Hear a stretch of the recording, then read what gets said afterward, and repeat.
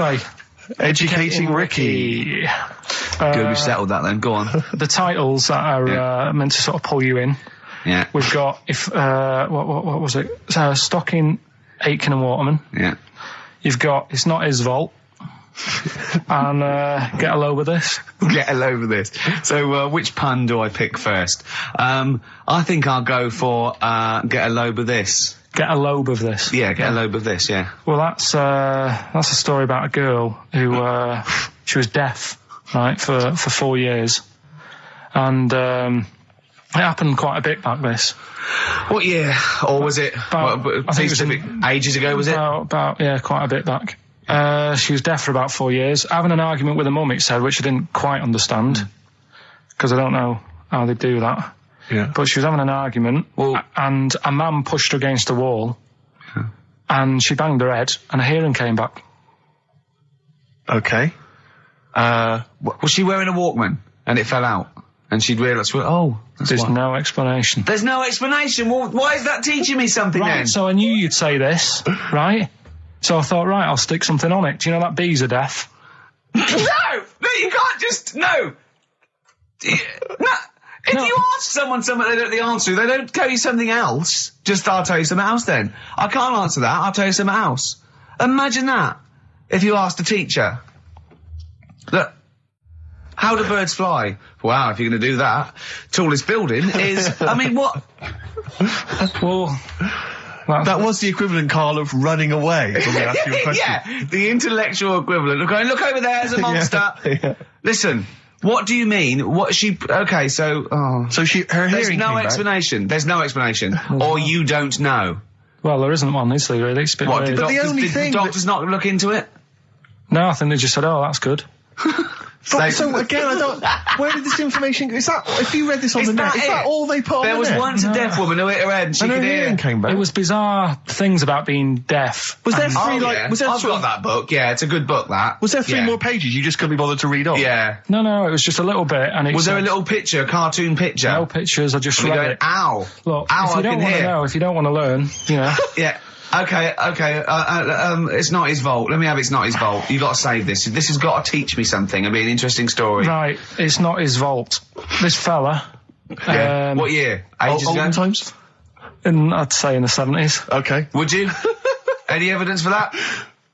And does he wear flares in the story? Right. Is that your reason? No, it's a bit like Yuri Geller, this fella, right? Where he's electric. He's electric. And if he walks past the telly would fizz. If he walked past the radio, it all goes like that. Ooh. His hair stuck up all the time. And he'd be having a bath and everything would be all right, and then the power would sort of switch on in his body, and the electric in his body made him jump out of the bath. So... What do you mean, so? What is that so? What does that so mean? You've given us nothing. You've given us nothing. You'd have to at least give us the scientific explanation. Yeah. Electric eels have 400 volts in them. Oh, is this the running away again? What was that one called? Yeah, but it's not his vault. But there's a reason not his fault. It's not his fault. I thought it was going to be something about. I think we should do these the other way round. I think you should tell us the story and then we'll hear the pun. It's not his fault. It's not his fault. Right, let's leave it. Play a tune. Forget it. Educating Ricky. Doing it. We're not doing it. No, we are. What are you going for? Oh, he can handle it, I think. Don't worry about him. He candle it. He candle it. Okay, let's hear this one. Right, are you familiar with the phrase burning the candle at both ends? Yeah. Do you know how it's come about? I know a man who does. I assumed that it was to get more light in the room. How would that work? Well, they'd put it sideways and light both wicks, so out of one candle they could get two. No, go on. No, what it is... Oh, it means you're doing too much, you're staying up too much, you're not getting enough sleep, and you're... Well, years ago... Yeah. When they didn't have light bulbs and that. Oh yeah, what year is this? Literally ages ago, specifically? Yeah, quite a bit back. Mm-hmm. Okay.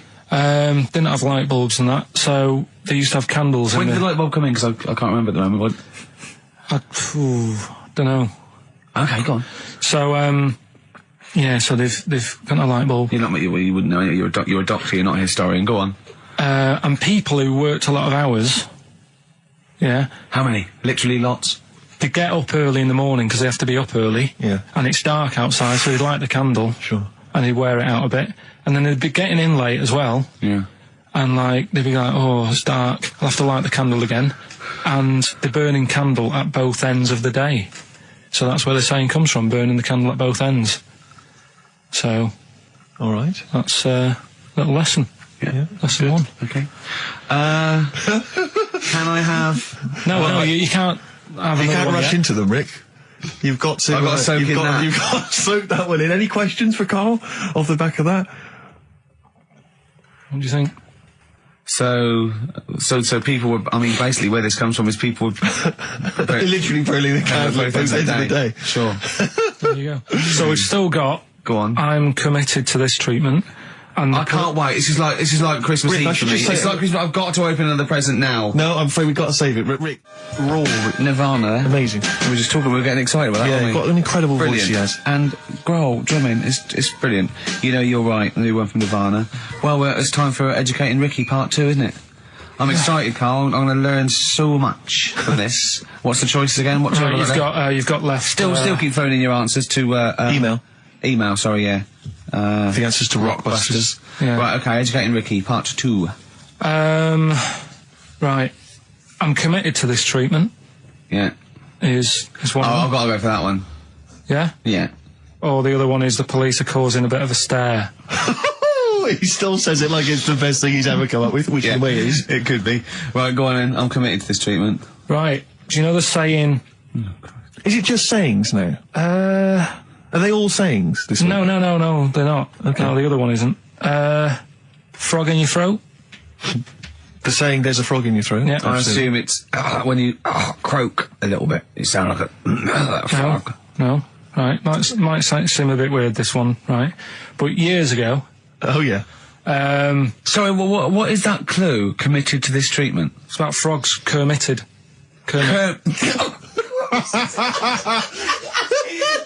Probably works better with a K and an ER written down. Well, also, if you pronounced it "kermitted," yeah, but not committed. committed to this treatment.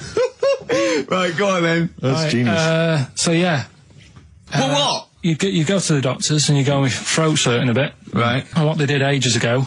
Ages ago. What year was this approximately? We are going back quite a bit with this one. Oh, okay. Go on. And the doctor would say. Did history. Imagine years ago. Go on. And the doctor would say, right, keep your mouth open. I need to look at your tonsils. And the jaw would ache a bit because they weren't as quick back then because they didn't have the technology and stuff, and they'd have to like stare at it and study it and stuff. And like they get an achy jaw, right? Keeping their mouth open. Yeah, like you get, Yeah. you eat a Mars bar or whatever. So they'd sat there, and they used to always close their mouth, and it used to annoy the doctor. Right? Oh. So what they did, they used to get a toad, Right. and put it in the mouth. Rubbish. Okay. Keep talking. Keep talking. And that way they couldn't close the mouth because either they'd squash it, Right. or apparently you're not allowed to lick a toad's back. So the doctor would have them for breaking the law. No, but it's poisonous, right? A toad's back. You should never lick a toad's back. or put it in your mouth, really. Oh, just stop for a second. Wait. What? Can I just ask one question? Go on, yeah, Just go ask on. one question. I've got a few, but no, go on. sure. My initial thought is, it sounds like a brilliant bit of sort of medical knowledge there. It's a great idea. Yeah. My only thought is, how does the doctor see past the toad? At your tonsils? What's he actually looking at with the mouth open? Surely the toad is Isn't in it the like hopping way. around in the way? It didn't say. Sorry, and my first question is, was this on the internet? Yeah. Yeah, okay. Karl, that is bollocks. That is, I mean... Well, all right then. Let's turn this round. Where does the saying, you got a frog in your throat come from? Probably because you sound a bit croaky. Probably that. Probably because you sound a little bit like a frog when you've got a sore throat. Karl, did you not question it just for a moment when you read it? Just for a second, didn't you think that seems an odd approach? Firstly, why a frog of all the different Because species? it's poisonous. A toad. So it's a toad as well. Yeah, well, it worked. I'm committed. Worked. No, not No, my point is it's frog in the throat. I was going to change it to, have you heard the news Toad Day?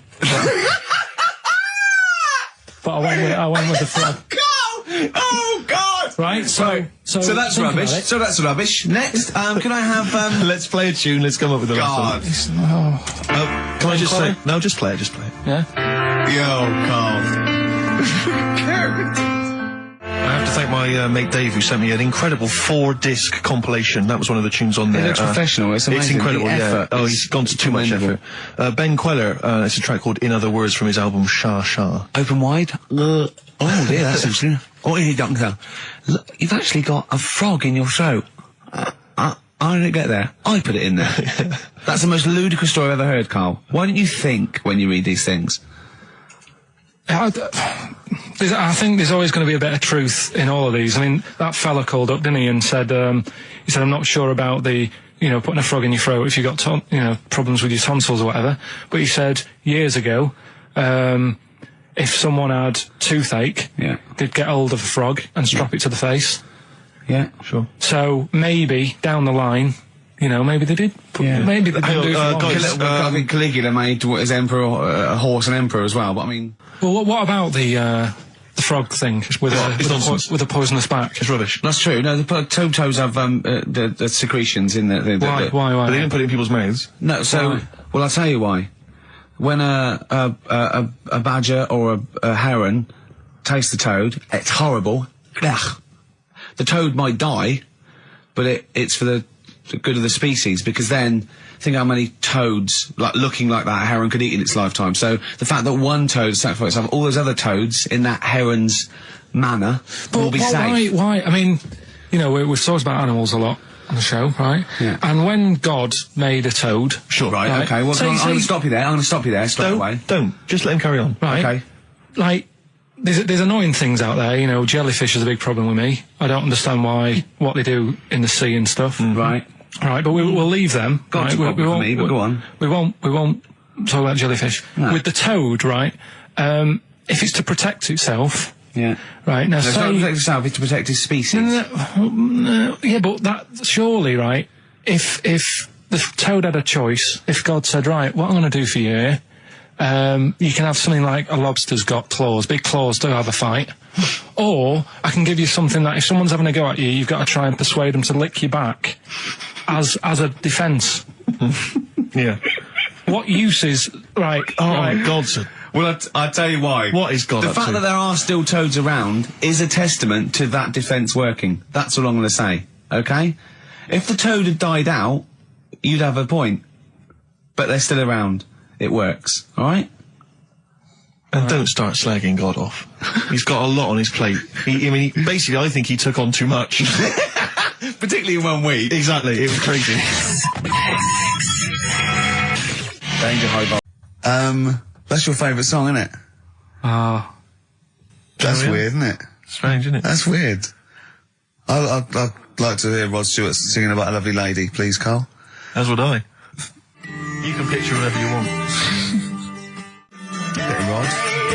Maggie May on XFM 104.9. On Ricky Gervais with me, Steve Merchant and Karl Pilkington. Steve. Well, I've only just read about this, and I don't know anything about it. This naked rambler, Steve Goff. Yeah. Is he doing he's doing a walk from Land's End to John O'Groats? Is he completely nude? Yeah, he's been arrested 10 times on the way, apparently. Right. It says here that Nora Goff, his mum, she's in her 70s, she's begged her son not to walk naked from Land's End to John O'Groats. She said, I don't know where he gets this from. Certainly not me. I am and have always been quite conservative. He would never have been allowed to walk around the house without covering himself up. I wouldn't go as far as to say I'm ashamed of him, but I do not approve of what he is doing. Having said that, it's good to see him on the telly. yeah, it must be. It's not about anything, it's lovely. It's not embarrassing until they're famous with Exactly. it, however embarrassing it is. But I can't believe my son's a serial killer. Nice to see him on the telly. he looks like one. He's not, obviously. Yeah. I mean, What is he doing? I don't Steve understand. wouldn't say he was, and he's not. He's just a rambler. But he's there, right? What's his motivation? He's just walking to, it's just a nudist, I suppose. Right. And there's a picture in there, and Carl looked at it and he went, oh, what's the point of that? He went, well, look at him. He's got shoes and socks on. He's got a rucksack on. He's got a hat on. He's not nude. He's just got his knob out. Yeah. But he's got a full beard, thinking, oh, I want to hide some skin. Whereas this little chap needs the air. I'll pop him out all the time I can. They really annoy me. Because it's in the supplement today as well, with the Mirror, right? And they've done a bit about nudists and that. Yeah. Again. Same problems all the time. Go on. There's like an old fella sat there, just... How do you know he's old? Well... Why are you looking, Carl? Looking at his face, aren't you, presumably? Yeah, I'm just saying he's old and he's sat there smoking a pipe. Sure. With his sandals on. Yeah. They're quite normal, just with his knob out. But look, he always make the same mistake. He's got a little white deck chair. Yeah. If you're nudist, don't go for white. Why? Just sitting on that, getting a bit clammy and stuff. White, don't go for white. Go for darker colours. I don't know what he's talking about. So do I, but I love it. I love the fact that he's just got loads of pictures of naked men. Yeah. Walking around with loads of pictures I'm of just saying, a dirty arse on that. I think we've discussed the news before, though. I don't understand the impulse at all. I do find it bizarre. I mean, there's a picture there of 3 men nude in a pub. Yeah. Just having a chat. Yeah. Just having a chat. Oh, look at Carl carrying But around what's those pictures. I mean, okay, fair enough, walking around outside, but indoors? In a pub? Nude? Well, it must be a nudist on a pair pub. of shorts. That must be a nudist holiday, I assume. As opposed to, like, the local. There is, though, isn't there? There was a thing in Bazaar magazine the other week where there was a picture of some people. They've got an airline of their own now. What, nudists? Nudes. Nude airline? So you can get on there. And your holiday starts as soon as you get on. Sure. And, but what's the point? Well, I'd be worried just about banging against things. You know. So to speak. Yeah, my shoes and things. Or spilling when the waitress comes along. The aerostess, might she spill hot coffee? Yeah, that's a good point. Would she have to be nude? Would the stewardesses have to be nude? I don't know. But that bit as well, where they walk down the aisle and they have to check if you've buckled up. Yeah.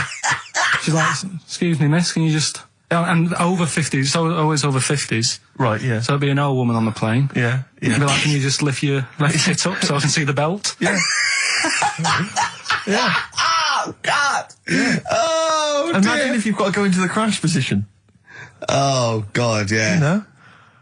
The last thing you see is your John Thomas. John Thomas. As you go crashing into a mountain. Terrifying. And then what if you've got to abandon ship? I know. Well, how would they explain that? Yeah. Go onto an island. Exactly. All right. Or being picked up by, a passing ship. Yeah. Carl, you notice they also play volleyball a lot, don't they? Yeah, I mean, you've always mentioned that, but I thought you were joking, but they love it. Yeah. They said that's what they do. They get to this special holiday That camp. can only be...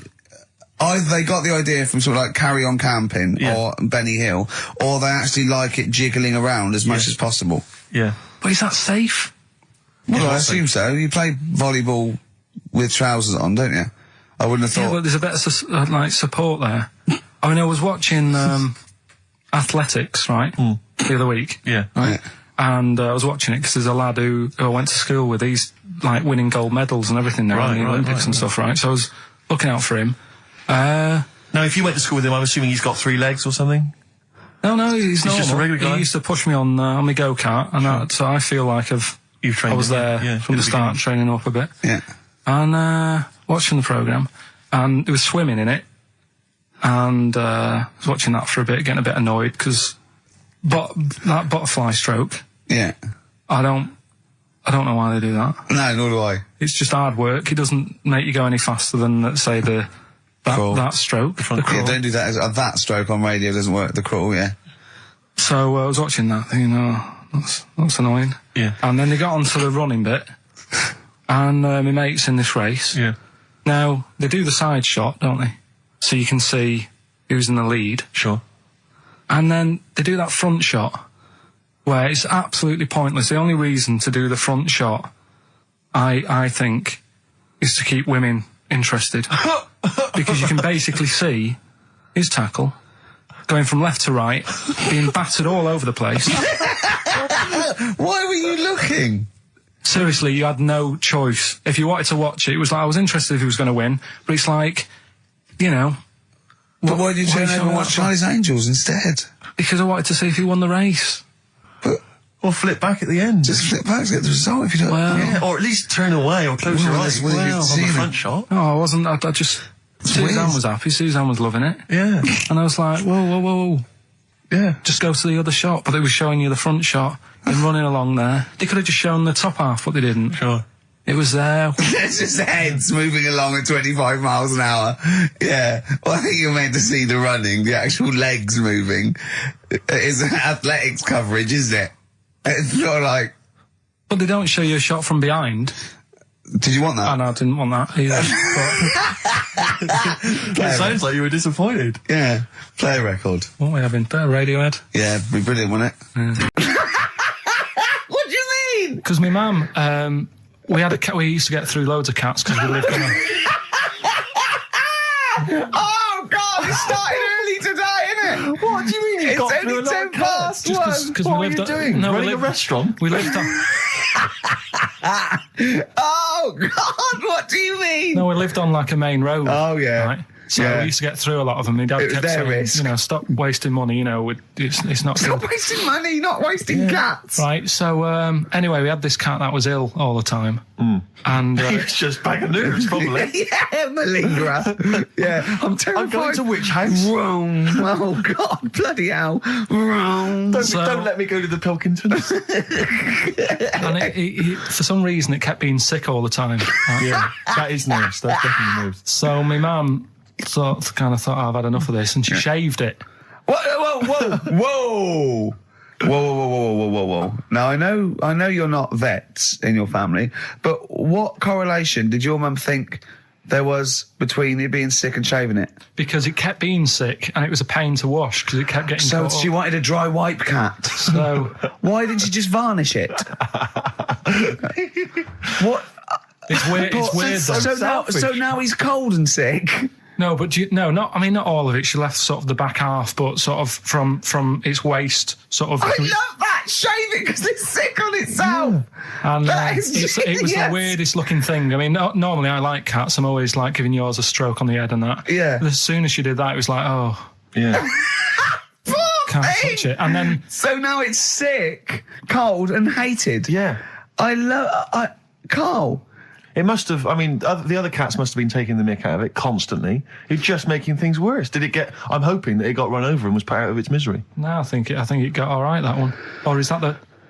Yeah, it did get run over. It did. Oh, God.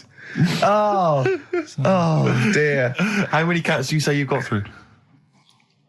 I'd say whilst I was living at home, I mean, it's still on the increase even though I'm not there. So whilst I was there, probably 5. God. Wow.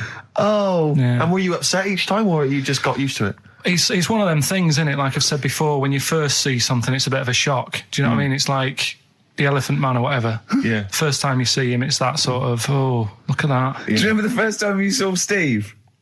No, I'm not being funny. Do you remember the first? Yeah, but I've said this before. It's always, then you get used to how people look and you don't...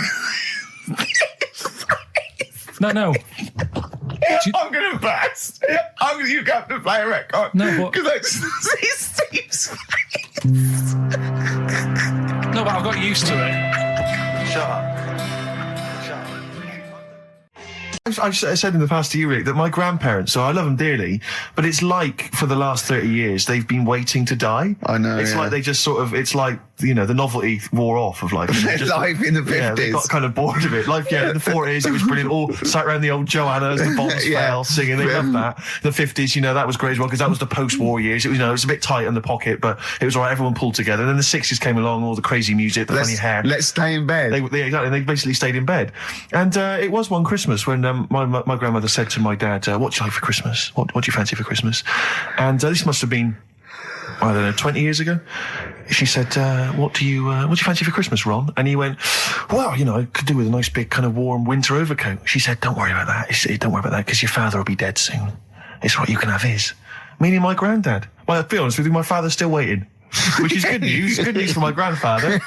Less good news for my dad. He's freezing. He's freezing. He finds out, how is he today? He's fine. Oh, okay. Oh, I'm freezing. It is it's such a weird mindset, that. I think that, to me, is what sums up people from that older generation, the 40s and 50s. And it seems to me that you've got that kind of mindset. It's like you were born in the 30s. And whenever you talk of your childhood, it's like you had like a big potato to take to school. And a hoop and a stick is a Christmas gift. The other thing is, I think that that sort of generation, it seems that the man is dependent on the woman. There's a total dependence. Oh, absolutely, If she dies, he's done. Yes. He's done for. Just pine away. If he dies, she's got 30 years of pottering. Absolutely, yeah. Do you know what I mean? Yeah, and going to, like, you know, the youth club and the church. I know what you mean, yeah. It's sort of like that. It's sad. Of course, it's sad for them, but it's sort of not the end of their life. No, sure. And it sort of is the other way around. I don't know why that is. Yeah. It's terrible. That's a little melancholy thought for I know, Christmas I've really brought it. You brought it down. You've brought it down. I've brought it. This isn't a nice show at all. This is terrible. Well, we're going to have people just killing themselves. What? Well, I didn't really want to make it a Christmassy type show because I don't really like it. Oh, he's done it again. What, you did Christmas once, didn't like it? No, my dad always said... Oh, right, steady on. Dad said Christmas morning was for, like, you know, for me. So he used to stay in bed. So he never... That's brilliant. That's a great thing to say, isn't it? Yeah. Christmas morning's for you. Run wild. Do what you want. Just don't bother me. I'm going to Honolulu for 2 weeks. That's great. Dad, it's Christmas. Do I have to do anything? No. So my mum used to get up because she used to like to see my face light up, you know, when I open my presents. And then... to give fireworks. And then... then I'd have to go to my bedroom from about 6 o'clock onwards because, like, my mum and dad were into having big Christmas parties and I wasn't, like, old enough to go. Right. So they'd say, right, you know, you've had your fun there, you go up to your bedroom, stay in there. Really? Yeah, I remember one year, right, I got a train set, that's what I wanted. Yeah. Right? It's brilliant. Playing with it all day. I thought, I don't mind about the party, I'm happy staying up here playing with this. Brother comes in, he's had a few, right, he's going, yeah, I'll give us a go on your train. How old is he? He's a bit older than me, so he might have been like, let's see. Well, let him be 18. Yeah, probably about 18, 19, and how old something were you? like that. I had a train set, so I don't know, about 14. something like that. Yeah. Right, so I'm playing on that, loving it and stuff. And then he comes in and goes, oh, give us a go. He turns the transformer up to like 14.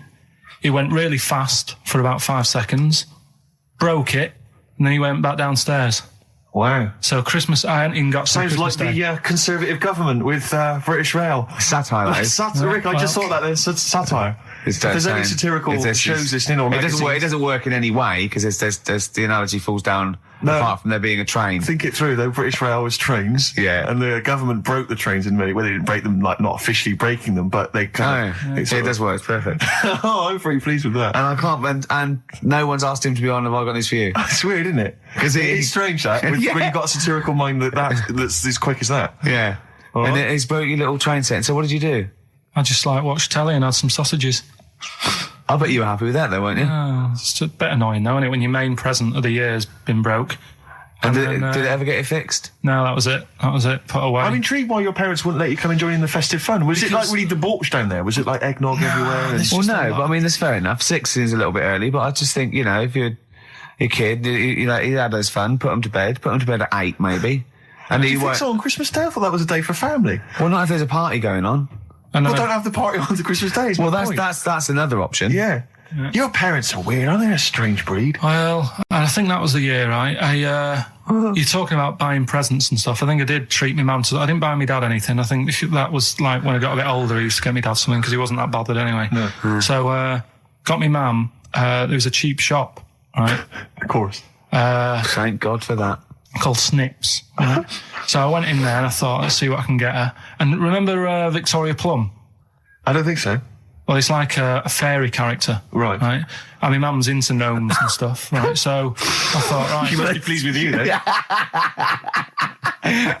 Victoria Plum. I was thinking, is that one of the neighbours? Is it like a brandy Do you liqueur? remember Victoria Plum? Victoria Plum. Victoria Plum, yeah, it's like a little fictional sort of character, right? Okay. So I saw it, I thought, yeah, she'll love that, right? So I did my paper round, saved up for 2 weeks, right? Oh. Got that sorted, went to Snips, bought the Victoria Plum. Next day, I'm in town with her, right? So I think, I know what I'll do. I said, come in here a minute, right? So we go in and we're looking around and I tested her, right? I went, look at that there. That's all right, isn't it? And she goes, oh, it's bloody awful. Oh, Carl. Oh, Carl. Oh, God. So then Christmas Day comes. I said, don't bother opening it. She said, no, why? I said, Oh, "Don't." no. Why did you still give it to her? So, well, it's too late. I'd already bought it. Oh, Carl. So she opened it, and I was like, and she said, oh, that's nice. I said, why are you saying that? I said, the other day, she said, it's bloody awful. She said, oh, no, I thought you were pointing at something else. Oh, no. So that's why I don't get anyone anything anymore. Oh, God. Play record. Oh, God. This is what we do this show for now. Educating Ricky. Yeah. Go for it, Carl.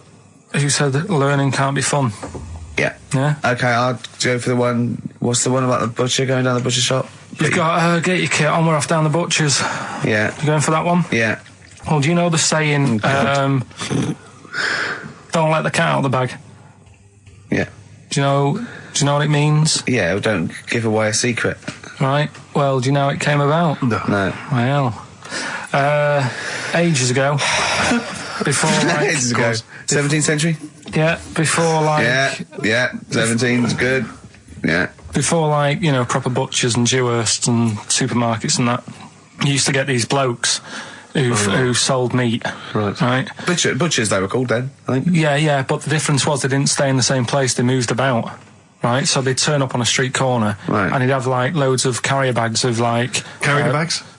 Yeah, with meat in and that, and people would Plastic be like, carrier bags? Yeah, with whatever. mobile butcher on them. Yeah. Right, so... And an email address. Yeah, go on. People went, right, yeah, I need some meat, right, so they'd go up to this bloke and say, what have you got? And he'd say, well, I've got a you know, you can have a bag full of pig, or you can have whatever, a bag full of chicken, whatever.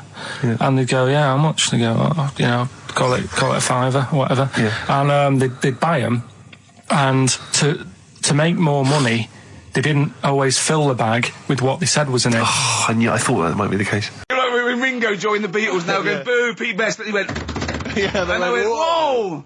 Oh, God. But the teacher just said, oh, it went down really well, you can do that again tonight, Right. when you're in it again. But anyway, so my dad was there, And you hadn't told him about this performance, so No, I he never just did. turned up I off never his own did. back. I never took the letters home and stuff to No. you know, show my mum and dad, because it just put me off. So, anyway, he turned up, don't know why, he must have heard from someone else's dad. Yeah. He turned up, and he swore about me, which... Did he? I don't... Could you use Do you a think word it's allowed that's... to be said? The word? Of course it is. Right. If you got a kid in the car or anything, you can turn it down now. can't you? Yeah. Right. But he said, there was a guy stood next to him with a camera, big video camera, filming it, and he said, yeah, film it, but try and avoid getting the twat in the hat in the shot, because I had one of those porters, you know, the little round pork pie hats on. Right. This is so sad. What, was this a nativity play?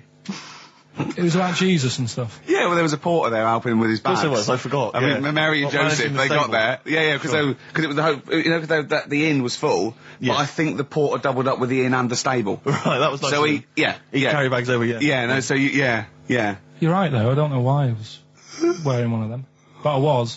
And And your father said that, and how did you know your father said that? Did you he told hear me it? about it later. Oh, he told you about it later? Yeah, I was talking about stuff I'd done at school, and he said, "Oh God, remember that?" And I spoke to him the other day about it, Right. and yeah, Oh, God. it's a shame. So that was the end of your sort of drumming career, really? Because it could have been, I mean, you know, the audience loved it the night before. Yeah. You could have, like, been, who knows, a whole new world for you. Yeah, Have you done any stuff? I've never drummed. I wish I had, man. But that is That's a movie story, but... is that, and that's why you don't tell, your mum and dad don't know you on the radio, do they they? think when they were down the other weekend, they had to come in here. I just said, "Oh, just go in and press the buttons." Because they could listen on Sky Digital, couldn't they? They could do. But you wouldn't want that, would you? I don't want that. No.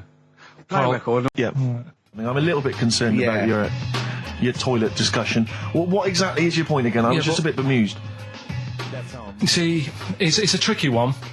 All I'm saying is, right, there I was at the pub quiz. I go to the toilet, not thinking about anything.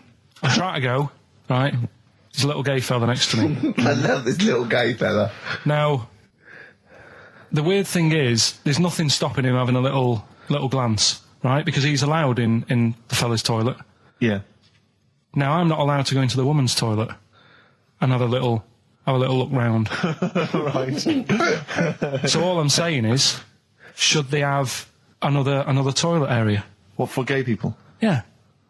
And so this would be gay men and lesbians?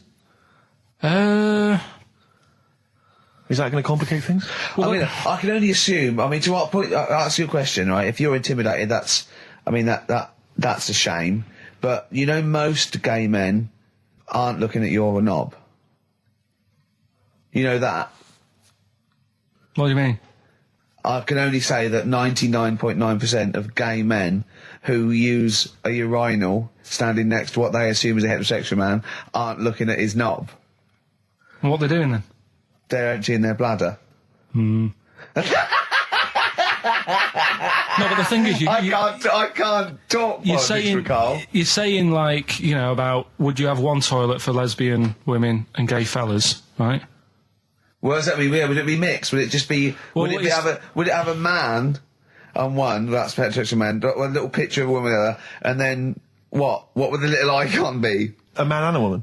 A man and a woman. Just having a chat? Yeah.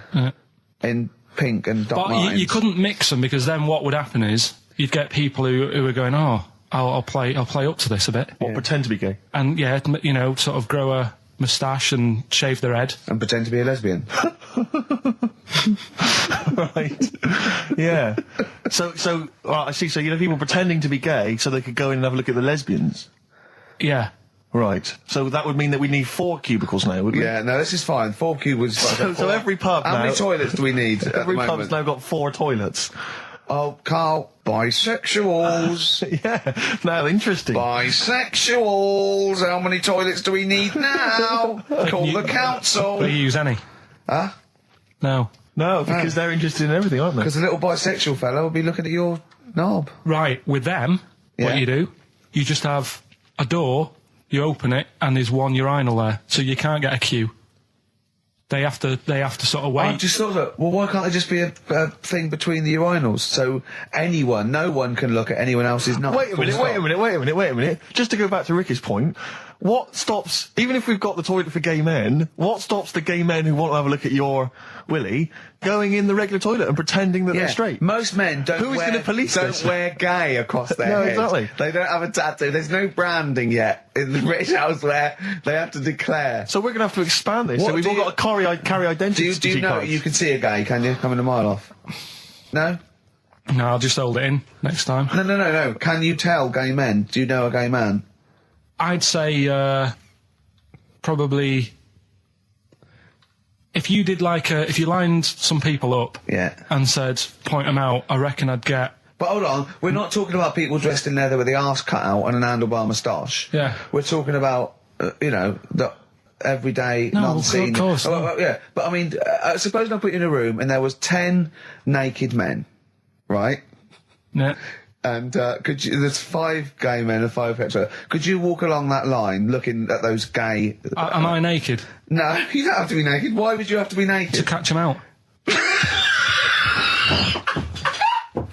Let's explain it again. If you're new, I'm sort of on a bit of a mission to find out, we've got a lot of animals and insects in the world and stuff. Yeah. Do we need them all? It still amuses me. So we've found out we've got to keep jellyfish. We've done octopus. Just said we've got to keep them. This week, snails. Do we need them?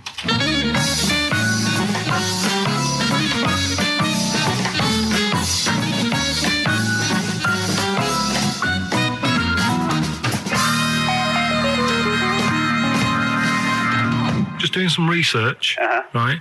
I'm sort of working my way through different creatures and insects and stuff that's on the planet. Yeah. Right? And finding out if we need them or not. Right? Yeah. Do you know much about snails? Well, sea snails. Well, yeah. Snails in general. Don't know much about snails, land snails. I know a bit about sea snails, like whelks, top shells, that sort of thing. Would you say they're important?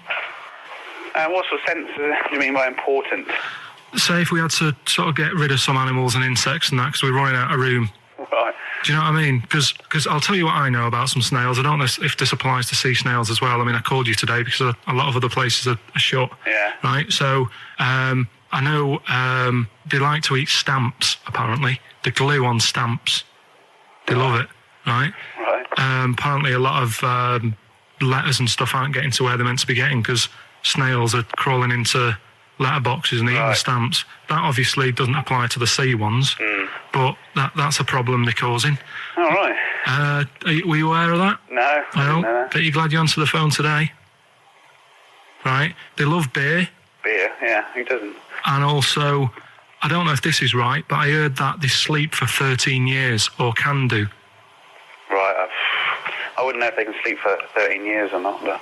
I mean, sea snails are pretty important. Yeah, they do quite a good job in the sea. They graze on algae and they provide food for other animals.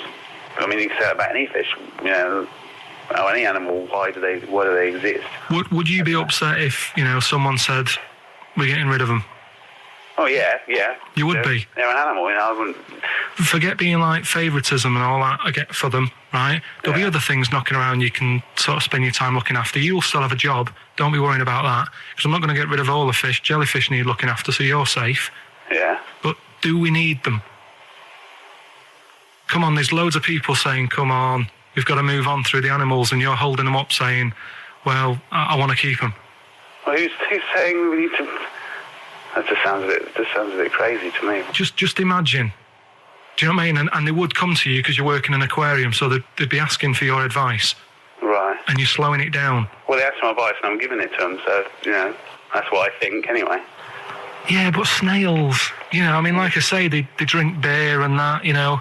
What did they do apart from some food for a whelk? They were around, their descendants were around a lot longer than we have been. Yeah, they've been around a long time, but what have they done? Well, they've survived that long, so they must be doing something pretty good. Well, apparently they sleep for 13 years, so really, even though they've been around for ages... I think that sounds a bit... I don't think they sleep for 13 years. Not all of them, just the tired ones. So, snails, do we need them? Well, yeah, I just think they've got to, just as, you know, it's not for us to say, do we need them or not, we can't just... So you think we should keep them? Yeah, definitely.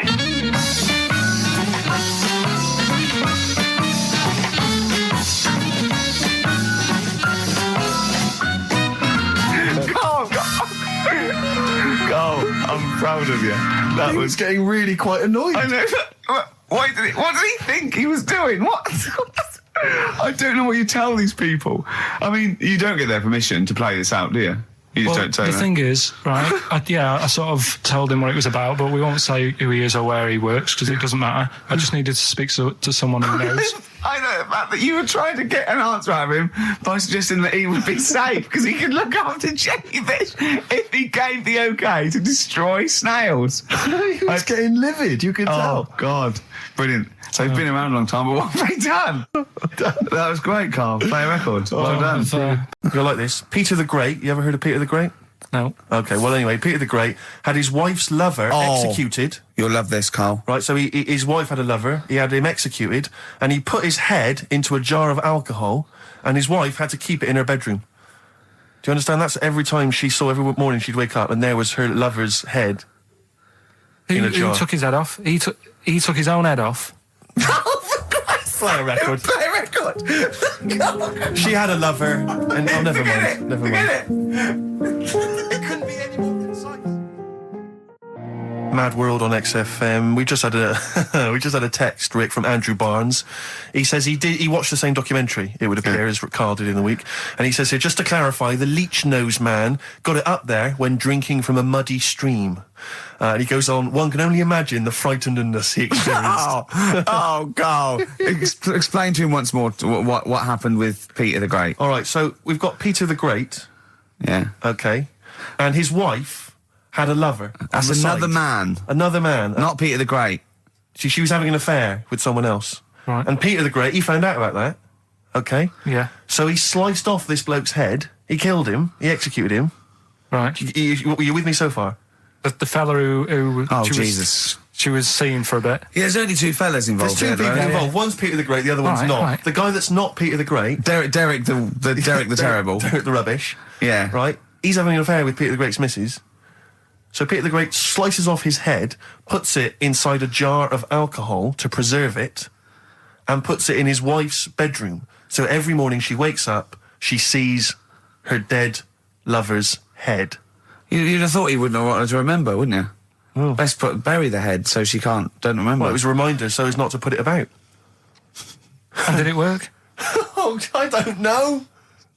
I love that. Again, that to me is an amazing thing to do. And you go, did it work? I mean, you've got quite an interesting mind, actually. I mean, you are, in some ways, really, really bright and intelligent. I love the way you think. You're one of the cleverest blokes in some ways that I know. I know it says I've got common sense.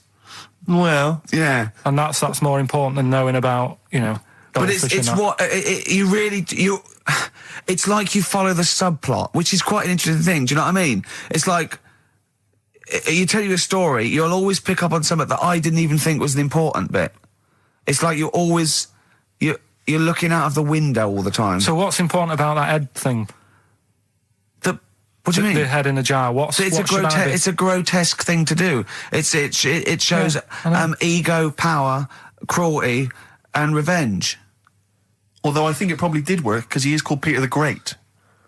Yeah. So you'd assume he got it right.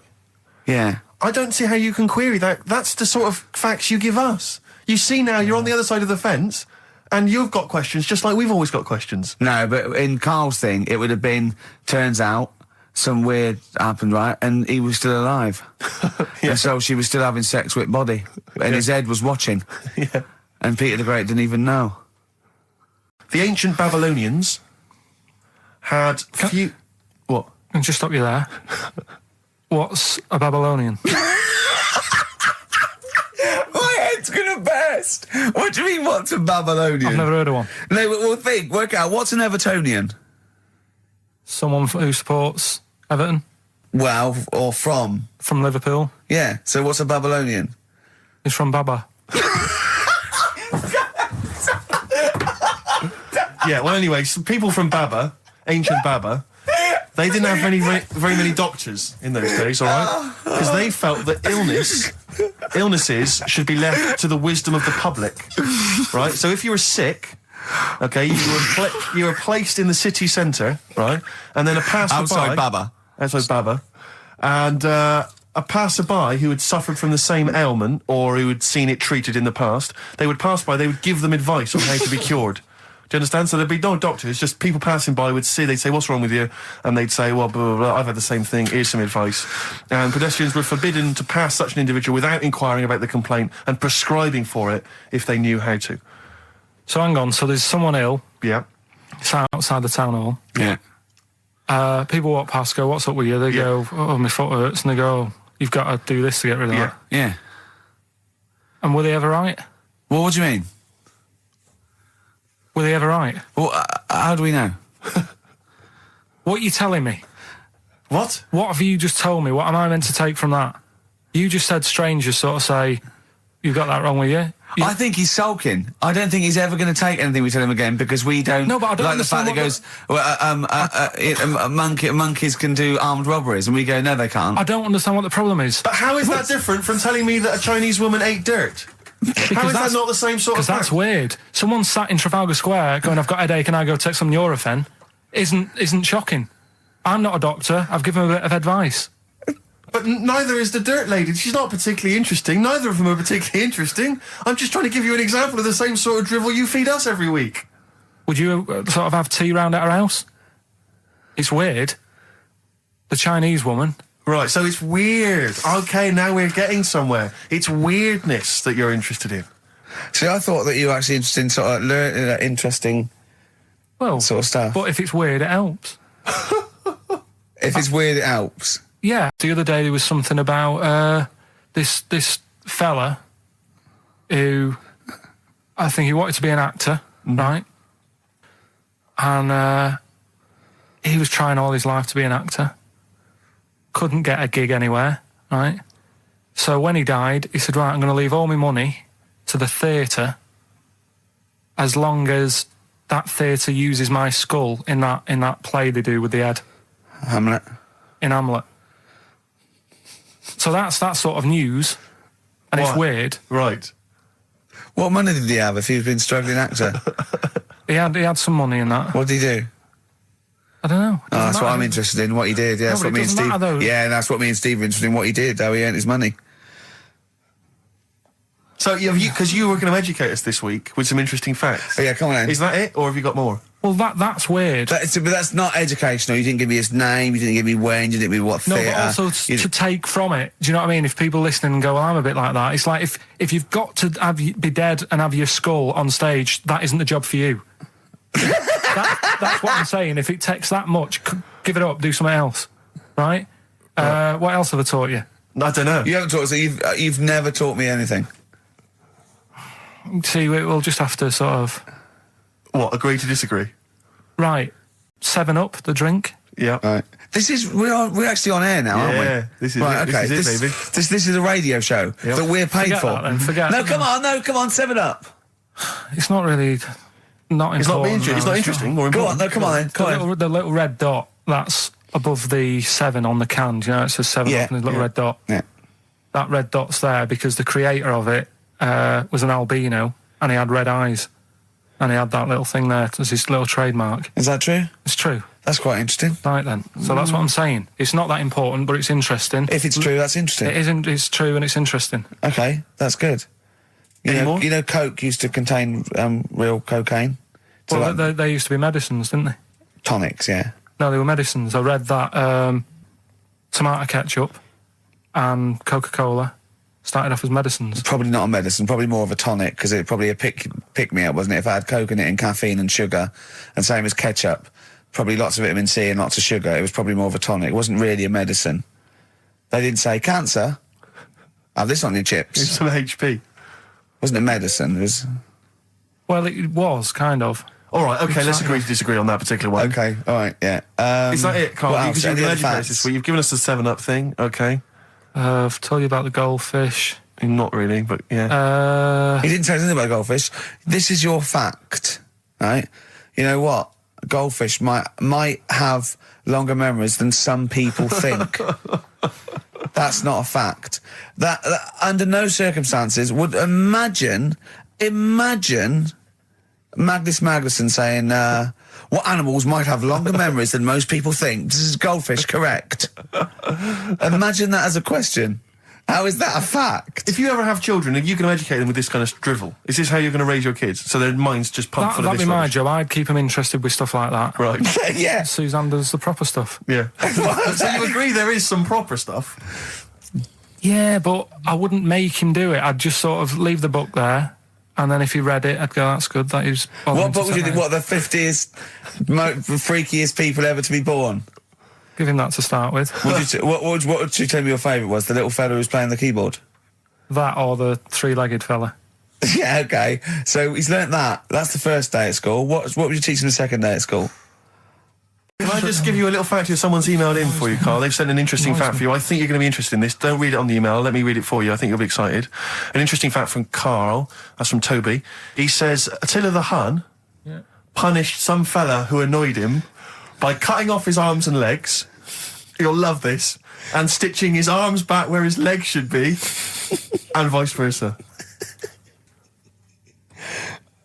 Look at his face. Look at the little smile that's just cracked on his lips. That is the kind of fact you've been waiting for all day, isn't it?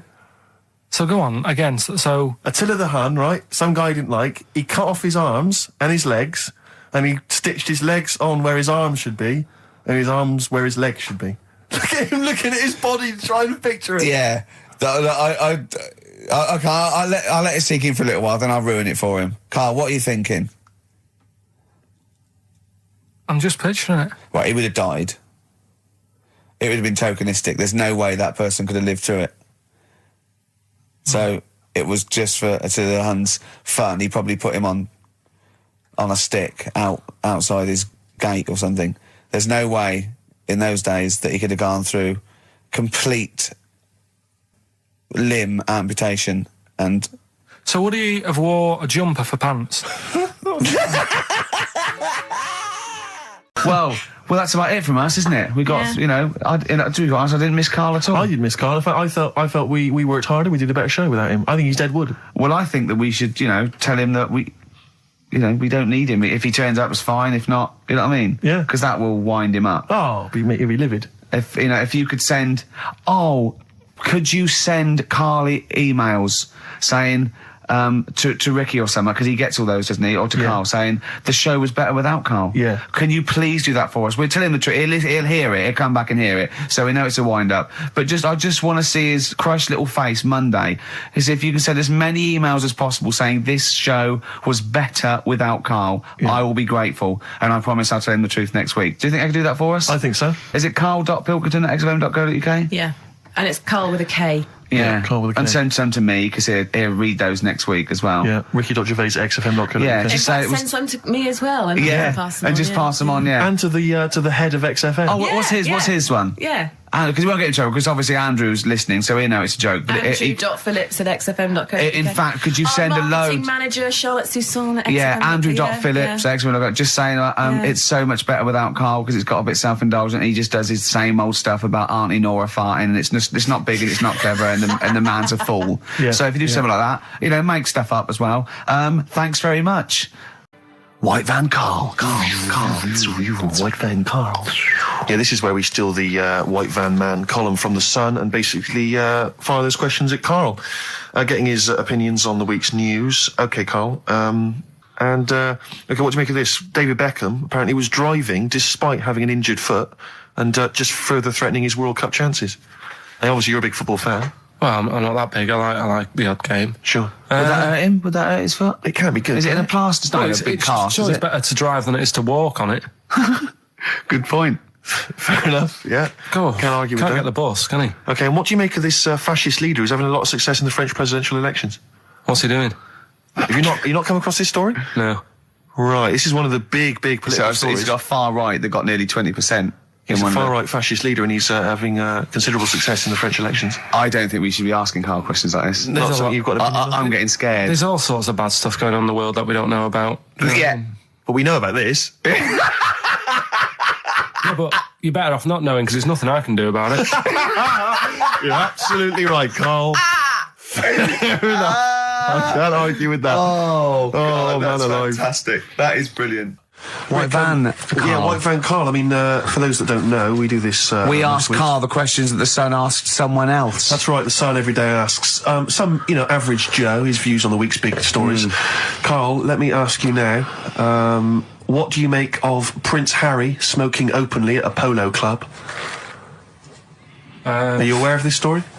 No. Was it? Go on. Prince Harry, you know that he's one of the royals. Yeah. And he was seen smoking openly, a fag, a cigarette, a polo. Third in line to the throne. Something like that, yeah. Imagine that. Someone smoking a cigarette who's third in line to the throne. A cigarette, Carl. Is it a non-smoking polo club? Do you know, I don't know, but if it were, would that make things even worse for you? Well, No, yeah. seriously, what do you make of it? This is, the whole, the furore is he's a role model, he's a royal, should he be seen puffing away in a public place? I don't think it matters, does it? Not a concern for you? How old is he? Is he old enough to smoke? I think he probably is, yes. Right, yeah. Well, fine. I think the trouble with this role model thing, with anything that's legal, it should either be illegal or not. Yeah. I just don't think you can impose things like that, because you could say that it is bad for you, and it is bad to start smoking, and it really is bad for you, it causes cancer and everything. But everyone knows that, don't they? Well, yeah, but you should either make it illegal or shut up about it. So this is Carl you're asking, isn't it? I am indeed. Sorry, So we can throw these questions your way as well, if you fancy. Sorry, yeah. It doesn't matter.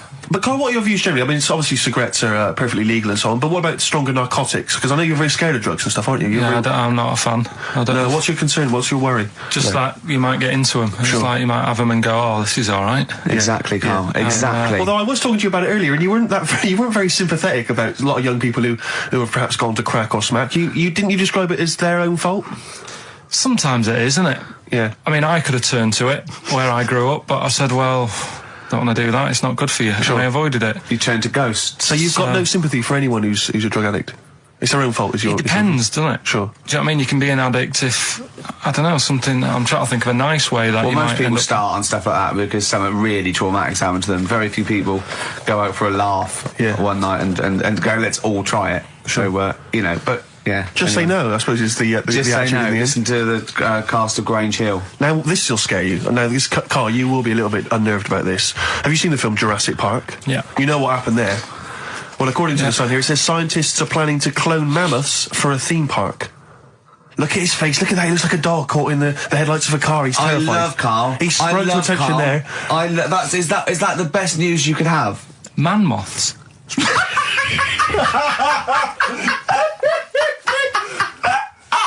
Right. Yeah, Carl, moths. I Man love moths. the fact that that's why he was so excited that they bred a man moth. What is this? Yeah, it's a human being that hides in your wardrobe and eats an entire jacket in a day. Yeah. What do you mean, man moths? Mammoths. Mammoth, the big hairy you heard cow of a from the mammoth? Ice Age. I mean, elephant. You're not so excited about that, then? You can take or leave bringing back mammoths to life, but a man moth... A man moth is a different matter. Oh, if we'd have never brought that up, he'd have gone and told someone now. Yeah. You know, I've bred an half man, half moth. This is what we This is how mean. things start. This is what we mean when you hear these ghost Are you stories. slightly deaf? Is that it? When you hear these stories, you're slightly deaf. And his head was in the basket, and he went, "Count how many times I blink." Is it? Carl, is English your first language?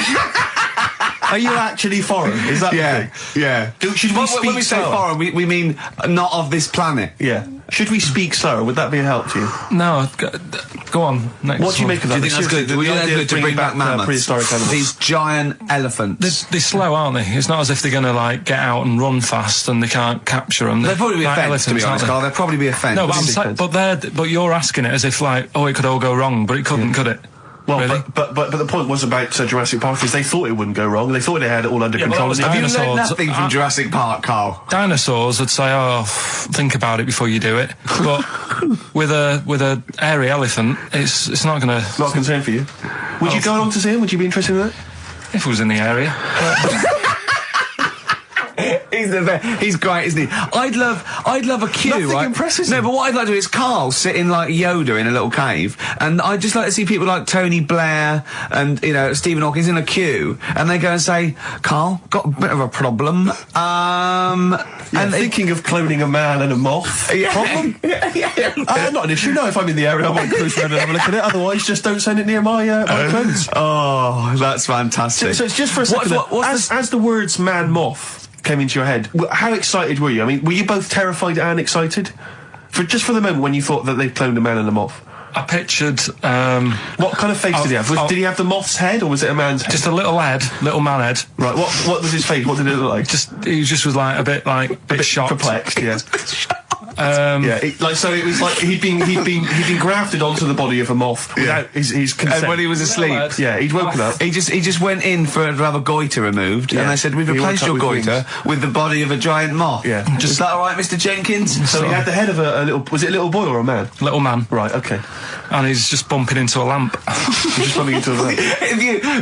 If you went into hospital and they'd done something, what's the worst thing they do, right? What would you rather have done, right? You wake up and you've got lobster claws for hands. Right. You wake up and you've got duck's feet. Or you wake up and you've got one horn coming out of your head. The worst thing, Yeah. probably the horn coming out of my head. Why? Get in the way. That'd be useful, wouldn't it, in fights and stuff? And for like parties, people would play Well, I suppose quoits. the lobster claws would also be quite handy there. Definitely. Listen, we haven't done it for a while. White Van Man. I thought there's some interesting questions raised today, and I think it might be nice to just throw them Carl's I think we direction. set Carl up again in the last hour as a person that people want to know Yeah, they want to his know what he's opinions on thinking. the world. Well, Yeah. if you're not familiar with it, on Saturdays, the Sun newspaper asks a typical white van driver questions his opinions on the week's news, and we thought we'd throw these in the direction of Carl. Yeah. And then, what do you make of this teenage thug, Carl, Mickey Carroll, who spent 4 months in jail and he's won 9.7 million on the lottery? Is that justice? When you think of all the good people that are going hungry, and there's a lad there and he's won. Did he buy the ticket before he 9.7? went in? No, I think he bought it once he'd come out. So he's done his time. He's done his time. Fair enough then. He's been punished. Yeah. Right. He's bought a ticket. He's had a lot of bad luck. Mm-hmm. Now he's having a bit of good luck. Quite right. Next one. Are you concerned that now he's got all that money, he could turn into like a sort of mastermind villain? You know, like a James Bond style villain? He's got a criminal streak, we know that. Is that a concern for you? Well, I mean, we imagine don't. that he could build some kind of underwater We fortress. don't, with my lawyer's hat on, we don't know that. Yeah, well. Well, he'd have to prove that he didn't have a criminal streak. I'd say you've been in jail for 4 months. Yeah, well, sometimes people are bad because they haven't got any money, so he might be Interesting an point. angel of gold now. Or whatever his name is. It's a long time since we've had any white van, Carl. For those that don't... Stop on XFM. Carl's back. He's cheering up a little bit because I think he's vented his spleen a little bit on cities around the world that aren't as good as Manchester. So, is any of your family left in Manchester? Because they all moved away, didn't they? You came here. Your dad's moved to Wales, for Christ's sake. Well, your family are all around the... Brother joined the army. Get anywhere. Just take me anywhere. We don't know where he is. His sister's moved away, so no Ireland. one... Yeah, there you go, you see? So, that's just one family. That's one family who love Manchester. Exactly. Alright? Tell you what, Steve. Go on. Look what I did find out in the week. Yeah. World record, right? Person with the longest trump, With the longest what? wind, fart, Right. right? 2 minutes 42 is the world record, Okay. right? Well, I'm immediately thinking about a relative of yours who I'm sure did longer than Who that. still lives in Manchester. Auntie Nora. Now, Auntie Nora did it for how long? 5 Reportedly, minutes, wasn't it? Starfighter for 5 minutes. But, unfortunately, she was the only person in the room. Whereas I think, which one's alive, Ross or Norris McWhirter?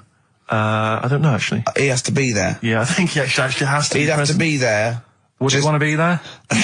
Well, he'd have sort of equipment, looking at his watch, going, finish, you go, yeah, he goes, well, that was 4 minutes, Did she go 59 from like a seconds. size 10 to a size 6? She just, Did she show some old dresses? like a hovercraft. Exactly. In a big dress. Yeah, Just yeah. slightly off. Yeah. So, it has to be invigilated. But again, you know, how was the Guinness Book of World Records one invigilated? I mean, who was supervising that? Who was He monitoring said, that? I can fart for 2 minutes. They went, well, we've got to see this. Went round. And, he just probably let it rip. It's probably circular breathing. He's probably sort of sucking in air and swallowing it as he's going. And it's a continuous one, isn't it? It's not like, yeah. I mean, I said, you know, that's how Nora's happened. Me Auntie Nora. She had a little bit of wind. It went on for like 2.5 minutes. Sure. That's when she called me mum As it was still going on. and said, there's something not right here. I'm And, leaking. she said, oh, can you send your dad round? You know, my dad. Yeah. Sent to me mum. With a cork. And, With a lighter. I think this would be the best one I want ever. to show the kids something. he said, I'll be there in a bit, get the windows open. But what it was down to, because I was talking to Is my she mum the one and dad with the about split it. tennis ball? Yeah. We're not talking about that again. I was talking to my mum and dad about it, saying, you know, why do you think it happened and that? And it's because she never chucks food away, right? And she'll sort of mash it all up. And she's got all these ice cream tubs in the fridge that are just full Cabbage of like water. old mashed up food. Really? And she prepares everything. Right, she doesn't work, she's retired now, she's got nothing to do all day, but everything's got to be ready Still for calls her. in sick. Do you know what I mean? Everything's got to be done. Even though, if you're going round to her house and you're going there for tea, it's like, what time are you coming? And it's like, well, I don't know, maybe 5, maybe 6. Yeah, you're Well, no, late, I need because to you're late know, when you I have to need meet know. us at 5 or 6. Do you know what I mean? That's what... So, sorry, when you say she mashes up food, she literally takes the remnants of a dinner, could be sort of some... Anything. And just smashes it all up into a... Yeah. And then what does she do with it? Put it in the fridge, and she's got in the fridge, it's like January, February, March, she's got all these ice cream boxes that are just full of... But she doesn't... She reheats it and eats Oh, it. then she, yeah, I puts it in thought a she was pan. just keeping it as a No, no, no, souvenir no. of each meal she'd had. No, put it in a pan, warm it up. Oh, And that's what it grotesque. is, it's just... A lot of vegetation, is it? Yeah. Why does it only happen once, or does she save it up once a year, just let it go? I don't know.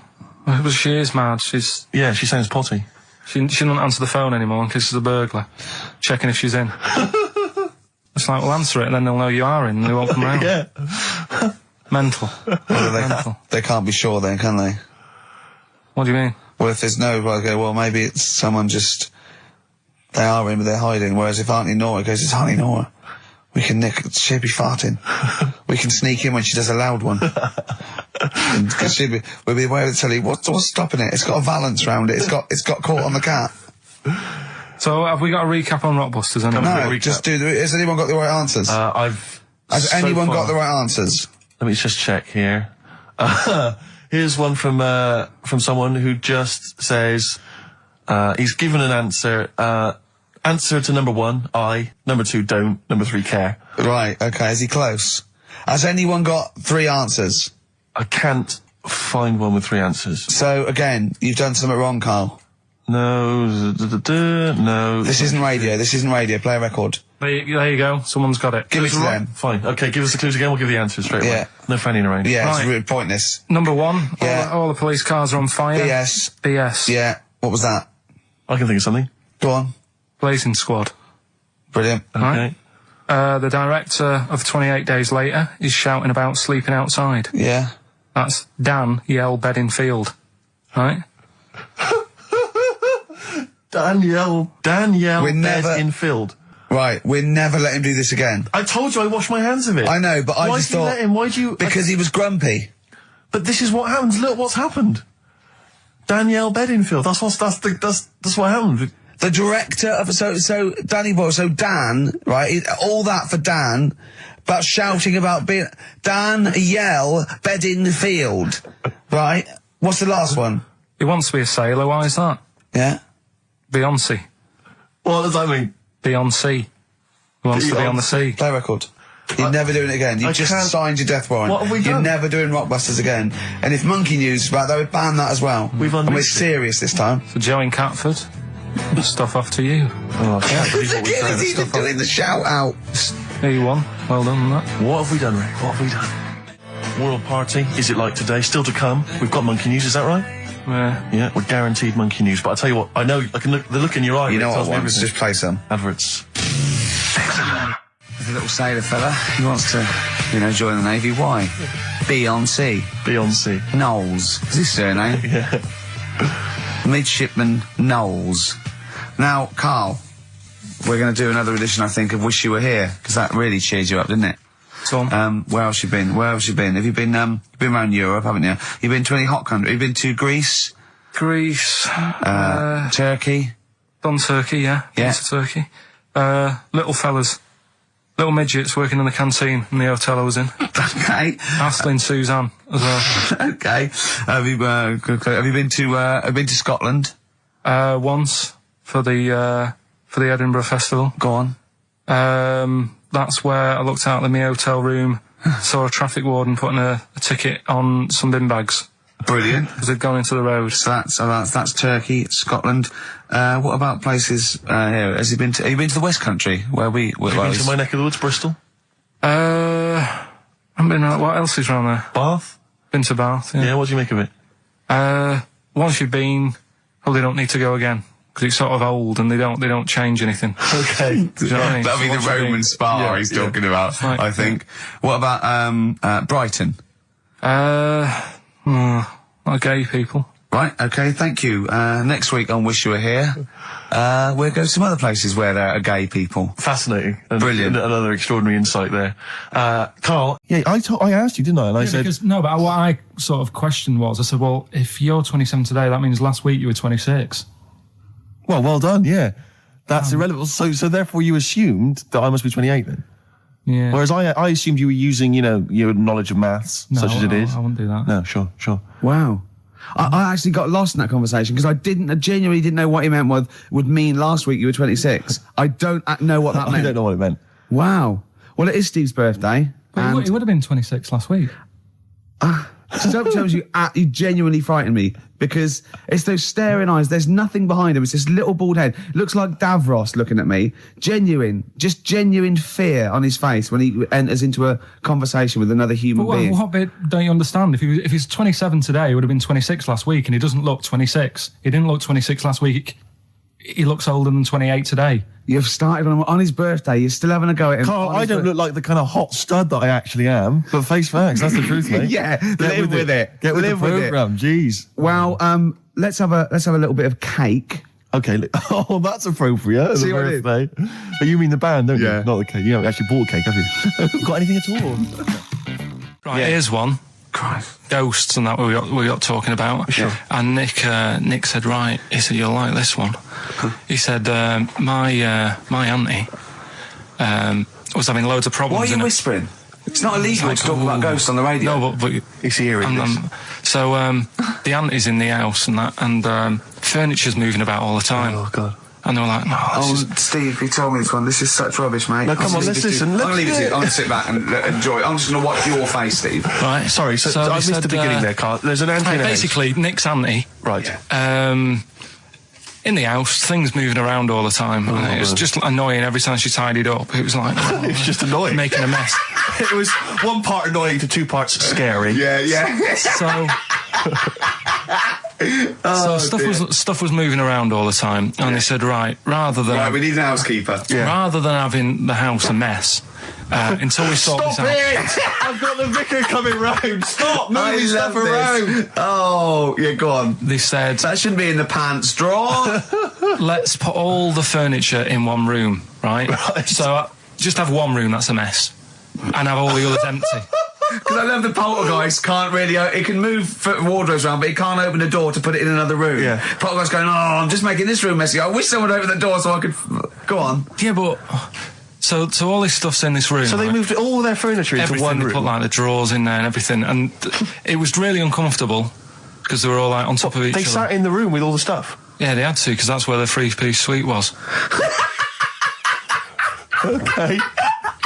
Oh, God. Right? All right. Oh, God. So they sat there, like, all crumpled up and that, but nothing can move because it's so tight. I think things were trying to move, Yeah, but yeah, everything yeah. was so tight. It's They just like, foxed that poltergeist. so anyway, one night they sat there, like, sort of a bit awkward watching the telly and that, and they hear some banging Yeah. in the next room. So she goes, oh God, what's that? Oh, he hadn't moved in, had he, the ghost? So, to some of the empty rooms. so there's this He's bang- moved some friends and family in. There's this banging about going on. No, so listen, she Steve. gets up, right? Yeah. And what it is, they had the baby in the next room because there wasn't much room for the cot. Right, so they left the baby with the ghost. So they go into the room where the baby is, and the banging Yeah. is like, do you know those plastic balls you get that you can chuck around the room and like they go mental? Right. The ones that you chuck once and Yeah. they keep bouncing Yeah, for yeah, ages. yeah. That was bouncing around the room. Wow, what, the Hitting baby all- had thrown it? Hitting all the walls, and the baby was there, stood in the cot, sort of laughing. Right. And looking at the ball, and wherever it looked, the ball went. Yeah. And then she said, stop doing that. Yeah. And the ball just stopped. Did it? And it rolled a bit and stopped. Right. So the baby had thrown the ball and it was watching it as it bounced around the room. It wasn't throwing it, it was in control of it. No, the point is, Steve, the baby has been doing... It would have been the baby all along. The baby had been messing with the furniture. It was So a it's baby a that had super the power. Yeah, it's a baby that had the power. Special baby. It's a baby that had the power. It's What a power? baby that had the power. What- the what's power the power? of telekinesis. Right. They were then trying to convince me that telekinesis was not like all the other stuff that I didn't believe in, but that was a science. Right. Telekinesis was possible. Yes. Yeah, it's not like ghosts and demons and all that stuff. Telekinesis is different. Yeah, That's yeah. science. But Nick's auntie saw it, and I love the fact that you're telling me that someone else's auntie saw it. So I should be satisfied with that. Yeah. I should be satisfied with that. I mean, no, So does she still live in one room with all her possessions?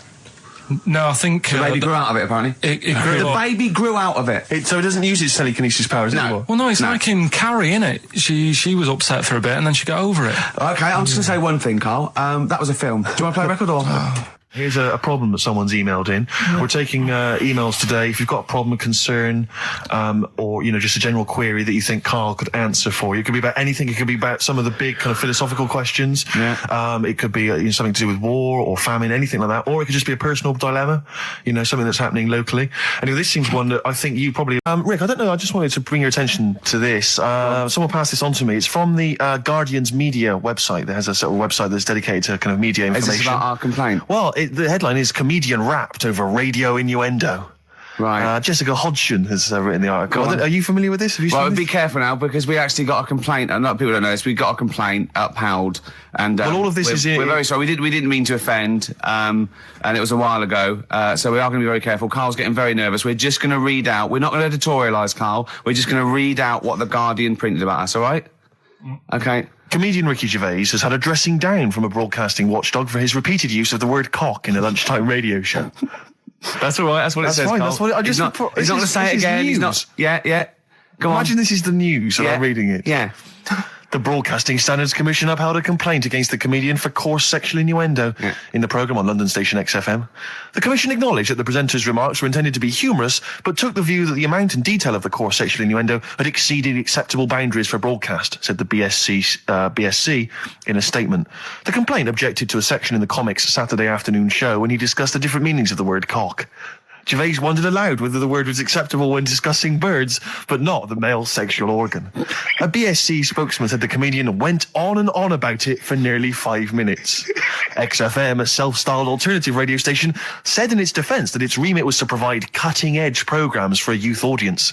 The station said the programme's brief was to include elements of alternative comedy within certain shows that would not fit within a more mainstream radio station format. In this particular show, it was not the presenter's intention to shock when they took a humorous look at how the English language could be construed in different ways within different contexts.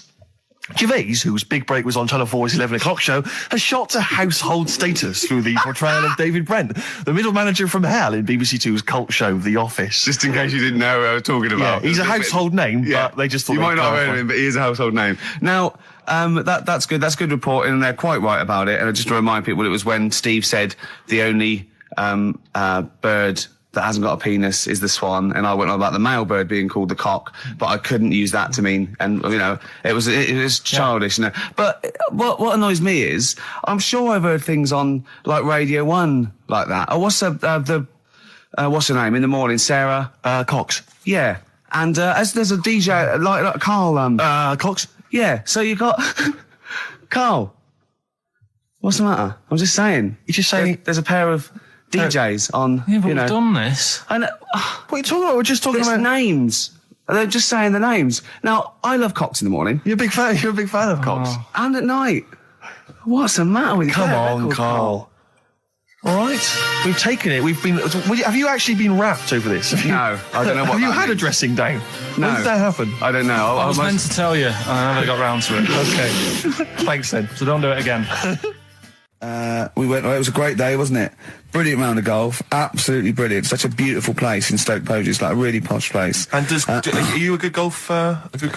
Well, we'll get to that. Oh, okay. Wow, he bought the shoes especially for it. Oh, I'd love to have seen him in those little shoes. I know, and they were no good because they were metal spikes. We had to change them. He was annoyed straight away. He spent over £22 on these golf shoes. We hired a buggy that was brilliant fun. I was bombing along, wasn't I? I don't drive, but it was great on that buggy. Well, you've been on a buggy with me, and you were a bit scared. Yeah. What? I nearly killed us once.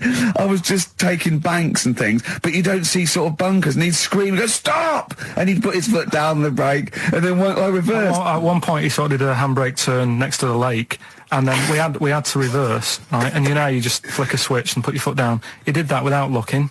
I looked behind. There's a big oak tree there. He screams, "Watch the tree!" Right? So Dukes of Hazzard. And I kept jumping in and leaving him behind because I had to go to my ball. Because anyway, so the first shot, I got on the driver. I honestly did one of the best shots I've ever done. It went straight down. It was great. I thought, phew, got away with that because it's always the first one because it's a clubhouse and you want to look good. Yeah. So. He tees up, and I've been saying, buy some balls. He just got 6 balls. I was going, what if you lose me? I won't lose 6 balls, right? He tees up, right? Whacks it. It goes miles, like right angles, straight into these the woods, right? He turns around, he goes, go and buy some more balls. So I'm laughing because it's like impolite to laugh, but he broke the ice for me, and I was falling around. And then his second shot, I go, you know, you're off a 3 now. If you take another shot, he went, oh, right. So it's his third shot. He puts the ball down. He hits the ground before it and misses the ball altogether. And I was on my back, wasn't I? Unbelievable. Actually rolling about on his back. And we were terrible. I went round 107. He went round in like 119 or something. Sure. It was just rubbish. How long did it take? 5 hours. Of course. And there was no one around, luckily. But it was fantastic. So then we go and have our meal. What annoys me, I said, right, I'll go for a run. He went, I'll have a bath. I said, I'll see you at 7:45. At 7:55, I have to call him. He's not ready, so he's let me down there. I can't stand lateness or laziness. Yeah, and he's let me down. Do you know his excuse? He fell asleep in the bath because there was no light bulb. There's no light bulb in the bathroom. So instantly he fell asleep, and he was late. No, do you know what I mean though, Steve? If you're sort of like nice and warm and what have you, I was tired anyway. I've been stressed out for 4.5 hours, right? My life flashed in front of me a few times in that buggy. So it's all sort of wears you down a bit. I thought, right, I've got a headache. You're going for your run. I'm going to have a bath. I walk in, put the light on. For some reason, it didn't come on, but I thought it's all right. I'll just, you know, doesn't matter. You can have a bath in the It's summer, so it's light anyway. Well, so. there's no windows in the bathroom, so. So you were in the darkness. So I'm in the darkness. I nod off because I'm shattered. He calls up, hassling me. So I said, well, yeah, it doesn't normally take that long for me because, you know, I haven't got, like, long hair. I've got a dryer and so I can sort of one wipe. Yeah. He's already 10 minutes late, though, when I called. Well, 10 minutes. 10 wow, minutes. late. This is late, this. Next. Doesn't matter. Dinner wasn't until 1:15, so we had, like, another 20 minutes anyway. So it doesn't really matter. Yeah, but we said 1:45. So he's calling up, hurry up, hurry up. So I said, yeah, all right. So I get out and dry and like my tackle and what have you. Calls back again 30 seconds later. You know. No, I don't, you know, I don't like that. You're not going to do that, no. Give it a wipe. 30 seconds later, come on. So I end up going downstairs to the meal area. Naked. With a wet shirt on and wet socks. I've got headache as it is. Meant to be a relaxing weekend. I just wish we could maybe tape the bits we're not on air, just because that's when Karl comes into his own. Yeah. He just said to me, I don't know what I was doing, I was sort of like pottering around, dancing around, doing something annoying probably, and he just looked at me, I don't know, and he was looking at me, and I looked back, and he went, have you ever used a Y-front properly? Genius. It's a great question, because the answer is definitely no. Definitely no. Does anyone use their Y-front properly? And by that, I mean, get your winky out of the little sort of slot provided, as opposed to, like, put it to one side or pull them down or whatever. Has anyone used a Y-front properly? I don't think I've ever done it. I don't think I've ever done it. I've never seen anyone in a toilet doing it, Rick. You should be looking. I wish I hadn't said that. I caught ya. Really? Yeah. That's actually how you prove people are gay. Yeah. Get them into this conversation. Yeah. Yeah, it's a trap. Yeah, it's a trap. It was the trap. Yeah. I'm not gay, by the way. Yeah. You didn't prove I was gay. I double bluffed you. As I knew the old gay trick. I thought it was the old gay lord say no thing. That is another method. Yeah, there's innumerable methods of doing it. That's how Oscar Wilde was caught. Yeah. Yeah. What happened there? Well, the judge went to him, did you see that film last night? Gay Lord Say No, and he went no, and they went take him away. Yeah. Take him down to the cells. Yeah, take him to Reading. It is true. Well, it originated in America. Yeah. So many of these things do. It's a brilliant point, Karl. I'd like to hear from anyone listening who's, and I mean, well, they'll just lie, wouldn't they, I suppose? Yeah. I don't even use sort of flies. No? Usually. I sort of pull my Y-front, my sort of tracksuit. So that's why I wear sort of like elasticated waistbands all the time. Exactly. Just sort Speed. of like... Yeah. You got to get in there with the minimum of effort. Yeah, and out. Sure. Often I won't shake. No, oh no. To my detriment, because it often leaks out a little bit later, doesn't it? Ever been out on a date with a girl where it's just trickled down your leg and you wish it hadn't, and you're thinking, what if she gets my trousers off later? She might smell or see it. What? What? I don't know. I don't know what I said there. Right. We used to sort of like come in and when we discovered Karl early on, we just thought this is comedy gold. Just let him speak his mind. But then we started thinking, we can't follow him now. Yeah. So I remember Steve going, look, we've got to come up with some stuff. We need to chat. If anything we've got to say to each other, we've got to say that in the first 20 minutes, and then you just unleash Karl. Yeah, because it's just you can't follow him, and he's off on one. And they have stories of upbringings with bizarre creatures that lived in Manchester that were half human, half bat and frog and things. I'd love to take him back to Manchester in some kind of TV documentary. You know, when Karl went home. And just wander back, maybe try and find the amphibian twins or whatever those people were. They weren't. Yeah, so there was two boys, both had big heads and webbed feet. They weren't related. They didn't hang around with each other. That was all the information we had. I went, why not? He went, that would have been too obvious. Yeah. Like they look at each other across a room and go, you think I'm coming to see you just because we're a similar species? Yeah. You're mistaken, mate. Yeah. You make your own friends. One starts to walk over there, one shakes his head and just mouths, too obvious. Yeah. Don't do it, too obvious. Out of one of his mouths. Yeah, that's what they're expecting. Yeah, don't do it. Don't do it, Webby. Yeah, but anyway, he'll be back shortly, I'm sure. He phoned me. His dad's ill. His dad's in hospital, so Karl went back to sort of look after his mum. And he was so sweet. He said, I'm back here just driving my mum around. He said, so unbegrudgingly, he just went, it's like old times. And I said, sorry to hear that. And he went, that's all right, yeah. I think it's going to be fine. And I said, how was your holiday? He went, Yeah, it was good. Except it were a nudist beach, so didn't tell me. Of course it was. I went, what do you mean? He went, well, sitting on the... I don't know why they have to do it. I don't know why they have to do it. Why do they have to do it? He went, Suzanne said they think there's nothing wrong with it, like being a transvestite. Right? I went, I love the fact that your girlfriend has to tell you what's wrong and right in the world. And he went, well, we're walking along the beach, fella coming towards us with knob out. I went, oh, what's going on here? Right? And he said, and because it wasn't all nude, he's walking round, he's stark naked, and he wants the freedom of that, but he's got a big rucksack on his back with his clothes on, so he has to get changed. He went, so what's the point in that? Right? And I went, he should just carry the book. He went, what, and covered it up when he went, oh yeah, good idea. See? He went, but I wasn't happy. He says, and that was the first day, so we didn't go there again. I can just imagine his little face. Yeah, just going, all right, gobsmacked. That's out, Yeah. that's out. What's that doing out? Why has he got his out? I imagine Carl sort of dressed in a suit. In a sort of safari suit, done right up with a cravat. I'm not undressing. I don't want people seeing the flesh. That's for you, love, and no one else. But I love the fact that as this girl goes, Carl, they don't think there's anything wrong with it. They're just happy that way. and he in his own mind just goes, like being a transvestite. He knows there's nothing wrong with that. I'm always a little bit suspect about people who like walking around nude. I think you meant transvestite. No, nudists. What? Hold on. Can you be a naked transvestite? What are you then? Yeah, I suppose you're a... When Eddie Izzard's naked, is he a naked transvestite?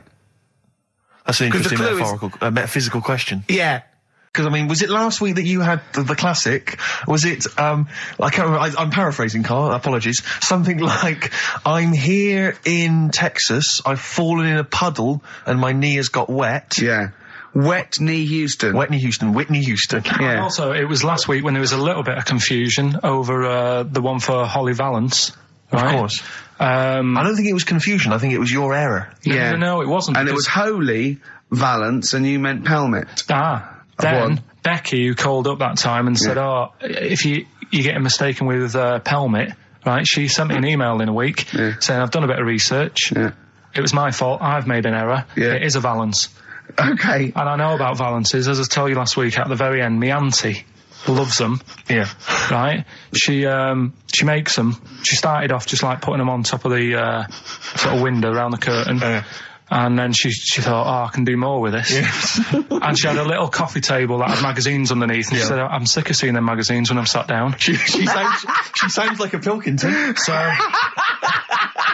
I'm sick of seeing them magazines when I sit down. So she put a Valance around the table. She just got Valances around everything now. Right? Then, next step, she tapes everything. She never actually watches telly. She tapes it all because she gets sick of listening to the adverts and that. Yeah. So she tapes everything. So she's got loads of videotapes and that. And the video used to get on her nerves. When she was watching a film, she'd see the clock changing. Oh. And it distracted her from the film. So she put a Valance around that. Yeah. That's genius. Yeah. So, that is or is it mental? Only Mrs. Einstein can tell. I don't know. She's even made a little Jack Russell look like a hovercraft. Yeah. He's great. So everything's got a Valance. If you go round and you stand still for too long, the chances are you'll Valance around your head. Yeah. This is this is Auntie who? Auntie Nora. And this is the one that farted for 5 minutes. Lest our listeners forget. Farted for 5 minutes. Called his mum saying I'm farting. 2 minutes into the fart. She said about 2.5 minutes in. Yeah. She said I'm about 2.5 minutes into the fart. My mum said, how long's it been going on for? She said, well, it was about 2.5 minutes before I called you. Yeah. And then it went on for a further 2.5 minutes or something. And then it stopped. And, she couldn't time it because there was a Valance over the clock. Yeah, she used to annoy her when she was on the phone. You put her off, see the time. She was guessing it was 5 minutes. This was one consistent fart. Yeah, I mean, it wasn't making a noise, it was just... Oh, it wasn't making a noise? Just gas. Right, endless gas. So, there you That's go. fantastic. Red Hot Chili Peppers on XFM 104.9. I'm Ricky Gervais, with me Stephen Merchant. Of course, over there, little Karl Pilkington. Indeed. See the write-up in Heat this week? No, is it good stuff? Basically Karl's show. Yes. Which is fair enough. No, I mean, he's the only one doing any work. I know. He's the only one contributing. We thought no one had noticed. but Heat were on it straight away. Yeah. They picked out, I read it to him over the phone. It said, 2 hours of black music and everything, right? Karl Pilkington, he does Educating Ricky, a strand where he educates Ricky, and Rockbusters, which is loosely based on Blockbusters. It says, you know, basically you'll be tuning in for that. And I read that to Karl and he went, oh. And I was going to drop it. You weren't, were you? So he believed the hype. He believed the hype. Yeah, I think you've got to. I mean, it's like You've got to mix it up, is what you're saying. A Keep it lot of fresh. people are saying to you at the moment, "Are you going to do another series of The Office?" It's kind of like that. I've got to decide whether it's right to move on with it or do something different. Is it dead in the water? Yeah. So what's your decision? I mean, maybe are you? We'll probably keep it for this week. Sure. And see how it goes. Okay. You got anything else on the back burner? Any other ideas? Nothing. You well, really I'm still sort of. Do you know I came up with a load of game? Well, I remember there was one that was based on fast food. There was, the rice is right. The rice is right. Now, just run the rules past me again. We had to identify whether it was a Chinese Pilau meal. rice or steam rice. Well, Either actually, egg it was a Chinese restaurant or an Indian restaurant. But is it true that you played this at home with your girlfriend and it was clear you could always tell which was which? Because one had an Indian sounding name and the other was Chinese sounding. No, I managed to, it did work once. I managed to pick some sort of duck dish that Yes. sounded a bit Indian. Right. But then Other it's than sort that. of, Wasn't Fell apart. Bombay duck, was it? Which is actually a piece of fish. You don't know. You don't know. He wouldn't let me put, you know that whipped cream in the fridge? I saw that. I thought that's fun. Yeah, he wouldn't let me put it on. He was shaming foam. Oh. yeah, but every week we have this. Do you know the other week, Steve? I didn't tell you this, right? He comes in straight away. You know, I'm trying to talk about sorting the show out, what we're going to do, how we're going to keep it good for 2 hours and that. Grabs a pen. He says, "Let me draw 666 on your head." Because you can see the scalp. Carl, seriously. I said, don't do that. He goes, all right, then how about we meet halfway, put 333. Every week it's the same thing. But I quite like the cream. Did you get any cream on him at all? No, Is he it the spray cream in a chicken? Yeah, he said no. He Carl, said no. could I just make some, just spray on some glasses? Just some round glasses on your face. Father Christmas! It's nearly Christmas. Hello! Come on, it is Ricky Gervais' show. Yeah, should we play a record and then come back to this mayhem? It's crazy mayhem. Yeah. Foo Fighters, All My Life on XFM 104.9. I'm Ricky Gervais with me, Steve Merchant, and Karl Pilkington. Indeed. Genius Karl Pilkington, as Yes. Heat magazine said. Really? Is that what Yeah. he's referred to now? Yeah, Huh? yeah. Genius. Saying about people tune in just to hear his games, Yeah. such as Educating Ricky. Have you got some Educating Ricky for me? Got some education. I need some education, Karl. That's I kind of like desperately need some education. I want to learn about Chinese kids that are born hairier than average. I want to hear about deaf girls that can hear after their mum hits their head against a wall. These are the things I need to know. I mean, I don't wish to be disrespectful. He doesn't look like a genius. He doesn't look like But then I genius. don't know what a genius looks like. Exactly. So, Steve. you know, I don't want to be an unfair. look at Einstein. Yeah. Yeah. His mum thought he was mental as a child. Where'd you get that information from? That was in the Einstein book. Well, it was in the Einstein book, then it's presumably true. Which Einstein book is that? His Theory of Relativity? The big book of Einstein stuff. Oh, yeah. Yeah, the big bumper book of Einstein stuff. It's Yeah, for a yeah, coach trip, and you have to fill in E equals MC1 squared, 2 fish, or 3 hello, and then it's multiple choice, and you fill it. It's great. It's Did his mum brilliant. think, A, he was a genius, B, mental? Most people go for A, but it is in fact B. She thought he was mental at the age of 28. Oh, Karl, you never let me down. You never let me down. So have you got Educating Ricky for me? We've got Educating Ricky coming up. We've got Rockbusters. We've got Rockbusters. Great places As seen and talked about in Heat. In Heat magazine. It's got really tough this week now. We're not messing about anymore. Right. Got some good prizes. Absolutely, yeah, we'll talk about those later. Because, I mean, was it last week that you had the classic? Was it, I can't remember, I'm paraphrasing, Carl, apologies. Something like, I'm here in Texas, I've fallen in a puddle, and my knee has got wet. Yeah. Wet Knee Houston. Whitney Houston. And Yeah. also, it was last week when there was a little bit of confusion over the one for Holly Valance. Right? Of course. I I don't think it was confusion, I think it was your error. Yeah. No, it wasn't. And it was Holy Valance, and you meant Pelmet. Then One. Becky, who called up that time and said, "Oh, if you're getting mistaken with Pelmet," right? She sent me an email in a week saying, "I've done a bit of research. Yeah. It was my fault. I've made an error. Yeah. It is a Valance." Okay. And I know about Valances, as I told you last week at the very end, my auntie loves them, Yeah. right? She makes them. She started off just like putting them on top of the sort of window around the curtain. And then she thought, oh, I can do more with this. And she had a little coffee table that had magazines underneath. And she said, I'm sick of seeing them magazines when I'm sat down. She sounds like a Pilkington. So I'm sick of seeing the magazines when I sit down. So she put a valance around the table. She just got valances around everything now. Right? Then, next step, she tapes everything. She never actually watches telly. She tapes it all because she gets sick of listening to the adverts and that. Yeah. So she tapes everything. So she's got loads of videotapes and that. And the video used to get on her nerves. When she was watching a film, she'd see the clock changing. Oh. And it distract her from the film. So she put a valance around that. Yeah. That's genius. Yeah. So, That is Or is it mental? Only Mrs. Einstein can tell. I don't know. She's even made a little Jack Russell look like a hovercraft. Yeah. if you It's stand still, great. that's So it. everything's got a balance. If you go round and you stand still for too long, the chances are you get She'll a put a balance balance around your on. head. Yeah. This is this is Auntie Who, And Nora. and this is the one that farted for 5 minutes. She did. Lest our listeners forget. Lest we farted forget. for 5 minutes. Called his mum, saying I'm farting. 2 minutes into the fart. She's about 2.5 minutes in. Yeah. God. She said I'm about 2.5 minutes into Well, the my fart. mum said, how long's it been going on for? She said, well, it was about 2.5 minutes before I called you. Yeah. And then it went on for a further 2.5 minutes or something. And then it stopped. And, She couldn't time it because there was a balance over the clock. Yeah, she Because it used to couldn't time annoy her it, when she was yeah. on the phone and you put her off seeing So the time. she was guessing it was 5 minutes. This was one consistent fart. yeah. I mean, it wasn't making a noise. It was just... Oh, it wasn't making a noise. Just gas. Right. Endless gas. So, there you That's go. fantastic. Well, we started off with a new one, a little bit of Foo Fighters. We like new and old on this show, don't Indeed, we? we like to mix it up. I'd like to play this to the Smiths from their debut album, I Don't Owe You Anything. Red Hot Chili Peppers on XFM 104.9. I'm Ricky Gervais. With me, Steve Merchant. Hello there. Karl Pilkington. All right. Don't be nervous. We might see a difference in Karl. He's a little bit shy. There's someone here from the BBC filming this, part of that celebrity boxing thing.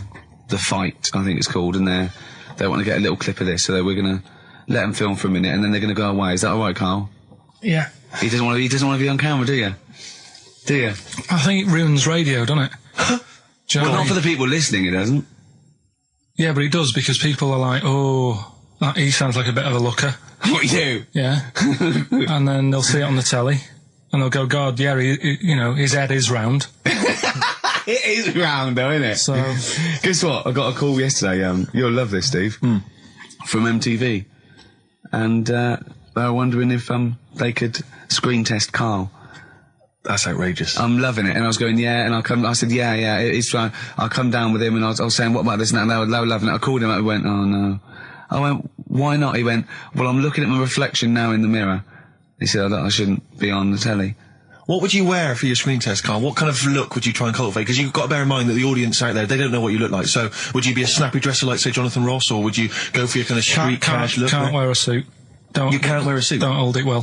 So I'm thinking, I don't know, I'll probably wear my woolly hat, because that takes some years off me. It does. He looks about 10 with a woolly hat on. Yeah. Okay. And, Is it quite a cool woolly hat, or has it got a bobble? charcoal, I'd say it's the in colour. Yeah, okay. And I'll probably wear me anorak. Right. Oh, he's going for the. He's going for An glam. anorak He's look. going for quite a glam look. Yeah, no one else has dressed done for it. a jumble sale. Wow. Yeah. But I'm not that happy about it all, to be honest. Are you going to do it? You're not going to do it? Well, I'm sort of stuck in the middle, because throughout my life so far, I've never planned for anything, right? It's just always happened. Yeah. The time, you know what I mean, being in plays at school, never planned it, but when I did it, I went down the store. It was a that sort of triumph, thing. yeah, we all remember that. So, As I remember, you did Little Donkey, did Little Donkey, yeah. and then later someone was filming at the back. Was it your dad's mate? My dad's mate. Well, Yeah. And on the camcorder, he listened to it back, watched him playing it. His dad says, just off camera, what does he say? I don't want to say it because I'm in charge of the show and I'd be irresponsible. He looks like a right twat. So, And so he gets home, listen, watching that, and then here's his dad just off camera go, he looks like a right twat. yeah, all right, yeah. What are you worried about? Your dad saying that, or the Can I word? just interject? Because I'm really worried about this idea of Karl being on MTV. Because the problem is that, let's be honest, Rick. I mean, we're getting by the skin of our teeth, aren't we? Really, it's only Karl that's keeping this afloat. Yeah. And if he gets on MTV and the world sort of gets a sense of him and they understand him, and he won't be ours anymore. We won't be able to control him. It'll be out there. It'll be in the. Well, public domain. that's the thing. No, that's the thing. That's the terrible thing, though, isn't it? It's like Karl is my pet, but I realise I've got to release him into the wild. wild. And because I love him, I know he's got to go free. Sure. But I want to. It's like Kez. Maybe someone will beat him to death, and we won't have to worry. I'll have you on though. I'll have you on as a guest. Which gets me on to something we've got coming up today. Oh yeah, he's got a new idea. Yeah. Right. Do you know, like, I've talked about ghosts, and we had that good discussion the other week walking to Piccadilly Circus Station, and I was telling you about ghosts, and you were saying, Carl, don't be an idiot, and all that. Spoke to a woman in the week, done a little interview with her. You've done a little interview? Done a little interview, 2 minutes or so, with a woman who's got ghosts in her house. So I look forward to hearing that later. That sounds brilliant. Coming up later. Well, I'm going to play a classic tune now. I've just gone straight for it. I've gone for the jugular. This is Ziggy Stardust by David Bowie. Yeah. That seemed like a funny idea at the time, me posing that up. But Jonathan Ross phoned me up when they first went up and he just said, I've just seen a big poster of a predatory gay. Yeah, you do look a little bit... Hello, and what's your name? Would you like to sit down here? And then you're in the background. And also, I think the funny thing about having you as a partner, I mean, the only good thing, is that, you know, you look weird and tall, like too freakishly tall and lanky. Oh, yeah, but in that one, no, because your background and you're smiling, you don't look as weird as you do in real life, or as freakishly tall. So it sort of ruins it a little bit for me. Look at Pilkington. Look. Pilkington, what are you He's doing? not listening. He's just opening a packet. What are they? McVitie's. See, we should mention them. We get some free ones if anyone at McVitie's are listening, because we're not getting the perks of this. Nothing. I'd say I'm not getting anything. I really got in this game for the ladies, for the money, for the voiceover work. Certainly, I'm seeing hide and hair of that. But you're not getting the voiceover work because Jethro's getting all the parts that you might get. Yeah, sure. Yeah. Okay, Rick. Yeah. You were the voice of what? The drink driving campaign? You sound like a man who was run over in a drink drive incident. I mean, dear. It's like you don't drive. Yeah, but I didn't get any money for that, You did I? drink Oh, did I? heavily. I can't remember. It's like, I mean, talk I don't about drive, yeah. the- Well, that's the good, I kettle don't and drive. pot black No, and it said everything. don't drink and drive, so I've chosen just But to at least drink. I can formulate sentences using the English language, and I'm not getting the voiceover work. What's the English language of the 14th century. Well, it's better A English language and English language. Rather than whatever kind of Middle England language you speak, the language of the hobbits. All right, Carl. All right. See, you're eating a biscuit. I can't believe it. Are you bored with this already? Do you know what? MTV called me last week. They called me again yesterday and said, when can they come down to do they're coming down next Saturday, by the way, to do a little screen test for you. They're going to sort of just film you with a little camcorder. You said this. They're going to film you. Are you alright? Do you want to, are you hungry? Do you want to go out and have a meal? I can't believe you're eating while I'm on air. No one can hear that. Do you know who I am? No one can hear Explain who I am. Well, that's Ricky Gervais, right? He's made his name on TV. Yeah. Okay, he's done any number of corporate gigs, and they pay silly money. So, I mean, this guy's earning, and really earning beyond his talent. All right? So I think I deserve a little bit more than a little mank eating a biscuit while I'm talking. Rick Gervais? Yeah. Have you won a BAFTA? Yeah, too. All right, so Yeah. just a little bit of respect. Yeah. Yeah. Carl, Well, what have you won? What have you won? I got a bronze certificate for doing a full week at school. That's great. It was only a bronze. What's that then? 3 out of 5 days. And I got me a little Crusaders badge, if you remember. What's the little what? Crusaders badge? The Crusaders badge for the religious club. So Oh, was that the fella that you went and played You had to go ping and pong convert ball? So Muslim, they wanted did to you? talk to you about God. yeah, Yeah. You got a Crusaders badge, did you? yeah, that's why I where's went. you That's got a why I badge joined. That's why I joined. For the badge? I like the little badge. Did 4 weeks and then packed it in. But we're talking about MTV, right? And I was feeling a bit nervous, wasn't I? About like the way I look. Right. And what have you. And then I watched a bit of Celebrity Big Brother and all the fuss that Mark Owen's getting, and he's not that good looking, is he? He's very. I want to be Mark Owen's mate. If anyone who knows Mark Owen or Mark Owen's listening, I want to be his mate. I think he's brilliant. I think he's a nice lad, but what I'm saying is, right, all the girls go mad over him. Yeah. And he's not that good looking, is he? Well, no, he's got. He is in a certain way, isn't he? That sort of non-threatening. Yeah, but he's not stunning, is he? Do you know what I mean? No, but no. Well, what's your definition of a stunning? Yeah. Well, who do you like? Someone who you look at and you go, God, they're good Which looking. bloke do you fancy? What bloke do you think's attractive then? So if I was into men, Yeah. in fact, you can still say a bloke's a good looker without fancying him. And that. Who do you think You is know what I mean? attractive? Probably. I mean, it depends what you're looking for. No, just looks. Just looks. You think there's different looks as well. Of course, isn't yeah. there? No, would you say it was attractive? Would you say it was like stunning in your definition? A good-looking lad. Yeah. Good-looking lad. Oh, look at him over there. He's... Ooh. Do you find, Robbie Williams, do you find him attractive? Boy next door, look. No. Who do you... Carl, hurry up, because it's, we've only got 2 hours. Probably... do you know, I can't think of one offhand. Mark Owen is pretty good looking then, really. There's not... Just name one bloke that you think's an attractive guy. There must be one bloke that you've either met or that you've, seen in a pub Who do you or think on a is poster. attractive? Tell you what. Go on. Tell you what. Works here. Young Alex Zane. Well, we know, Alex, maybe we can fix you up. I love you, Alex. Because you were on Zoe Ball show talking. Oh, hello, what's going on here? Well, I thought he was exclusively the, on our show. No, I was in the car. I seem to remember, Rick, he was a nobody Yeah. that got a chance to come on air and talk about that. And guess now what he's getting auditions for MTV. Guess what he was talking about on Zoe's show? Oh, hello. All the jellyfish stuff and all that. About Can't getting believe stuff. it. Recycling material that you've done on this show. I phoned in, right, and I went, stop doing material on Zoe's boy. He just hung up on me. Well, I had a job to do. Who do you think you are? Your Look, ego has just gone through the Hang on a roof. minute.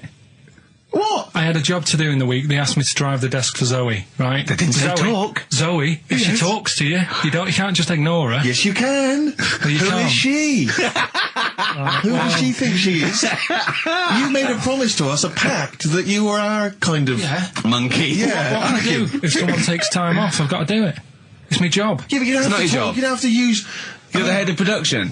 We've given you this special gig. This is like taking you out weekends. Yeah, And exactly. if we find out you're getting too much excitement in the week, we'll have to just calm it down. Well, Get another little... well, that's it now anyway. It was only last week.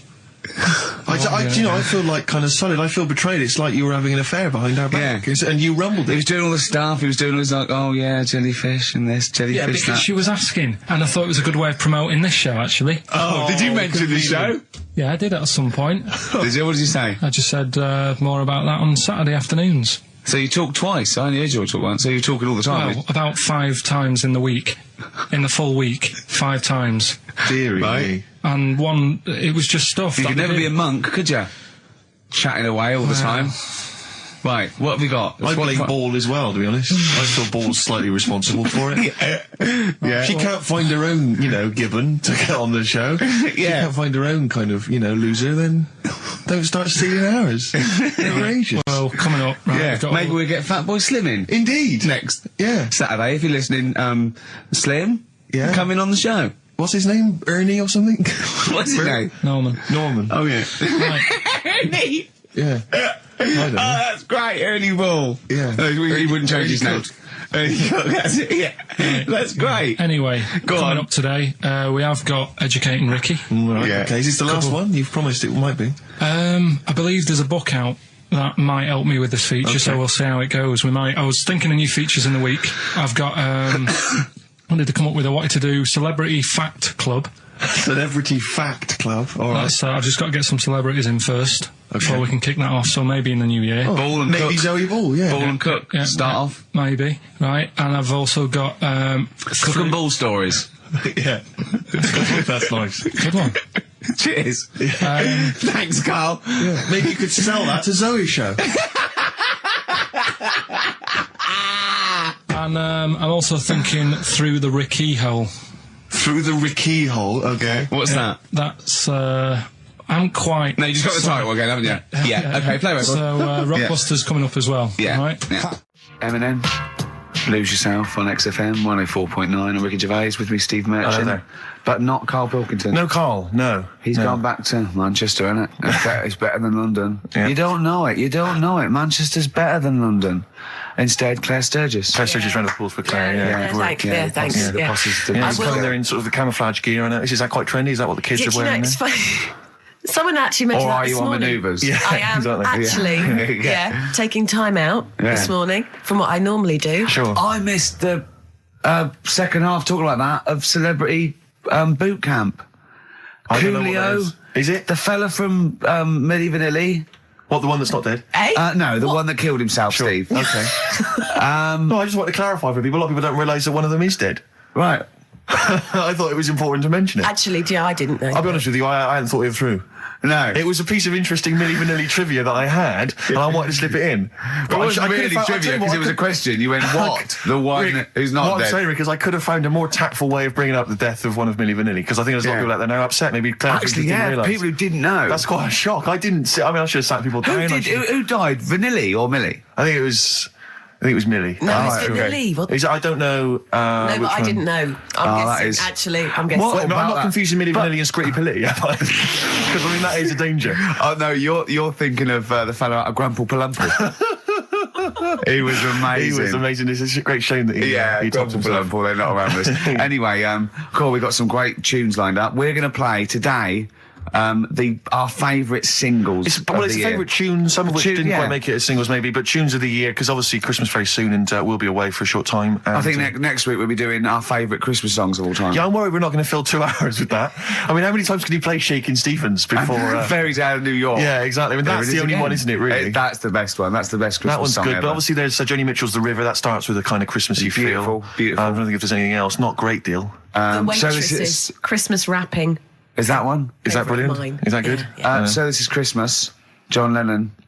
Paul McCartney came out with Simply Having a Wonderful Christmas Time. Christmas time, yeah, exactly. Yeah, but yeah. so John's was Happy Christmas War is over. Yeah. Yeah. Of course it wasn't, but Hey, optimistic. but I mean, at least he wanted no, to be. he was dreaming of it. He was dreaming of it. Yeah. That's, I mean, and, bless him. and to show how much he hated John war. Lennon's dead as well. I don't know if anyone's... Yeah, no, they do. Oh, yeah, know that's that. just another bit of rock and roll I like trivia. John's protest against war. He stayed in bed for a week. Yeah. I've been doing that. I've been protesting against war for ages. Yeah. I'm eating hamburgers. Yeah, absolutely. Against war. Absolutely. I just go into Burger King on the way here. I went to the counter. But of course, that's not. I mean, not product placement there. And there's a number of other burger joints that people may wish to go to if I they often go to choose. McDonald's. Yeah, I often exactly. go to McDonald's. But I went into Burger King because it's close. And I went in there. It's convenient, but then often McDonald's will be convenient. I mean, Convenient. McDonald's is just convenient. Depends where you are. Just as convenient depending where you are. And I said, could I have a cheeseburger and small fries? Take away, please. And he recognised me. He went, oh, I've seen you on telly enough, one, yeah? He went, there's your meal. So I went, thanks. He winked and went, I'll put large fries in. Brilliant. So that's So, but I love it. So it's paying off. At last, true genius is being rewarded But I'm by just the intrigued to burger know, joints. because I mean, there's been a couple of times where I've been with you, and we've gone in a restaurant and someone's given you a free meal or whatever. I And it's the know. way that it's like you don't ask for it; it's No. just kind of offered. But I don't know what they're expecting in return. Nothing. I mean, do they Nothing. think that you'll go away and you'll always think fondly of Chad, I who think, works in Burger King? I just think they think, oh, I don't know, they make I'm like going to give him a little treat. Yeah, I know. I don't like it, but then I'm always grateful, and I never. Yeah. But the thing is, I'm slightly embarrassed. Did but- anyone around you hear what had happened? No. Because I imagine the resentment, just the whole room No, turning they on didn't. you. I had to go around telling them. Yeah, yeah. I went. I said, "Excuse me, did you hear that?" He goes, "No." I go, he just gave me the free thing because I'm on the telly. And I went, Yeah. "I don't recognise." I went, "You don't recognise me?" I'm terrified now that that someone could be listening at Burger King HQ. You know, that I'm little assuming this fella- is an unorthodox procedure. and you that know. little fella's got Well, fired. We know, they know it's Leicester Square now because I just mentioned it, so they know which Burger King it is. Oh my God.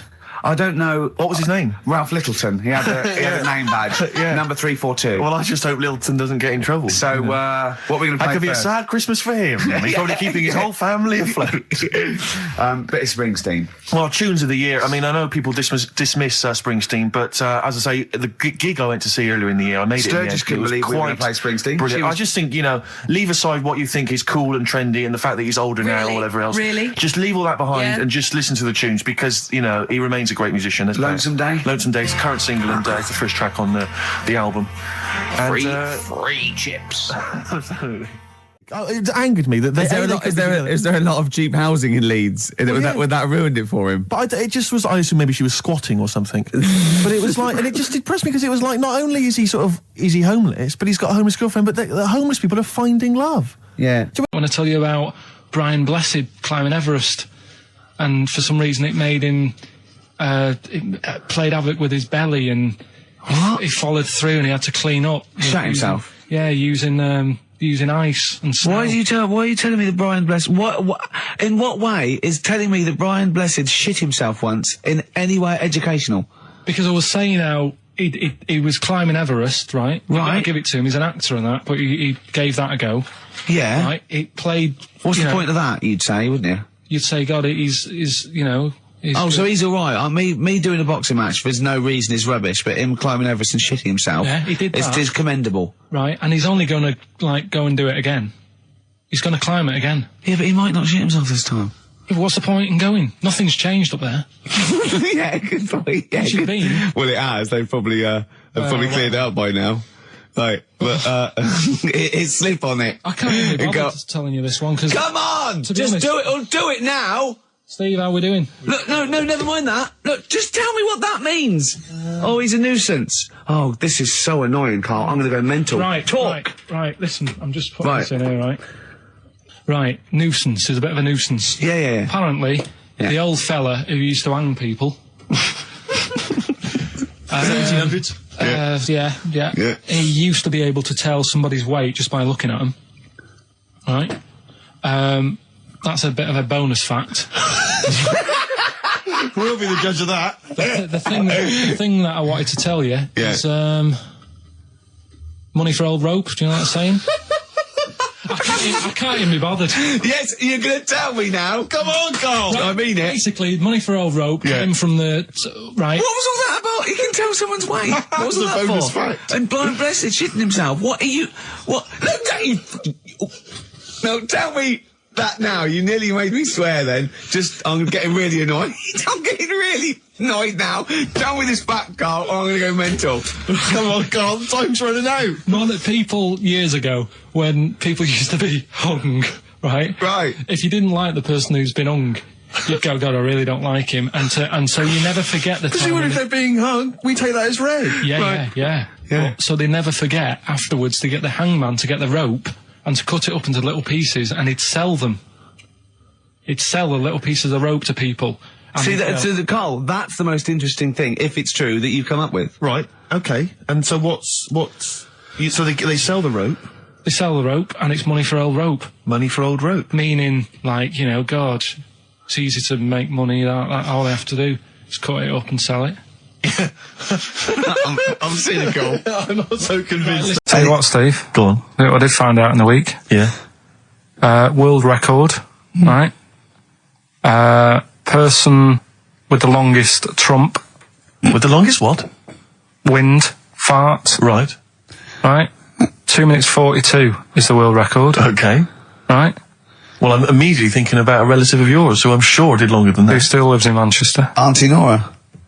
Now, Auntie Nora did it for how long? 5 Reportedly, minutes, wasn't it? Starfighter for 5 minutes. But unfortunately, she was the only person in the room. Whereas I think, which one's alive, Ross or Norris McWhirter? I don't know, actually. He has to be there. Yeah, I think he actually has to He'd be have to present. be there. Would you want to be there? Well, he'd have sort of equipment, looking at his watch, going, finish? He goes, yeah. He goes, well, that was 4 minutes. Did she go 59 from like a seconds. size 10 to a size 6? Did She showed some old dresses. like a hovercraft. Exactly. In a big dress. Yeah, Just yeah. slightly off. Yeah.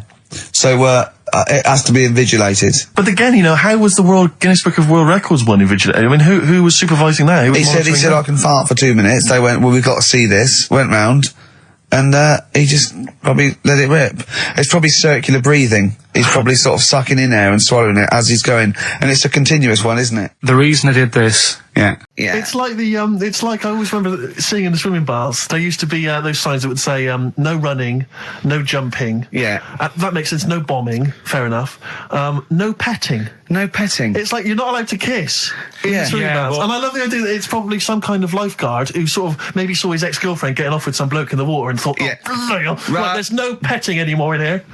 What do you mean? No petting, you're not allowed to kiss her or no one. You're not doing this just because No, you used to go... nothing, there's not a problem. Okay. Not a problem. Just leave and don't kiss. You want to swim, but don't kiss. There's no petting. Did you just write that on in Yeah. yourself in biro? Yeah. No. What's this no fiddling downstairs in or out the swimming pool? No. No fiddling with her downstairs? No. Right. does annoy me though. I was saying to Ricky the other night when we were walking somewhere, No taking her for a drink afterwards. You can't enforce that. people who kiss and that in the street, that annoys me. yeah, people showing their affection for one another. No, they can hold their hand and that, Yeah. Sure. but it was just... Yeah, just I annoying. agree. I agree, yeah. I see two people eating each other, like, in a restaurant or something. Two people eating each other? You know, snogging in right, public, okay. yeah. So that's that. Answers for Rockbusters, we're doing them now. Yeah, well, come on then. Well, No, I think let's play a record. Let's come back with that. apparently we've got what about a bit of Cure? Do you want a bit of Cal? Yeah. So we're gonna go wrong. We're gonna go wrong. Ding dong. Oh, here you go. Oh, it's a fat fella with lipstick. Hello. A Forest, The Cure, XFM 104.9. Good track, isn't it? Oh yeah. Going all the way back. All the way back there. Wow, Rockbusters, the results. You've had a few proper answers, I hear. So, either I'm wrong, or people do think like you. I've got two of them. What are the clues again? Right. First one was the gingerbread man has only got one leg. I got that. That was LB. Limp Bizkit. Right. Yeah, the that third works. one. The third one that I think you worked out. Yeah. Have a holiday in Italy. Cheering breaks. TB, chewing breaks. Yeah, this is the one I can't get. If there's a reason why I can't get this, we're not doing Rockbusters. Can I again. give the answer to this one? Yeah. What's the clue? The clue, these people from the East Midlands swear a lot. Yeah. TTB. TTB. The answer. TDD. Yeah, go on. Give the clue again. These people from the East Midlands swear a lot. Tourette's Trent D'Arby. Right, you're never doing Rockbusters again. Tourette's Trent D'Arby. Right, you're not doing it. You've blown it. You see, you sneak that one in. Yeah, but I always like to sort of give two that, you know, are fairly easy, and then you sort of work out the men from the boys then, don't you?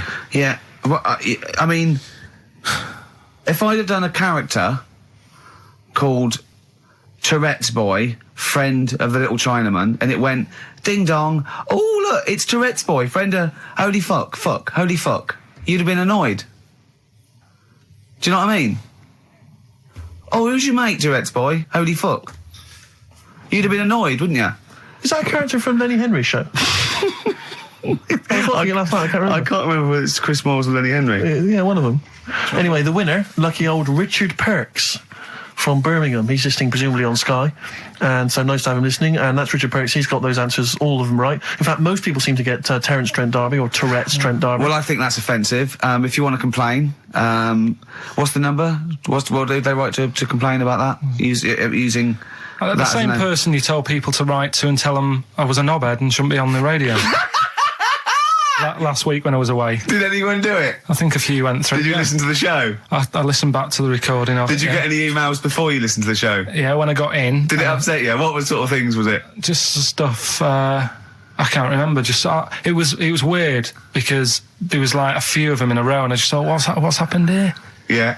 And because just we said that, yeah, because you weren't here. So what did you say? I just said phone in. We had a couple of genuine emails that liked the show, didn't they? Yeah. And I said phone in and leave messages or email Andrew Phillips and Karl Pilkington and just say the show was great. The show was brilliant without him. But they went a bit too far, did they? What did they say then? I can't remember. I mean, it doesn't bother me because I'm not bothered what people say, am I? No. Do you know what I mean? No, you don't care what you say to people either. Poor little Robin, he looked crushed. Whatever. Whatever. Well, it doesn't matter because he's doing well at what he does. He couldn't even hitchhike home because they wouldn't stop because his thumbs didn't show up. He couldn't. He was waiting there for ages by the side of the road. Do you know the difficulty he has buying gloves? Hang on, I'd love to have some monkey news though. Go on then. Got any monkey news? Yeah, got some monkey news. Go on then. No, Rick, come on, cheer up. Well, it's just sort of like he moans that he's got too much time on his hands, and he comes up with that Okay, shite. monkey news. The jingle, please. Oh, chimpanzee, that monkey news. Okay, There's excellent. been quite a lot of stuff going on. There was a few bits in that Guinness Book of Records book that cost me 20 quid. Yeah, well, that's not news, is it? They printed that probably last September. No, so that's there's one in there. new music. New monkey news from last September. You're a lord. Come on. Waster. Please, Ricky, monkey news. Right, there was this monkey in a zoo in Brazil. Right. And there's a little man monkey, a little woman monkey. And You're a scientist, aren't you? Go on. and they said the people in charge were like, oh, wouldn't it be good if they had kids? Brilliant. Right. So anyway, the chimps used to stand sort of, you know, they'd have their little caves each, and they used to sort of lean on the fence having a bit of a chat and stuff with each other. Right? With a chat, go on. Well, you know, gossiping, yeah, gossiping. the equivalent sort of thing. Yeah.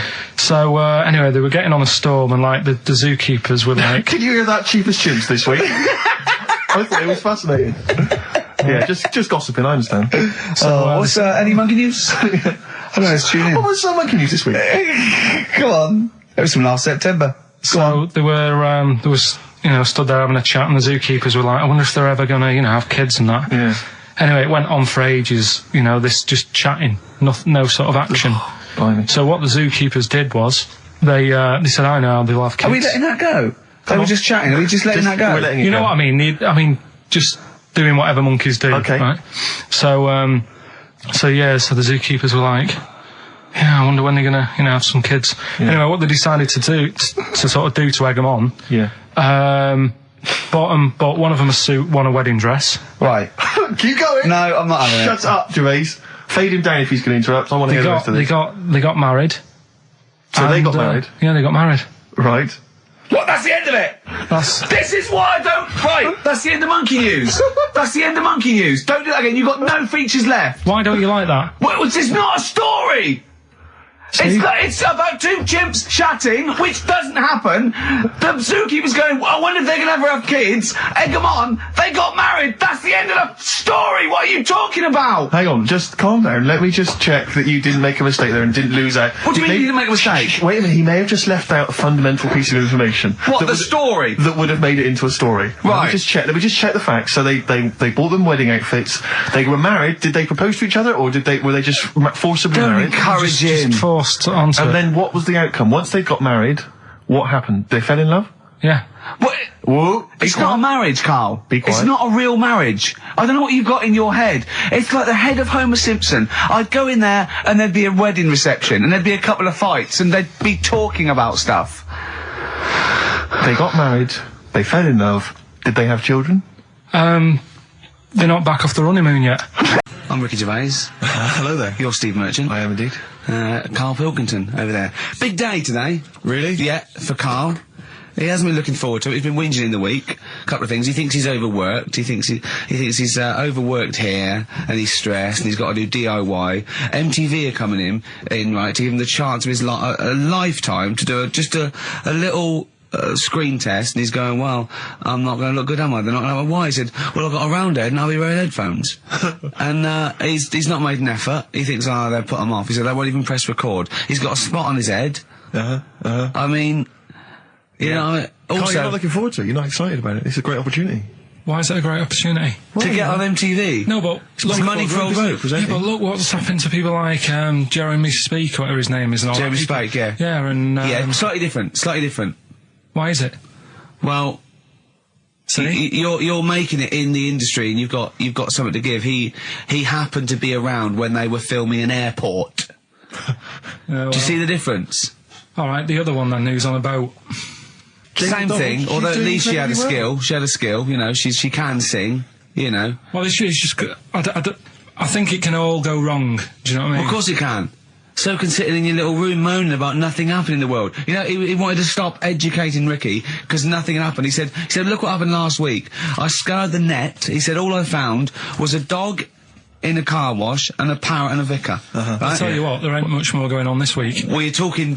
listen, me and Steve, yesterday, we took a day off to prove you wrong, and we've come up with two of the most incredible Extraordinary. things I told you about, and they're amazing. So there are things out there, or is it but just go for truth. Go for truth and science Yeah, and that's what I do, discovery. that's what I do. Yeah, yeah. Fact is stranger than fiction. You don't have to revert to sort of yeah. like God and ghosts. I know, yeah. Do you know what I mean? But the funny thing is, you know, like, the last couple of weeks I've been saying there's not much going on. Yeah. I found out when I was looking that there was a day in 1930, right? It was a Good Friday, there was no news, there was nothing going on. They had to put a music video on or something on the telly, because there was nothing going on.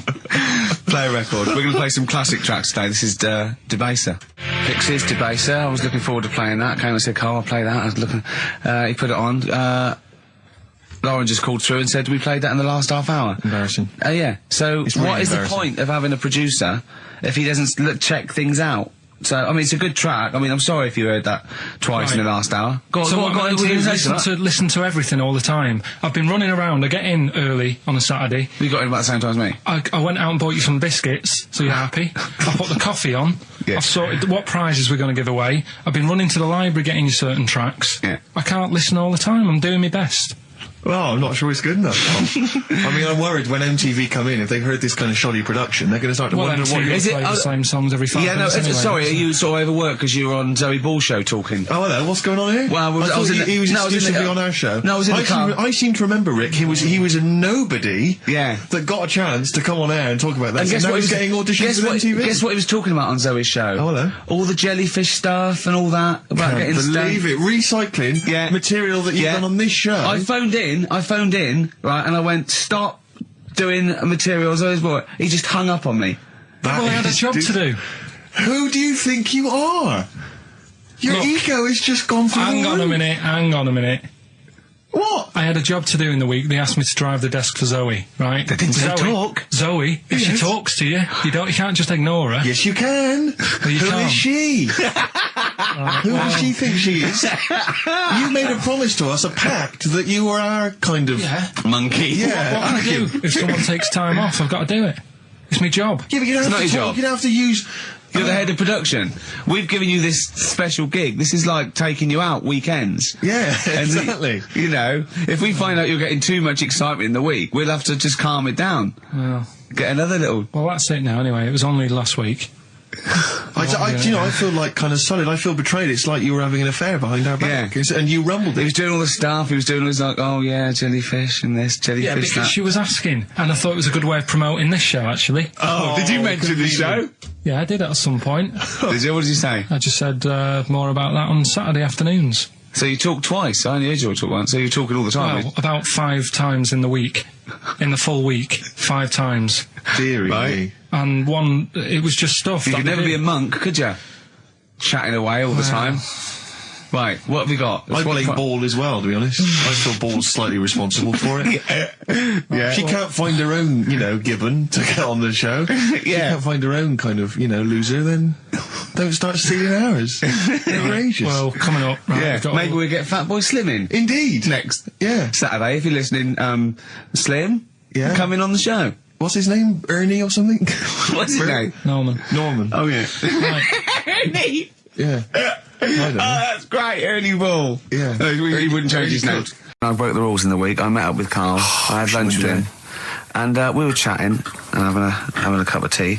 And it got onto one of Carl's favourite programmes was the Tales of the Unexpected. Ah, of course. And all I can think is that he's probably the only person in Britain where they were unexpected. I mean, to him, when that twist came in, he'd go, gee, I can't... Yeah. Oh, God. Can't believe So it was the tree that did it. I mean, he was probably the only... And we were telling all these stories of horror, and he liked horror stories. And I told him this story. And I don't know if this will come across in the way, but I told him this story. It was a short. It was a horror short. This was a film you saw, was it? Yeah. And what it was, it started off just there'd been a car crash. You see, it's a horrendous wreck, and you saw it from the point of view of the person in the car, and he was calling for his mate, and he was going, Dave. And he sort of looked over and saw a body without a head that had been thrown. He goes, oh no, Dave. And then into the field of view came Dave, his mate, and looked at him with a look of horror, and then it sort of went black, and you realised that he was just a head, and it had been his body. Oh, wow. Right? Yeah. And I said, then it came up at the end, at the executions in the French Revolution, people experience consciousness for, and he went, oh, no, he said, it wouldn't be for that long. And then he went, if it was a chicken, it would work.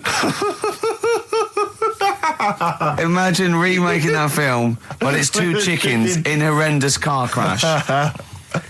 Their own fault for driving.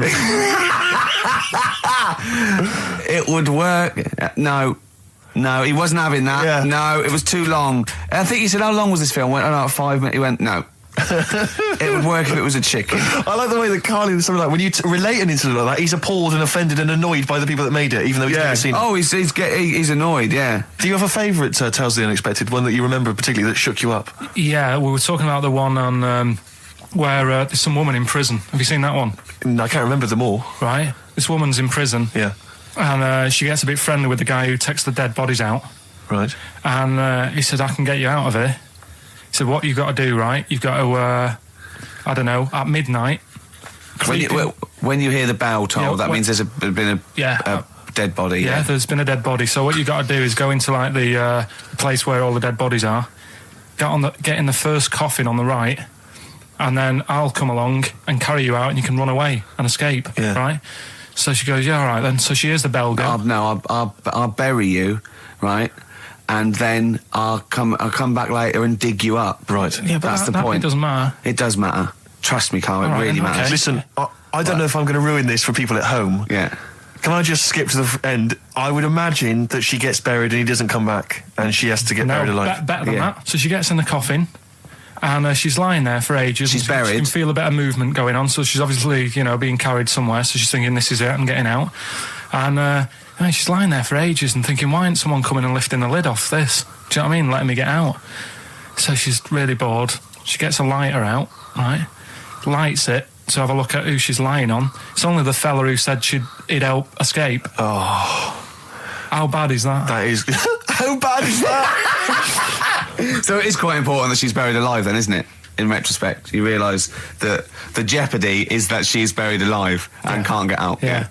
It makes it so much worse, doesn't it, than just like lying in the morgue and going, actually, I'm getting out of here. Yeah. This isn't going to work. Look at Carl's face. Having told that, he's so pleased. His face is lit up. He's beaming like a child. Educating Ricky. What have we got? Airy Chinese kid, go on.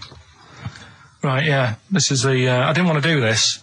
What do you want to do it? Well, I wanted to give you three, and I gave you one. It was like the alien man gets a beard or whatever. Yeah, which was total rubbish, so this one should be better, maybe. Hairy Chinese kid. Right, well, we've talked about hairy people in the past.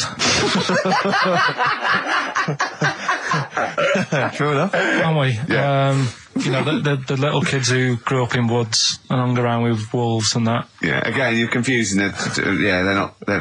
There were some people that were born...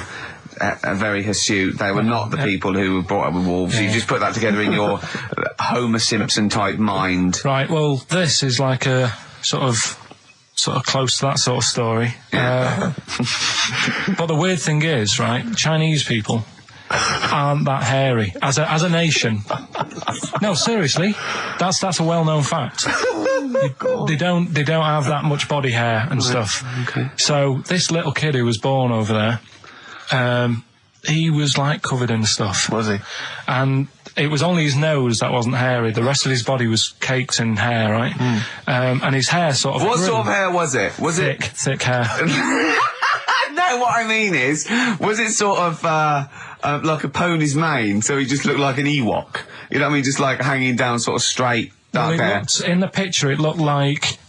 it grows from his eyebrow. It grows from his eyebrows quite thick. And then it just goes all the way over his head. You don't think it was just really long eyebrows that he'd done a comb over? No, it was all over his body. It had a picture of like his back and that. Yeah. And had he styled it? Had he styled it at all? Did he have it in a quiff or? No, it was just hanging everywhere. all over him. Yeah. And they were like, this is a bit weird happening in China, where we're not normally that hairy. That was the scientist speaking there. And the local press and that were getting him down, calling him Monkey Boy and all this. Oh. And thinking Chinese press. But the doctor... Yeah. Oh. They're cruel, aren't they? It's like those game shows. That's Japanese, isn't it? Yeah. That's what, yeah. And the doctor said... I was talking through all that time while we were just like talking to each other then. Because I turned around and I still saw he was talking. So anyway, the local press came there to see the hairy boy, the monkey boy. And they were like being tight, taking the mickey out of him, and the doctor said... showing him nuts. Said he's only hairy. Said he's a healthy young kid. The only faults he's got is he's got a little bit of eczema and a boil. And he said everybody should just treat him the same, and I think he grew up a healthy kid. Yeah, so that's the... That's the end of the story. That's not a story.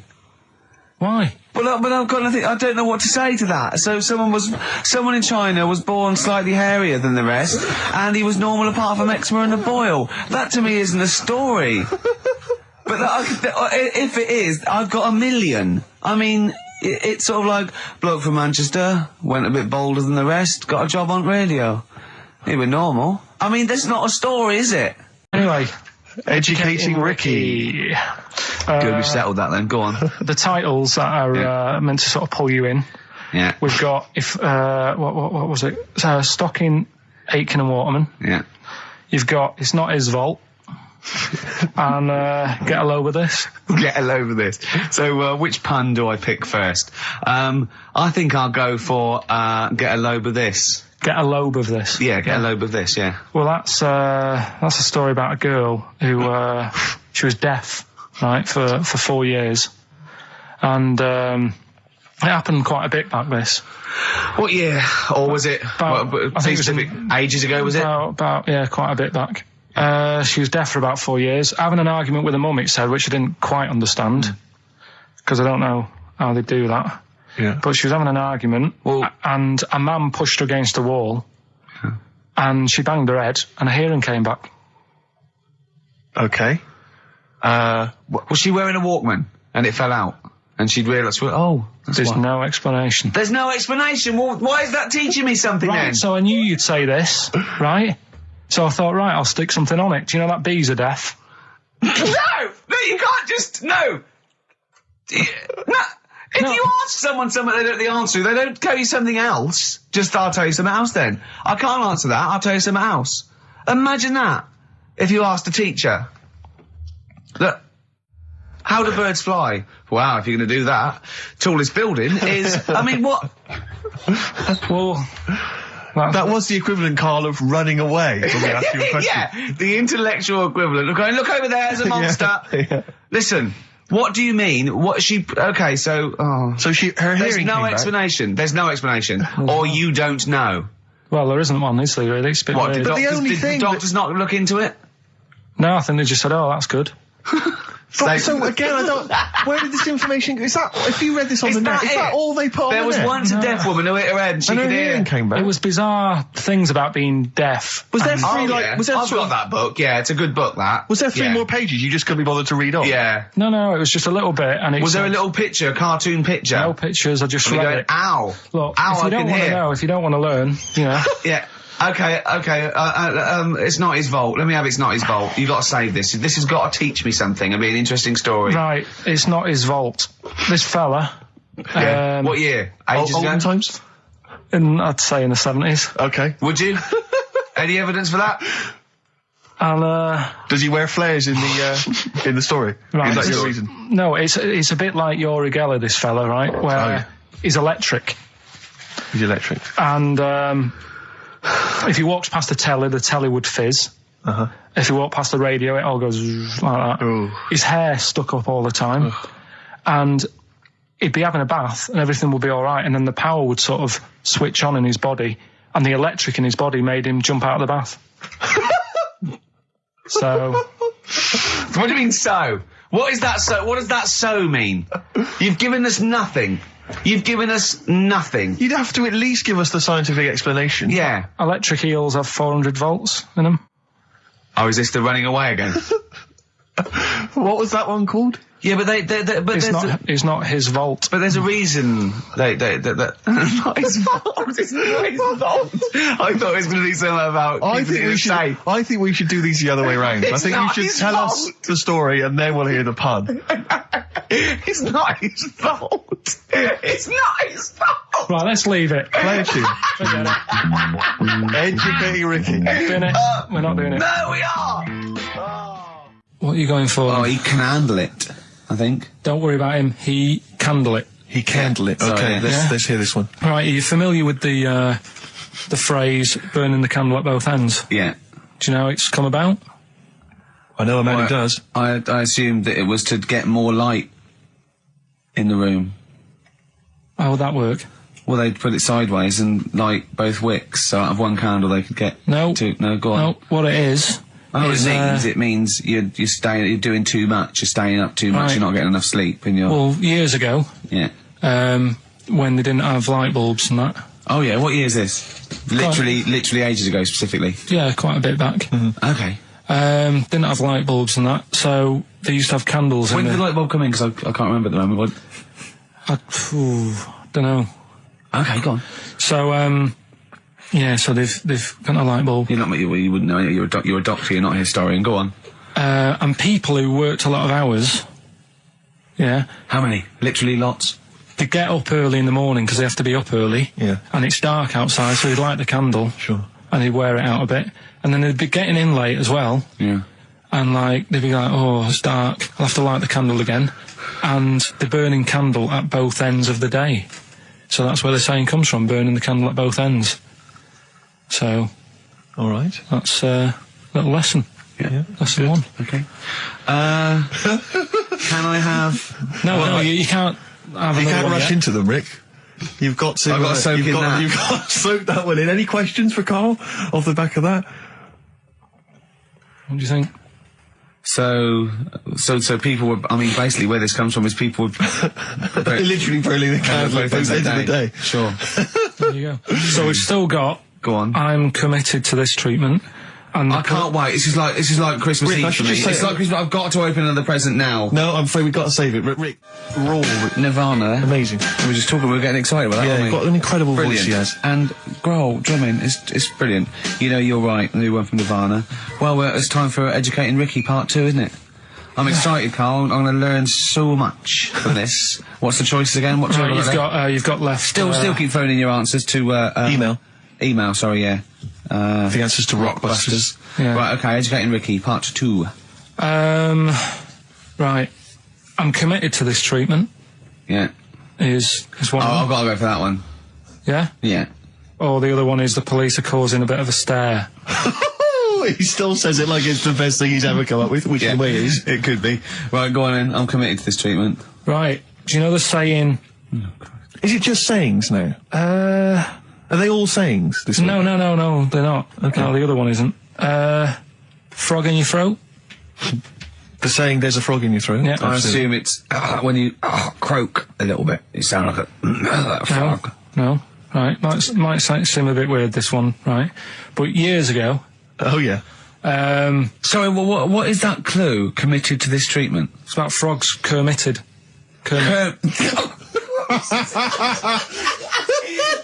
Probably works better with a K and an ER written down. Well, also, if you pronounced it "kermitted," yeah. but not committed. Committed to this treatment! Right, go on then. That's Right, genius. So yeah. Well, what? You go to the doctors and you go with throat hurting a bit. Right. And what they did ages ago, Ages ago. What year was this approximately? we are going back quite a bit with this Oh, one. okay. Go on. And the doctor would say, Did history. Imagine years ago. Go on. and the doctor would say, right, keep your mouth open. I need to look at your tonsils, and the jaw would ache a bit because they weren't as quick back then because they didn't have the technology and stuff, and they'd have to Sure. like stare at it and study it and stuff, and like they get an achy jaw, right? Keeping their mouth open. Yeah, like you get, Yeah. you eat a Mars Yeah. bar or Yeah, whatever. yeah, It's so they'd sat there, and they used to always close their mouth, and it used to annoy the doctor. Right? So what they did, they used to get a toad Right. and put it in the mouth, Rubbish. Okay. Rubbish. Keep talking. Keep talking. and that way they couldn't close their mouth because either they'd squash it, Right. or apparently you're not allowed to lick a toad's back. So the doctor would have them for breaking the law. No, but it's poisonous, right? A toad's back. You should never lick a toad's back. or put it in your mouth, really. Oh, just stop for a second. Wait. What? Can I just ask one question? Go on, Can I yeah, just go ask on. one question? I've got a few, but no, go on. sure. My initial thought is, it sounds like a brilliant bit of sort of medical knowledge there. It's a great idea. Yeah. My only thought is, how does the doctor see past the toad? At your tonsils? What's he actually looking at with the mouth open? Surely the toad is Is in it the like way. hopping around in the way? It didn't say. Sorry, and my first question is, was this on the internet? Yeah. Yeah, okay. Carl, that is bollocks. That is, I mean... Well, all right then. Let's turn this round. Where does the saying "you got a frog in your throat" come from? Probably because you sound a bit croaky. Probably that. Probably because you sound a little bit like a frog when you've got a sore throat. Carl, did you not question it just for a moment when you read it? Just for a second, didn't you think that seems an odd approach? Firstly, why a frog of all the different Because species? it's poisonous. It's poisonous. A toad. So it's a toad as well? Yeah. Well, that it worked. I'm committed. Worked. No, not No, it's my frog point in is your it's throat. frog in the throat. I was going to change it to. Have you heard the news Toad Day? but I went with the frog. Oh God! Right, so that's think rubbish. about it. So that's rubbish. Next, can I have Let's play a tune. Let's come up with a God? Can I just say? No, just play it. Just play it. Yeah. Yo, Carl. I have to thank my mate Dave, who sent me an incredible 4-disc compilation. That was one of the tunes on there. It looks professional. It's amazing. incredible. The Yeah. effort Oh, is he's gone to too much commendable. effort. Ben Queller. It's a track called "In Other Words" from his album Shah Shah. Open wide. Oh dear, that's interesting. Oh, here, Doctor. Look, you've actually got a frog in your throat. I didn't get there. I put it in there. That's the most ludicrous story I've ever heard, Carl. Why don't you think when you read these things?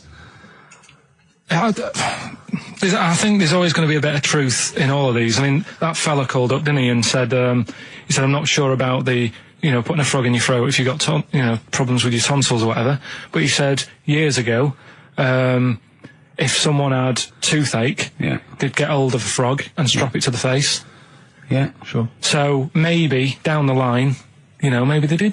Maybe they didn't do it for long. I think Caligula made his emperor a horse and emperor as well. But I mean, well, what about the frog thing with a poisonous back? It's rubbish. that's true. No, the toes have the secretions in the Why? But they didn't put it in people's mouths. No, so well, I'll tell you why. When a badger or a heron tastes the toad, it's horrible. Ugh. The toad might die, but it's for the good of the species, because then think how many toads looking like that heron could eat in its lifetime. So the fact that one toad sacrificed all those other toads in that heron's manner will be safe. Why? I mean, we've talked about animals a lot on the show, right? Yeah. And when God made a toad, Sure. Right, okay. Well, I'm going to stop you there. I'm going to stop you there straight away. Don't. Just let him carry on. right? Okay.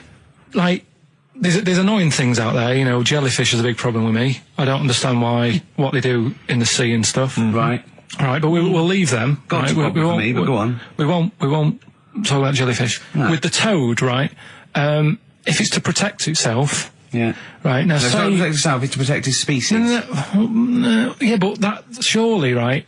If the toad had a choice, if God said, right, what I'm going to do for you here, you can have something like a lobster's got claws, big claws to have a fight, or I can give you something that if someone's having a go at you, you've got to try and persuade them to lick your back as a defence. Yeah. What use is right? Oh, God's a... Well, I'll tell you why. What is God The up fact to? that there are still toads around is a testament to that defence working. That's all I'm going to say, okay?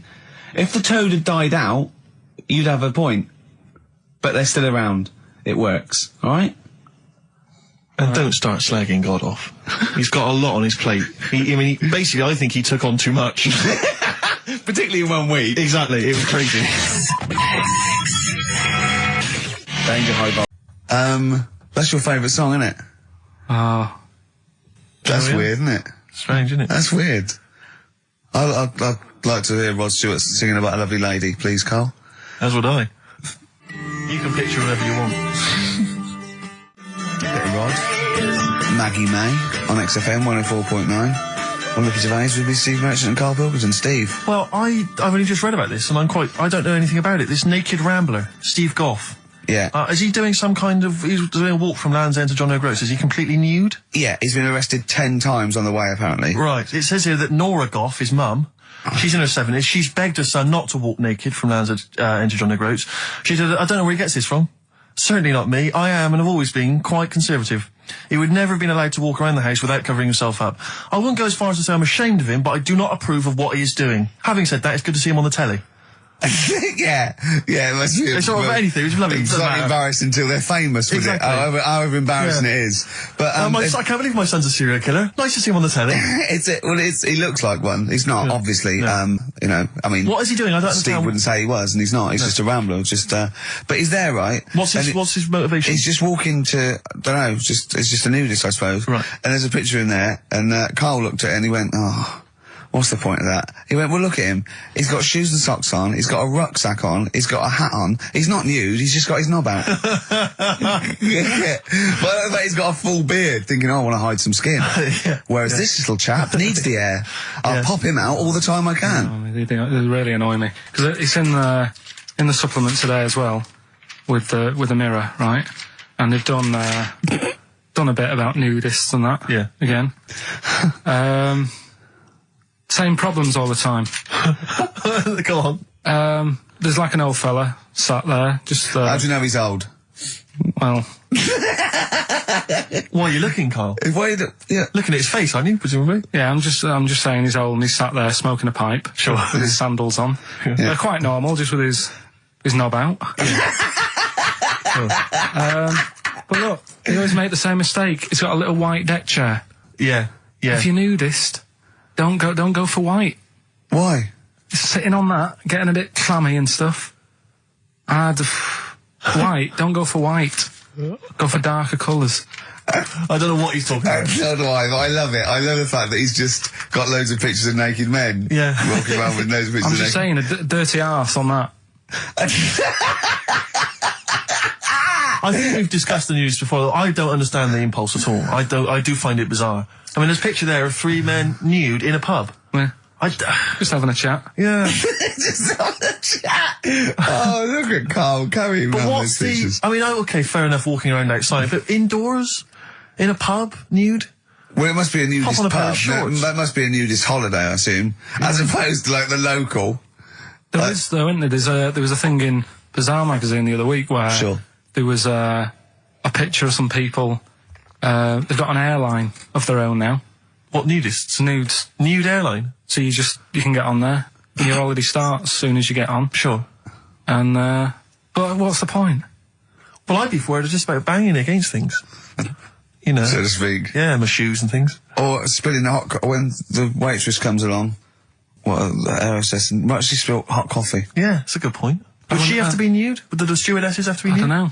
But that bit as well where they walk down the aisle and they have to check if you've buckled up. Yeah. She's like, excuse me, miss, can you just... And over 50s, so always over 50s. Right, yeah. So it'd be an old woman on the plane. Yeah, yeah. It'd be like, can you just lift your left hip up so I can see the belt? Yeah. Yeah. Oh, God! Yeah. Oh, Imagine if you've got to go into the crash position. Oh, God, yeah. You know? The last thing you see is your John Thomas. John Thomas. As you go crashing into a mountain. Terrifying. And then what if you've got to abandon ship? I know. Well, how would they explain that? Yeah. Go onto an island. Exactly. All right. Or being picked up by, a passing ship. Yeah. Carl, you notice they also play volleyball a lot, don't they? Yeah, I mean, you've always mentioned that, but I thought you were joking, but they love it. Yeah. They said that's what they do. They get to this special holiday That camp. can only be... Either they got the idea from sort of like Carry On Camping or Benny Hill, or they actually like it jiggling around as much as possible. Yeah. But is that safe? Well, I assume so. You play volleyball with trousers on, don't you? I wouldn't have Yeah, thought... but there's a bit of support there. I mean, I was watching athletics, right, the other week. Yeah. Right? And I was watching it because there's a lad who I went to school with. He's like winning gold medals and everything now in the Olympics and stuff, right? So I was looking out for him. Now, if you went to school with him, I'm assuming he's got 3 legs or something? No, he's normal. just a regular guy? He used to push me on my go-kart, and so I feel like You've trained I was him, there from the start, training up a bit. Yeah.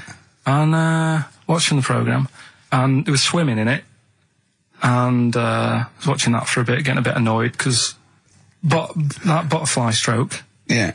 I don't know why they do that. No, nor do I. It's just hard work. It doesn't make you go any faster than, let's say, that stroke. The Yeah, crawl. don't do that. That stroke on radio doesn't work. The crawl, yeah. So I was watching that, thinking, that's annoying. Yeah. And then they got onto the running bit, and my mate's in this race. Yeah. Now, they do the side shot, don't they? So you can see who's in the lead. Sure. And then they do that front shot, where it's absolutely pointless. The only reason to do the front shot, I think, is to keep women interested. Because you can basically see his tackle going from left to right, being battered all over the place. Why were you looking? Seriously, you had no choice. If you wanted to watch it, it was like, I was interested if he was going to win, but it's like, But why did you turn over and watch Charlie's Angels instead? Because I wanted to see if he won the race. But Or flip back at the end. just flip back to get the result if you don't... Well- Yeah, or at least turn away or close your Well, eyes that's what you've on the seen. front shot. No, I wasn't. I just... Suzanne weird. was happy. Suzanne was loving it. Yeah. And I was like, whoa. Yeah. Just go to the other shot, but they were showing you the front shot and running along there. They could have just shown the top half, but they didn't. Sure. It was there. It's just heads moving along at 25 miles an hour. Yeah. Well, I think you're meant to see the running, the actual legs moving. It's athletics coverage, isn't it? It's not like... But they don't show you a shot from behind. Did you want that? Oh, no, I didn't want that either. It sounds like you were disappointed. Yeah. Play a record. What are we having? Bit of Radiohead. Yeah, be brilliant, wouldn't it? Did you say Nime at one point? 104.9? Did I? Other than that, it was Again, textbook. yeah, a desperate attempt at being articulate. Sure. But let myself down. With your See, this is the last good thing one, about the boxing thing, because there's no chance of me, slurring fool the of words. yourself? No. I already slurred my words. Yeah, so no one, any damage will be totally fine. Yeah. Oh, the doctor's dear. rushing in. I think there might be some kind of concussion. Jane just going, no, that's just the way he talks to me. But because I'm thinking maybe, did you start the show with that particular kind of manner? Just because obviously a lot of new listeners, I imagine, thanks to the massive poster campaign, and you obviously want to impress them and charm them. There's a few examples today of irony coming back and biting you. Yeah. That seemed like a funny idea at the time, me posing that. But Jonathan Ross phoned me up when they first went up and he just said, I've just seen a big poster of a predatory gay. Yeah, you do look a little bit. Hello. And what's your name? Would you like to sit down here? And then you're in the background. And also, I think the funny thing about having you as a partner, I mean, the only good thing is that you look weird and tall, like too freakishly tall and lanky. Oh, yeah, but in that one, no, because your background and you're smiling, you don't look as weird as you do in real life, or as freakishly tall. So it sort of ruins it a little bit for me. Look at Pilkington. Look. Pilkington, what is He's not listening. He's just opening a packet. What are they? McVitie's. See, we should mention them. We get some free ones if anyone at McVitie's are listening, because we're not getting the perks of this. Nothing. I'd say I'm not getting anything. I really got in this game for the ladies, for the money, for the voiceover work. Certainly, I'm seeing hide and hair of that. But you're not getting the voiceover work because Jethro's getting all the parts that you might get. Yeah, sure. Yeah. Okay, Rick. Yeah. You were the voice of what? The drink driving campaign? You sound like a man who was run over in a drink drive incident. I mean, dear. It's like you don't drive. Yeah, but I didn't get any money for that, You did I? drink Oh, did I? heavily. I can't remember. It's like, I mean, talk I don't about drive, yeah. the- Well, that's the good, I kettle don't and drive. pot black No, and it said everything. don't drink and drive, so I've chosen just But to at least drink. I can formulate sentences using the English language, and I'm not getting the voiceover work. What's the English language of the 14th century. Well, it's better A English language and English language. Rather than whatever kind of Middle England language you speak, the language of the hobbits. All right, Carl. Alright. See, you're eating a biscuit. I can't believe it. Are you bored with this already? Do you know what? MTV called me last week. They called me again yesterday and said, when can they come down to do they're coming down next Saturday, by the way, to do a little screen test for you. They're going to sort of just film you with a little camcorder. You said this. They're going to film you. Are you alright? Do you want to, are you hungry? Do you want to go out and have a meal? I can't believe you're eating while I'm on air. No one can hear that. Do you know who I am? No one can hear Explain who I am. Well, that's Ricky Gervais, right? He's made his name on TV. Yeah. Okay, he's done any number of corporate gigs, and they pay silly money. So, Yeah. I mean, this guy's earning, and really earning beyond his talent. All right? So I think I deserve a little bit more than a little mank eating a biscuit while I'm talking. Rick Gervais? Yeah. Have you won a BAFTA? Yeah, too. All right, so Yeah. just a little bit of respect. Yeah. Yeah. Carl, Well, what have you the- won? What have you won? I got a bronze certificate for doing a full week at school. That's great. It was only a bronze. What's that then? 3 out of 5 days. And I got me a little Crusaders badge, if you remember. What's the little what? Crusaders badge? The Crusaders badge for the religious club. So I was at the fella that you went and played You had to go ping pong convert ball, so Muslim, they wanted did to you? talk to you about God. yeah, Yeah. You got a Crusaders badge, did you? yeah, that's why I why went. you That's got why a I badge joined. That's why I joined. For the I badge? like the little badge. Did 4 weeks and then packed it in. But we're talking about MTV, right? And I was feeling a bit nervous, wasn't I? About like the way I look. Right. And what have you. And then I watched a bit of Celebrity Big Brother and all the fuss that Mark Owen's getting, and he's not that good looking, is he? He's very. I want to be Mark Owen's mate. If anyone who knows Mark Owen or Mark Owen's listening, I want to be his mate. I think he's brilliant. I think he's a nice lad, but what I'm saying is, right, all the girls go mad over him. Yeah. And he's not that good looking, is he? Well, no, he's got. He is in a certain way, isn't he? That sort of non-threatening. Yeah, but he's not stunning, is he? Do you know what I mean? No, but no. Well, what's your definition of a stunning? Yeah. Well, who do you like? Someone who you look at and you go, God, they're good. Which looking. bloke do you fancy? What bloke do you think's attractive then? So if I was into men, Yeah. in fact, you can still say a bloke's a good looker without fancying him. You can. Who do you think is know what I mean? attractive? Probably. I mean, it depends what you're looking for. No, just look. Just look. You think there's different looks as of well. Of course, isn't yeah. there? Who do you say was attractive? Who do you say was like stunning in your definition? A good-looking lad. Yeah. Good-looking lad. Oh, look at him over there. He's.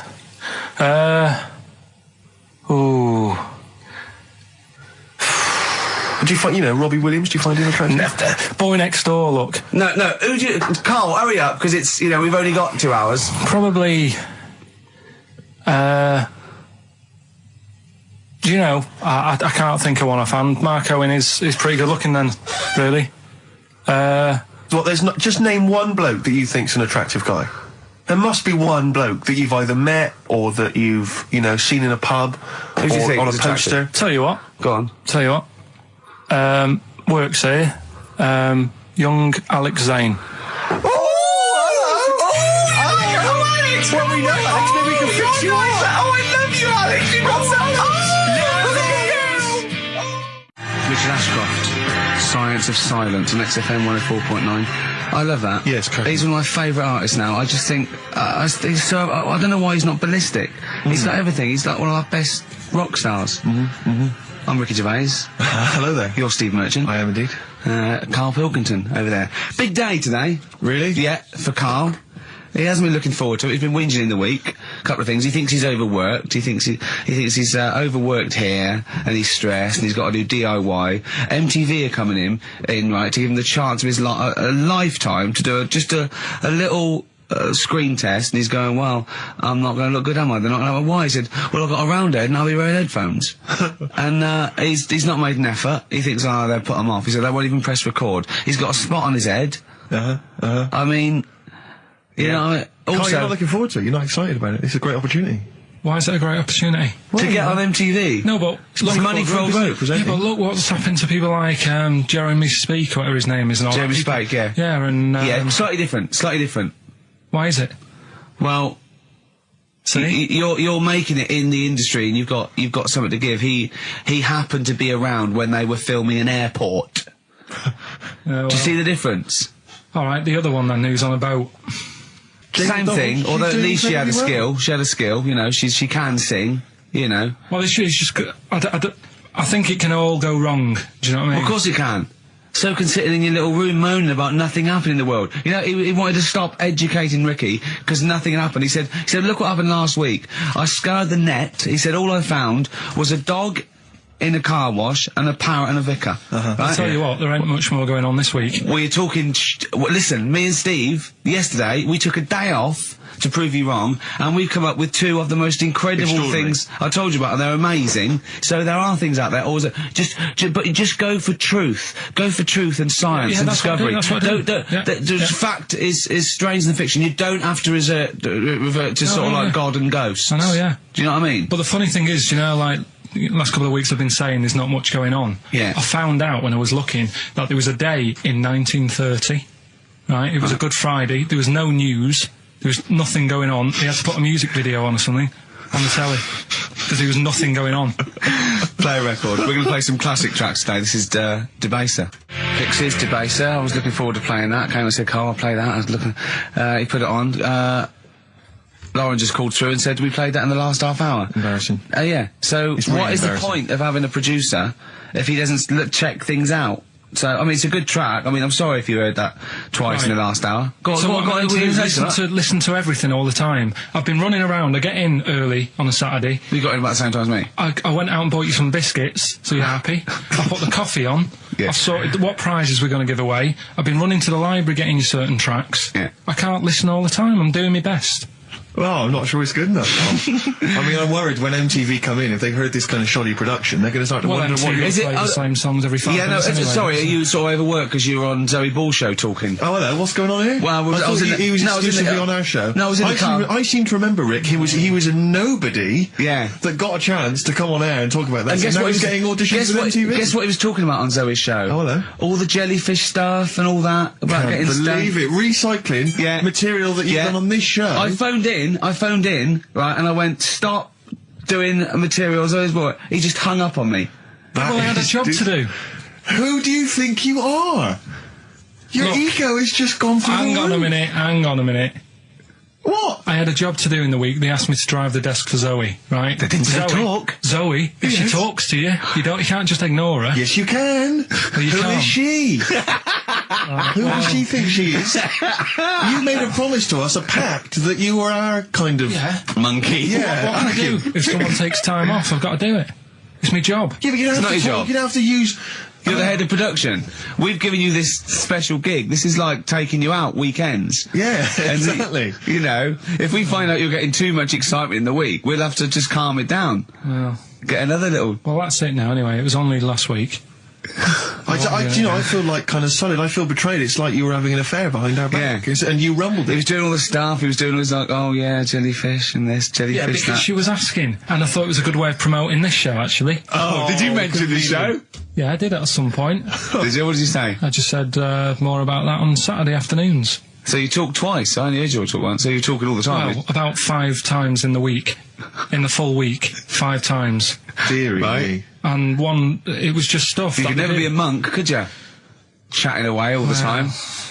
Right, what have we got? I blame ball as well, to be honest. I feel ball's slightly responsible for it. Right. Have you done a business degree or anything? Have you? Commerce. You did commerce. Where did you do that? What did you do with that? At school, I'd learned how to fill out a cheque, pay a bill, and I think I had a trip round Kellogg's.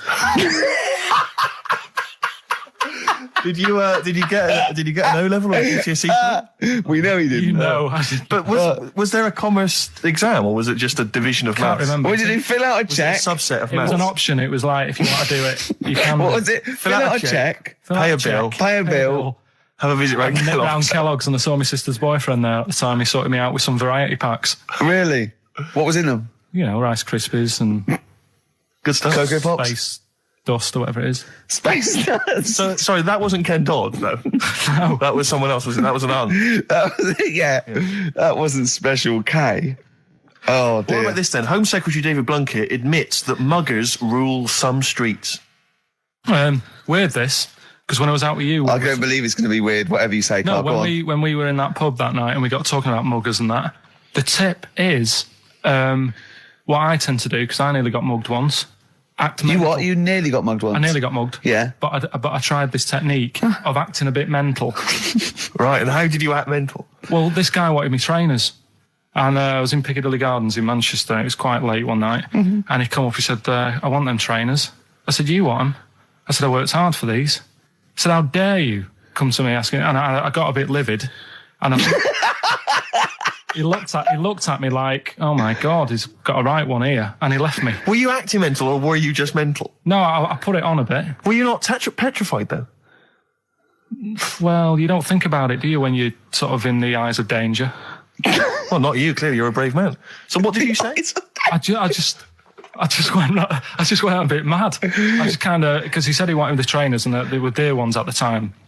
And I just, no, you're not having these. So I've crafted you. I said, I wanted these trainers. Yeah. And, went on to telling how I work at printers and I don't enjoy it. And, I put in all these hours and that and I have to cycle home for about 5 miles. And Did he give you his trainers? Yeah. Did he have a knife or I anything? just left. No, it didn't get that violent. Well, that's very brave of you, Carl. Yeah, it's That's good. good advice, though. Just act mental. See, what's actually tried it the other night. Oh, Liza Minnelli. Yeah. Well, she said, I've worked hard for these diamonds. Yeah. Not easy being the daughter of Judy Garland. You don't know what it's like.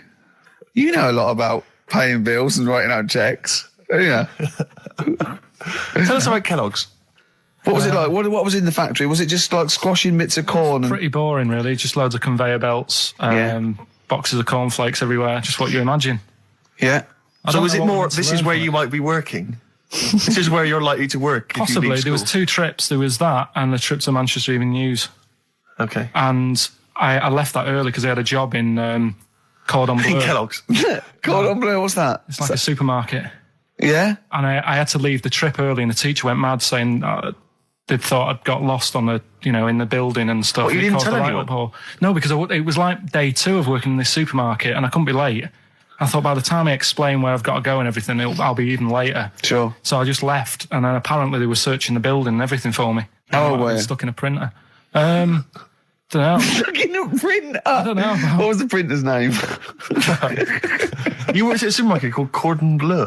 Cordon Bleu! brilliant. That's great, isn't it? It's rubbish. Oh. Got sacked. You had to What'd you get sacked for? Messing about in a back in the car park round the back. Yeah. Right, there was a grid, and all the concrete had gone funny. So when it rains, you got like a big lake, Oh, yeah. right? And I got in. Do you know those big metal trolleys you get to like put all the food in whilst? Oh, yeah. And I got in one of them and pushed myself out into this lake. Of cement. No, Of I water. got full Oh, it of was water water, 'cause it'd been right, raining. right. And I got stuck in the middle, right? And the boss was like, "Where's Karl? He's meant to be doing, facing up the beans." And I was like, And you were so- stranded in a lake. So someone said, I saw him messing about out the back. He came out and saw me stuck in the middle of this lake in a trolley. And he said, "Get back in." I said, Would you say, no, I'm filming sharks? I said, it's too deep. I can't get out. You'll have to pass me something. And he said, "I'm not passing you nothing." He said, "You can get out of there and walk through it." I said, "I'm not. I've got my trainers on, probably the same ones." Yeah, you've risked actually. your life for them. Yeah. I said, "I'm not getting these wet." I said, he said, "What are you going to do?" I said, "I'm going to wait for the water to go down the grid." He said, "The grid's blocked. Now get out or you're sacked." I said, "Well, I'm not getting out." He said, "Right." And my mum sent some more. What we also needed there is... He's got a letter from his mum. My mum did some more Rockbusters for us. I reckon they're secretly listening, Karl. They've said they're not listening, but I reckon they are. Does that Well- worry you? Well, let's play a record and let's hear your mum's Rockbusters. Better Warren G. Oh, well done, mate. Well done. I hope Nate's involved. Nick Dog? Yeah. I hope so. Karl, Rockbusters, your mum. Karl, Yeah, no, listen. we did get a bronze, but this year we introduced Rockbusters. Things will be changing.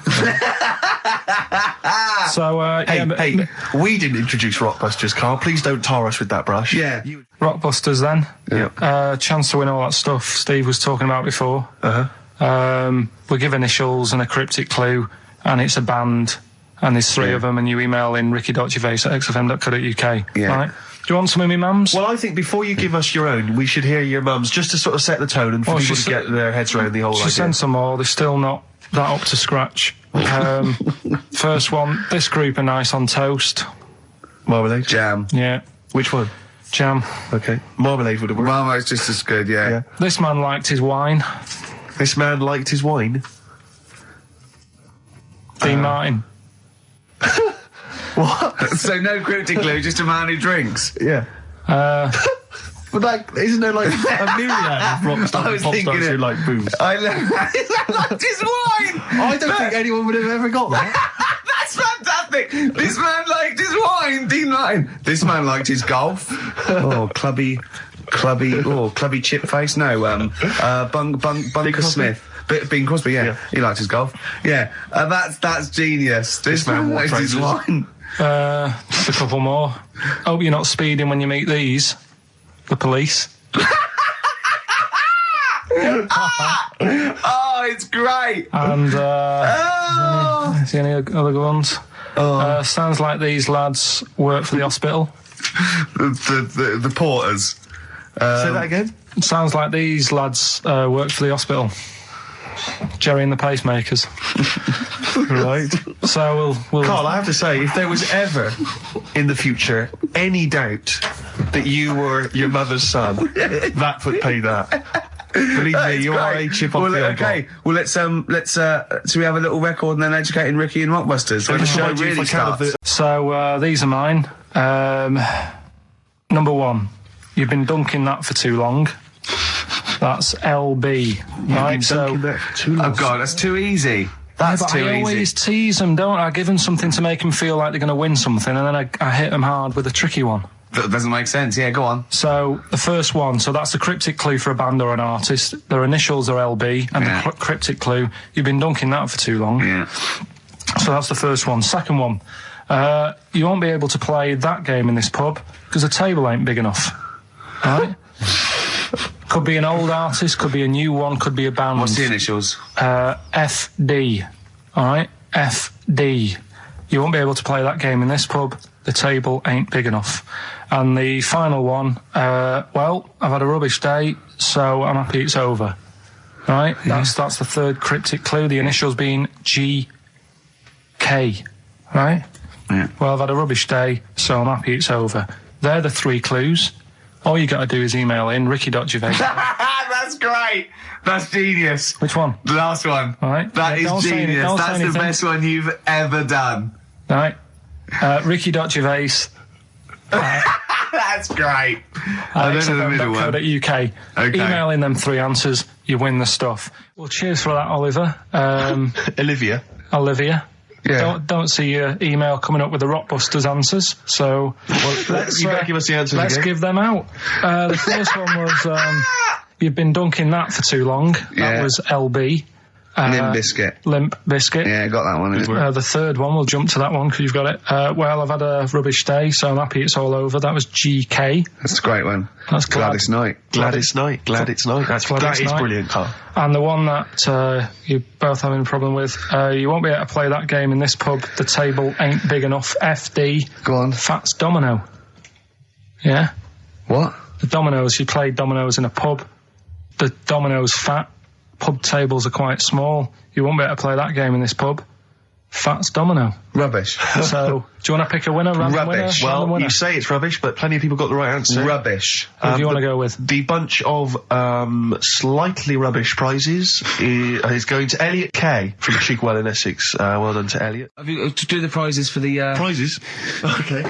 Okay, so if you haven't heard it before, I'll give you some initials. It's like initials of an artist or of a It's band. Blockbusters. And a cryptic clue to who the band is. There's 2 easy ones, 1 difficult one. First one is, That'll Never Get Off the Ground.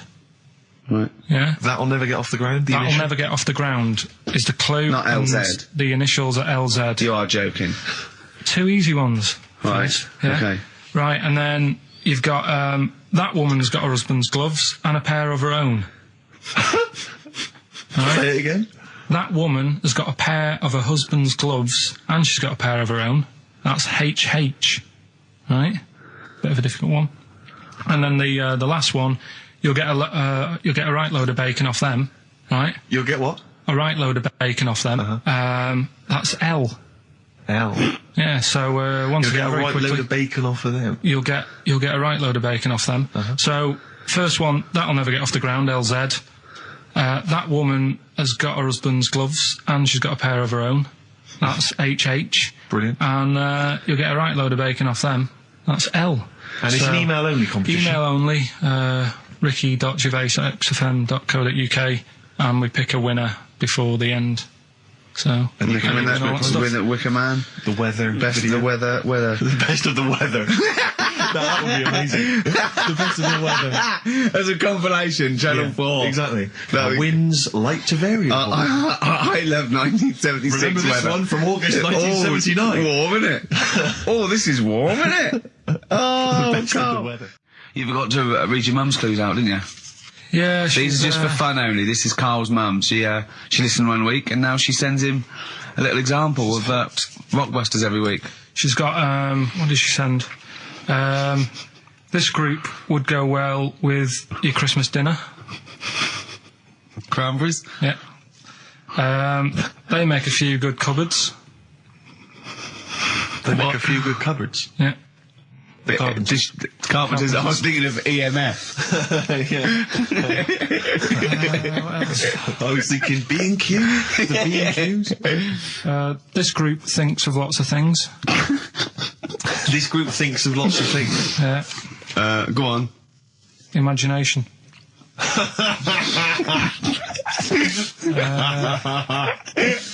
think they're the best ones. Yeah, they're the best ones. Let's hear the others. Obviously we want the worst ones then. Here's one more. She'd really like Blackpool. She'd really like Blackpool. She'd really like Blackpool. Fairground attraction. Not bad. Yeah. Not bad. Right. Right, are we we're doing it now? Yes, sir. I noticed Heat magazine sort of put a bit of a spanner in the works. Why? Because they were saying, oh, maybe it'll be a Christmas edition of Rockbusters. And I'd already sorted them out. I wouldn't worry, Carl. Well, what I've done, I've cleverly tweaked them to make them Christmassy. So the Christmas bit in it has got nothing to do with it whatsoever, but I just thought... So you mean the clues have a Christmas element?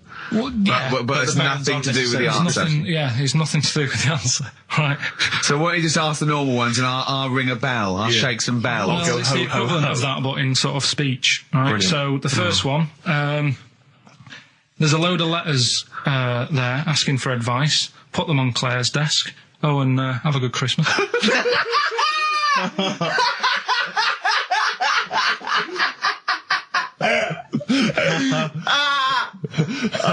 Give it to us again. Oh, God. Right, so there's a load of letters asking for advice. Put them on Claire's desk. Oh, and have a good Christmas. Right, but bear in mind, people, that the Christmas element may not be relevant to No, these that's got clues. nothing to do with it. I don't want to... Okay. You know. And the initial there is F, right? That's F. All right. Right, the second one. Ask your mum if you should. After you've wrapped the presents. Right, so Ask your mum if you should. ask your mum if you should after you've wrapped the presents. That's S. Yes. S. All right. All right. Okay. And the last one, a couple of people were arguing in the supermarket at the fruit and veg counter, but it's busy in there because it's Christmas. That's probably what brought it on. So that's B. Right? B. Oh, God. So they're the three. Will I just recap? Yes, please. Yeah, I have no idea. so I the can't first even... one. I don't know what to start thinking. Well... Right, there's a load of letters there asking for advice. Put them on Claire's desk. Have a good Christmas. Have a good Christmas. Second one, ask your mum if you should. After you're at the prison. S. And the last one, a couple of people were arguing in the supermarket at the fruit and veg counter. But it's busy in there because it's It's Christmas. busy because it's Christmas. That's a B. So they're the three things. It's email only, this one. Please remember that. ricky.gervais@xfm.co.uk. ricky.gervais@xfm.co.uk. Yeah. Brilliant. Carl looks happy with them. He looks he's really very happy pleased, with and them. rightly so. They're All cracking. right, they're good. Yeah, They're good. Pleased with those. So, All right. Is there going to be more Rockbusters in the new year? We're not sure. I'm still, thinking about new ideas that we can do. Snowbird from Mark Eitzel, part of his covers album. He's so happy that the XFM listeners understand his stupid clues, and he knows it annoys me. We've got some right We'll answers be for giving out the Rockbusters. answers just quickly, just in case someone sort of missed one of them. I'll just quickly do them, yeah? Yeah, go on. First one, there's a load Sure of letters. show. There's a load of letters there asking for advice. Put them on Claire's desk. Oh, and Merry Christmas. Ask your mum if you should. Oh, and Merry Christmas. And a couple of people were arguing in the supermarket. It was at the Christmas, fruit and that's veg why. counter. And that's B. Okay, we'll give those answers out shortly. Okay, answers. We must give the answers. You would have to go to bed at 6, though, so we can play. Right, here's the last clues of the year. You had, there's a load of letters there asking for advice. Put them on Claire's desk. Go that on, was no idea. F. That was for foreigner. For Rayner. I don't know what you mean. Claire Rayner. She took advice. She gave people advice.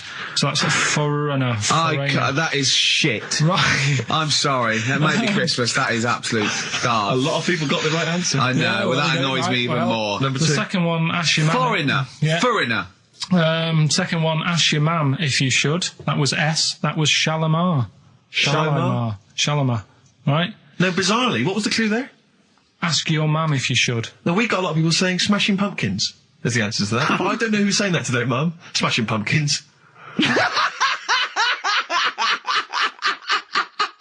Merry Christmas, Mum. Smashing Thanks very Pumpkins. much. Nice bollocks. Yeah, exactly. Oh, that's great. That's great. Right. Smashing pumpkins. Your dad bought them for me for Christmas. Yeah. And the last one, Lovely plums. What, my Victorians? Oh, God. right, we've got to wrap it up. We've got to wrap it up. Come on, then. A couple of people were arguing in the supermarket at the fruit and veg counter. That was B. That was banana drama. They were like having an argument. What do you mean banana drama? What, no, wait. What group is banana drama?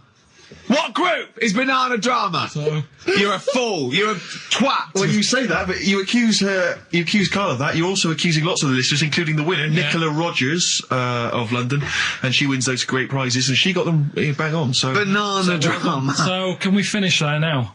Yeah. Yeah, What do you mean? What do you mean? Can we finish there now? Just play the ads and go.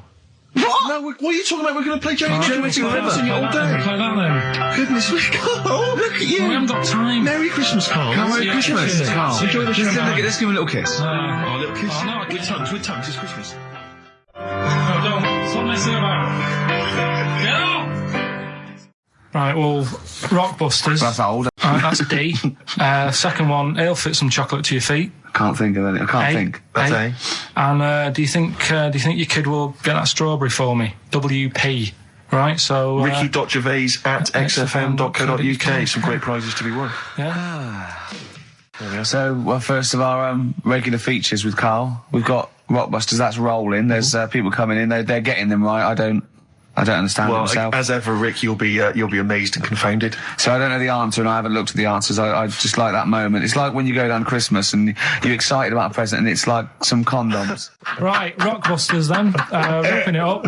It needs some work, that game, but I'd see it's got a lot of mileage. Right, here we go then. The first one, £42 for a torch. That's a bit pricey. Go on. That was D. Yeah. That was Daylight.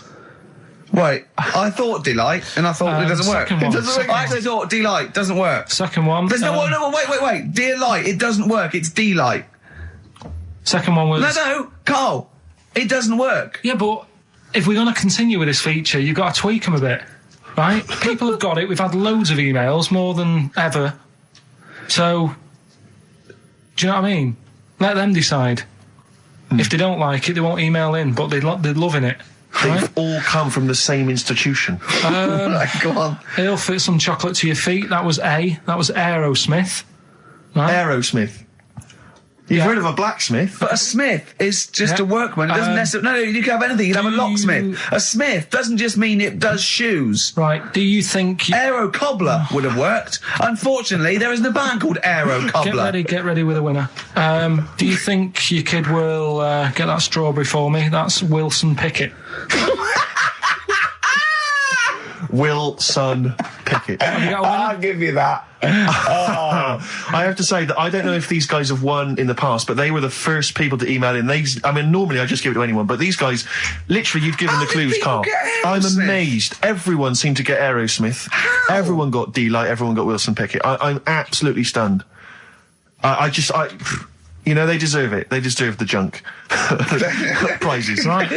So we'll give it to Jonathan and Louise, who, as I say, may have won in the past, but as I say, they were very, very quick. You've got to beat them if you want to win. And they're from Wrexham. Brilliant. So good luck to them. So that's I hope that they then. enjoy Jerry's yoga diet. Back next week then. Yeah. See you later. See ya. Cheers. Carl, what have you got lined up for us as the producer? Right, well, Rockbusters. Been off this week again. Has he? Yeah. Another week off? Another week off, yeah. No, I didn't have a full week off. I had 3 days off because I was working all over Christmas. Yeah. And still didn't stop working, preparing stuff. You've got a nice load of prizes there that I've sorted out. I had to come in especially to sort that out. Yeah. Rockbusters. Did you will rifle continue. through the drawers at Capital Gold instead of down Yeah, here? yeah. Rockbusters, we're still doing that. Yeah, you're bigging it up. Yeah. He's bigging it up. Yeah, still doing that. We've got that. Well, it's coming up to 1:30, and so it's time for Rockbusters. It's a structured show. It's a new leaf. This show in the new year is going to be structured. Set pieces, hitting our marks. Do you know what I mean? There'll be time checks, weather checks. A bit cold out. If you're driving, careful on that. So do the Watch prizes. out for traffic, if it's bad. Yeah. Okay, well, again, an arbitrary selection of goodies. What are those politicians doing? Was that XFM News? Yeah. Right, what have we got? So we've got, for those that are a fan of the movie Donnie Darko, which a lot of people rave about this year, a sort of weird teenage movie, then there's a sort of sweatshirt there. It is actually quite nice. It's not bad at all. It's medium, so if you're a bit of a bloater, don't bother to apply unless you've got a friend already. We've also got here a Graham Norton video. Certificate 18. So please don't phone up don't email in unless you're above the age of 18. Yeah. And that's, I think, the best of his TV show. Yeah. Look forward to that. It's a big stiff video, that, isn't it? It's a big stiff cock of a video. Thanks very much. I meant You can't say, you meant the bird. Yeah. There's also a fairly mediocre British wartime thriller, Enigma, which a lot of people, it was hyped for a while, but it's actually interminable. I've seen it. The first series here of The Kumars at number 42 on DVD. I think that's award-winning, so that's available as well. We've got 2 CDs by the look of it. We've got Pulp's Greatest Hits, which I don't think sold very well, and so presumably they are giving that away. And Johnny Cash's current album, American For the Man Comes Around. There's some good cover versions there. Again, another big sell. A big sell. We're really pushing this. It's quite kooky. Johnny Cash here does covers of things including Personal Jesus. Oh, right. By Depeche Mode. Yeah. We've got Bridge Over Troubled Water, his version of that, Desperado. And anyway, it's not bad. That's probably the best treat in that bunch. Right. And I'm assuming there's some questions there, Karl. Yeah. Right, here we go. If you're a new listener, the way it works, I'll give you a cryptic clue and some initials, and it sort of makes up a band. Yeah. Makes more sense when you hear it, I reckon. Not particularly. Well, not really. Although people do get it. I just worry about the state of our listeners. Go on. Right, so there's 3 of them. You email in ricky.gervais@xfm.co.uk. It's email only. I repeat, it is email only. We are too lazy to answer the phone. Yeah. Okay, here we go then. Number 1. There's normally 2 easy ones and a difficult one. Sure. So here we go. Number 1. Don't argue with him. He ain't going to change his mind. Don't argue with him. He ain't going to change his mind. Yeah, that's AA. AA. Yeah. So that's the first one. He's not going to change his mind. What do you mean, You've got them written out, haven't you? I'm just thinking about what the answer is, so I don't write the answer down. Don't worry, they get it. Yeah, don't worry. Well, you can't remember it. You came up with it. There's only 3. I know, it's weird, isn't it? No, it's not weird. It's incompetent. Right, the second one, anyway. I hope you get this. I hope you get this. Email in and tell us the answer. This is a shambles. Hang on a minute. Keep going. Go on. He always gets what he wants and doesn't worry about anyone else. P. And you don't know. You don't know that is. I'm sure it'll come to me once I see it on email. What do you mean? Once they get it, you'll agree with them. I'll know if it's the one I had down as the answer. This is brilliant. Come on, Imagine Jeremy Paxman doing that. Going, yeah, University Challenge. Is that right? Go on. Right, so that's that one. Give us that one again. He always gets what he wants and doesn't worry about anyone else. P. But you're confused. I don't understand how you can be confused. Yeah. Alright, what's the final one? The third one, I'll have to put that woman in the oven. And that's AB. Alright, quickly give us them again. Right, so the first one, don't argue with him, he ain't going to change his mind. That's AA. He always gets what he wants and doesn't worry about anyone else. That's P. And I'll have to put that woman in the oven. AB. Alright. Okay. Ricky.gervais@xfm.co.uk. I'm going to play a classic track now by Neil Young, Alabama. It's beautiful. Neil Young, Alabama. Carl is still confused. He's waiting. He's biting his fingers, waiting for an email to tell him the answer to the clue he made up but can't get. I love that as an experiment. As a I mean, that would confuse psychologists, that you come up with something that you can't get. It's brilliant. Yeah, you came up with the question, you don't know the answer. And you expect them to, but you can't, and you made it up. Look at your face. Play some adverts. Honestly, Juan by Billy Corgan's new band there. Ex-Smashing Pumpkins. Sounds a bit like them, but I like it. It's alright, not bad. I like it. I You like get to know, Rick, incidentally, that someone's got the right answer. So, Carl relieved. knows the answer, yeah. Brilliant. Well done, Carl. You're a fool. Right. Right, what are you doing then? Let's have a quick reprise, if we could, of the Rockbusters clues. Yeah, Rockbusters, if you've just tuned in, you've missed it this week. Here's your 3 Well, no, you clues. haven't. That's why we're giving the clues again. Yeah, I know, but it's they haven't. Eh? What? Safe, they've been busy. Just give the clues again. First one. God. Don't argue with him, because he isn't going to change his mind. That's AA. Second one, he always gets what he wants and doesn't worry about anyone else. That's P. Yeah. And the third and final one, I might have to put that woman in the oven. AB. Interesting. Are we telling him or still? No. People have still got a chance to win those extraordinary prizes. Ricky.gervais@xfm.co.uk. We still. So the answers to this week's Rockbusters. Yeah. Will you give us the clues again and the answers? Yeah. The first one was, don't argue with him. He ain't going to change his mind. The initials there were AA. That's adamant. Yeah. All right. That's good. That's a good one. Second one, he always gets what he wants and doesn't worry about anyone else. That was P. That was Pixies. Right. Picks his, it kind of works, yeah. And the third one, All right, I'll let you have that one. I'll have to put that woman in an oven. That was AB. That was Anita Baker. Anita Baker. It's good. Anita Baker. Anita Baker. I'll let you have all three today. So You've done well. So do you want to pick a winner, Steve? Well done to Mark Leder from Bow. He wins those fairly mediocre prizes. Enjoy them. Oh, brilliant. Now listen, it's Rockbusters. I've got the prizes here. Rick, I'll be honest with you. I mean, we've given away some shoddy stuff in the past. This But is it's the worst absolute collection. tat, is it? This is really scraping the bottom of the barrel, Carl. I mean, Let's hold on. The how phones many are more going of mad. these can we give away? If you're still phoning, hang up because we're not going to bother anymore. We're really sorry about that. Maybe email us or something. How many of these can we give away? Look at that. It's only Fools and Horses. It's the video. Christmas special from not this year. As seen and talked about in Heat. in Heat magazine. It's got really tough this week now. We're not messing about anymore. Right. Got some good prizes. Absolutely, yeah, we'll talk about those later. Because, I mean, was it last week that you had the classic? Was it, I can't remember, I'm paraphrasing, Carl, apologies. Something like, I'm here in Texas, I've fallen in a puddle, and my knee has got wet. Yeah. Whitney Houston. Whitney Houston. And Yeah. also, it was last week when there was a little bit of confusion over the one for Holly Valance. Right? Of course. I don't think it was confusion, I think it was your error. Yeah. No, it wasn't. And it was Holy Valance and you meant Pelmet. Then Becky, who called up that time and said, if you're getting mistaken with Pelmet, right, she sent me an email in a week saying, I've done a bit of research. Yeah. It was my fault. I've made an error. Yeah. It is a Valance. Okay. And I know about Valances. As I told you last week, at the very end, my auntie loves them. Yeah. Right? She makes them. She started off just like putting them on top of the sort of window around the curtain. And then she thought, I can do more with this. And she had a little coffee table that had magazines underneath. And she said, I'm sick of seeing them magazines when I'm sat down. She sounds like a Pilkington. So...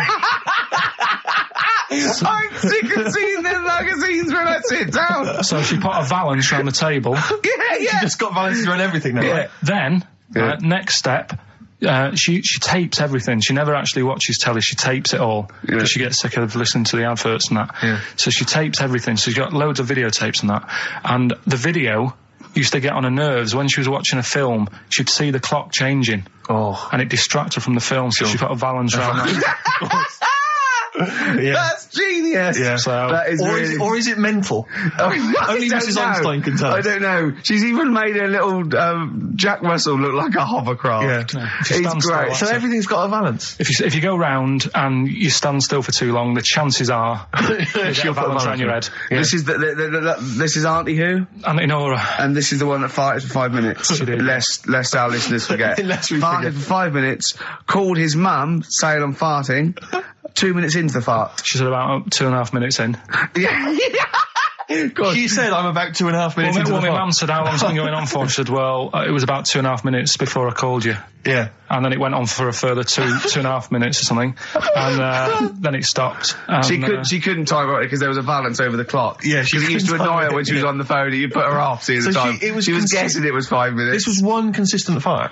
yeah. I mean, it wasn't making a noise. It was just... Oh, it wasn't making a noise. Just gas. Right, endless gas. So, there you That's go. fantastic. Well, we started off with a new one, a little bit of Foo Fighters. We like new and old on this show, don't Indeed, we like to mix it up. I'd like to play this to the Smiths from their debut album, I Don't Owe You Anything. Red Hot Chili Peppers on XFM 104.9. I'm Ricky Gervais. With me, Steve Merchant. Hello there. Karl Pilkington. All right. Don't be nervous. We might see a difference in Karl. He's a little bit shy. There's someone here from the BBC filming this, part of that celebrity boxing thing. The Fight, I think it's called, and they want to get a little clip of this, so we're going to let them film for a minute, and then they're going to go away. Is that all right, Karl? Yeah. He doesn't want to be on camera, do you? Do you? I think it ruins radio, doesn't it? Do you know Well, what I not mean? for the people listening, it doesn't. Yeah, but it does, because people are like, he sounds like a bit of a looker. What you do? Yeah. And then they'll see it on the telly. and they'll go, God, yeah, his head is round. It is round, though, isn't it? So, guess what? I got a call yesterday. You'll love this, Steve. From MTV, and they were wondering if they could screen test Karl. That's outrageous. I'm loving it, and I was going, yeah, and I said, yeah, it's fine. I'll come down with him, and I was saying, what about this and that, and they were loving it. I called him up, and went, oh no. I went, why not? He went, well, I'm looking at my reflection now in the mirror. He said, I shouldn't be on the telly. What would you wear for your screen test, Karl? What kind of look would you try and cultivate? Because you've got to bear in mind that the audience out there, they don't know what you look like. So, would you be a snappy dresser like, say, Jonathan Ross, or would you go for your kind of street cash look? Can't wear a suit. You can't wear a suit? Don't hold it well. So, I'm thinking, I don't know, I'll probably wear my woolly hat, because that takes some years off me. It does. He looks about 10 with a woolly hat on. Yeah. Okay. And, is it quite a cool woolly hat, or has it got a bobble? It's charcoal. I'd say it's the in colour. Yeah, okay. And I'll probably wear me anorak. Right. He's going for the. He's going for glam. He's going for quite a glam look. No dressed for a jumble sale. Wow. Yeah. But I'm not that happy about it all, to be honest. Are you going to do it? You're not going to do it? Well, I'm sort of stuck in the middle, because throughout my life so far, I've never planned for anything, right? It's just always happened. Yeah. The time, you know what I mean, being in plays at school, never planned it, but when I did it, I went down a storm. It was a triumph, yeah, we all remember that. So... as I remember, you did Little Donkey. Did Little Donkey, yeah. And then later, someone was filming at the back. Was it your dad's mate? My dad's mate, well... Yeah, and on the camcorder, he listened to it back, watched him playing it, his dad says, just off camera, what does he say? I don't want to say it, because I'm in charge of the show, and I'd be irresponsible. He looks like a right twat. So he gets home, listening, watching that, and then here's his dad just off camera go, he looks like a right twat. Yeah, alright, yeah. What are you worried about? Your dad saying that? Can I just interject? Because I'm really worried about this idea of Karl being on MTV. Because the problem is that, let's be honest, Rick. I mean, we're getting by the skin of our teeth, aren't we? Really, it's only Karl that's keeping this afloat. Yeah. And if he gets on MTV and the world sort of gets a sense of him and they understand him, and he won't be ours anymore. We won't be able to control him. It'll be out there. It'll be in the. Well, that's the thing. No, that's the thing. That's the terrible thing, though, isn't it? It's like Karl is my pet, but I realise I've got to release him into the wild. And because I love him, I know he's got to go free. Sure. But I want to. It's like Kez. Maybe someone will beat him to death and we won't have to worry. I'll have you on, though. I'll have you on as a guest. Which gets me on to something we've got coming up today. Oh, yeah, he's got a new idea. Yeah. Right. Do you know, I've talked about ghosts, and we had that good discussion the other week walking to Piccadilly Circus Station, and I was telling you about ghosts, and you were saying, Karl, don't be an idiot, and all that. Spoke to a woman in the week, done a little interview with her. You've done a little interview? Done a little interview, 2 minutes or so, with a woman who's got ghosts in her house. So I look forward to hearing that later. That sounds brilliant. Coming up later. Well, I'm going to play a classic tune now. I've just gone straight for it. I've gone for the jugular. This is Ziggy Stardust. As we're having so much fun with penises, I thought perhaps I should just mention... That's a slogan. We should just mention this story, briefly. It's in the paper today. A Russian is selling what he claims is Hitler's mummified penis for £12,000. Yeah. Ivan Zudurprov says his ex-Red Army soldier dad hacked it off as a souvenir after storming the tyrant's Berlin bunker after his suicide in 1945. Yeah. Not... Why did he wait till now? He's found out that, that might get a bit of £12,000. £12,000. Which doesn't seem a great deal. Doesn't seem a great deal of money, really. Well, it's useless, isn't it? True. You're not going to be able to use it. It's not going to be able to... It's not going to be a donor. Imagine that if you walked round... Yeah, you'll never... Making love to a girl, you'll never believe who this is. Yeah. You never believe who's doing you, love. Exactly. This is going to freak you out. This is, just relax. Exactly. Okay, sit down now. Was that I got all a right? little surprise for It was you. brilliant, yeah? So you enjoyed it? Yeah. Right. Are you a fan of the Third Reich? Exactly. Well, no, awful racist. Okay, let's go a different tack. You did like the sex. I love the sex. Okay, then. Yeah, it's not going to be Hitler's knob, is it?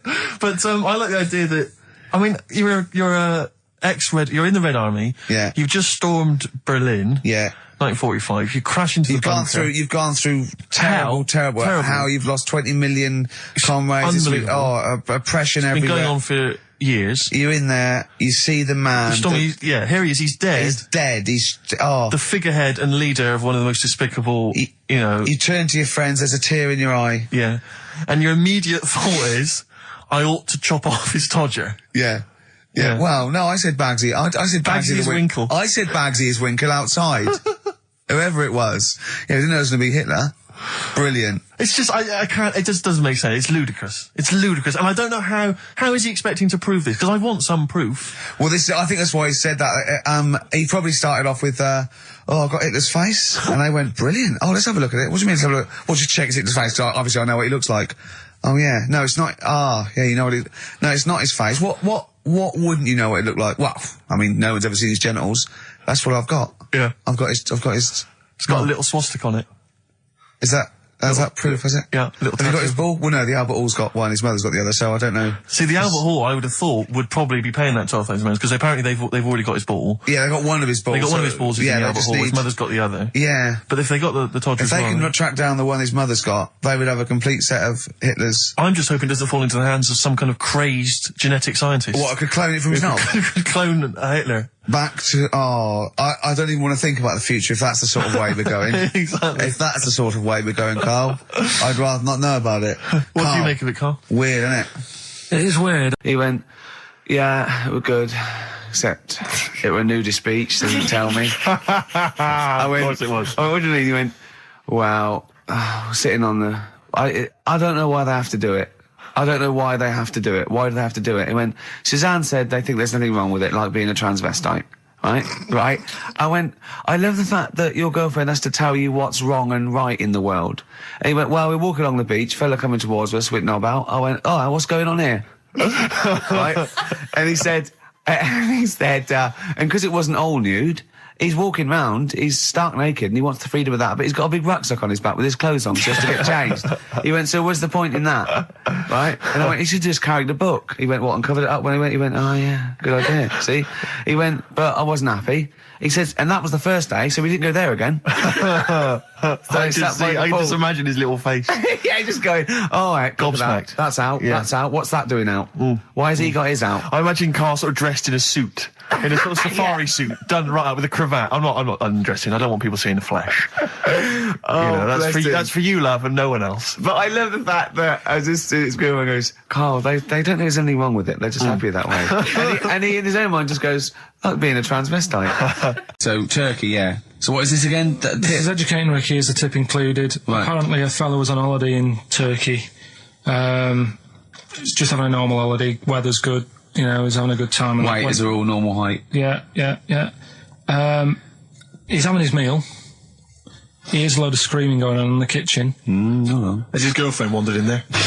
And they do, with a stepladder. Yeah.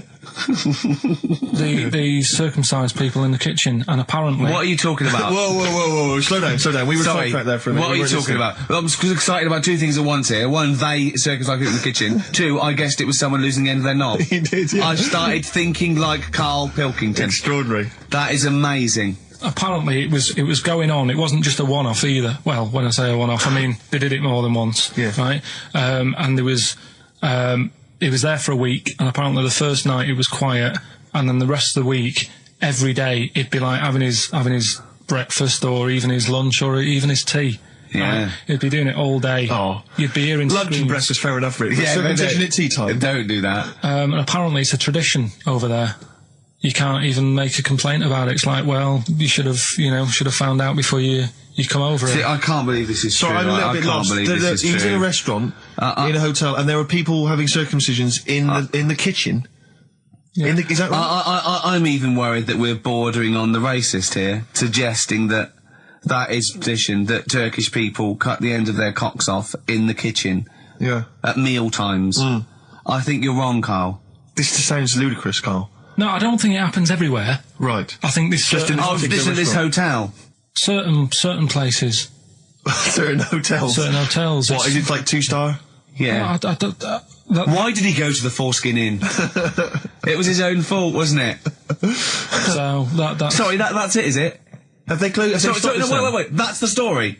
You educated me, right? Once a fella saw some Turkish people cutting the tip of their knob off in the kitchen. Thanks very much. Thanks very much, Carl. Got any more? Well, there's things you can learn from it. Either don't go to Turkey. No! Don't have calamari when you're over there.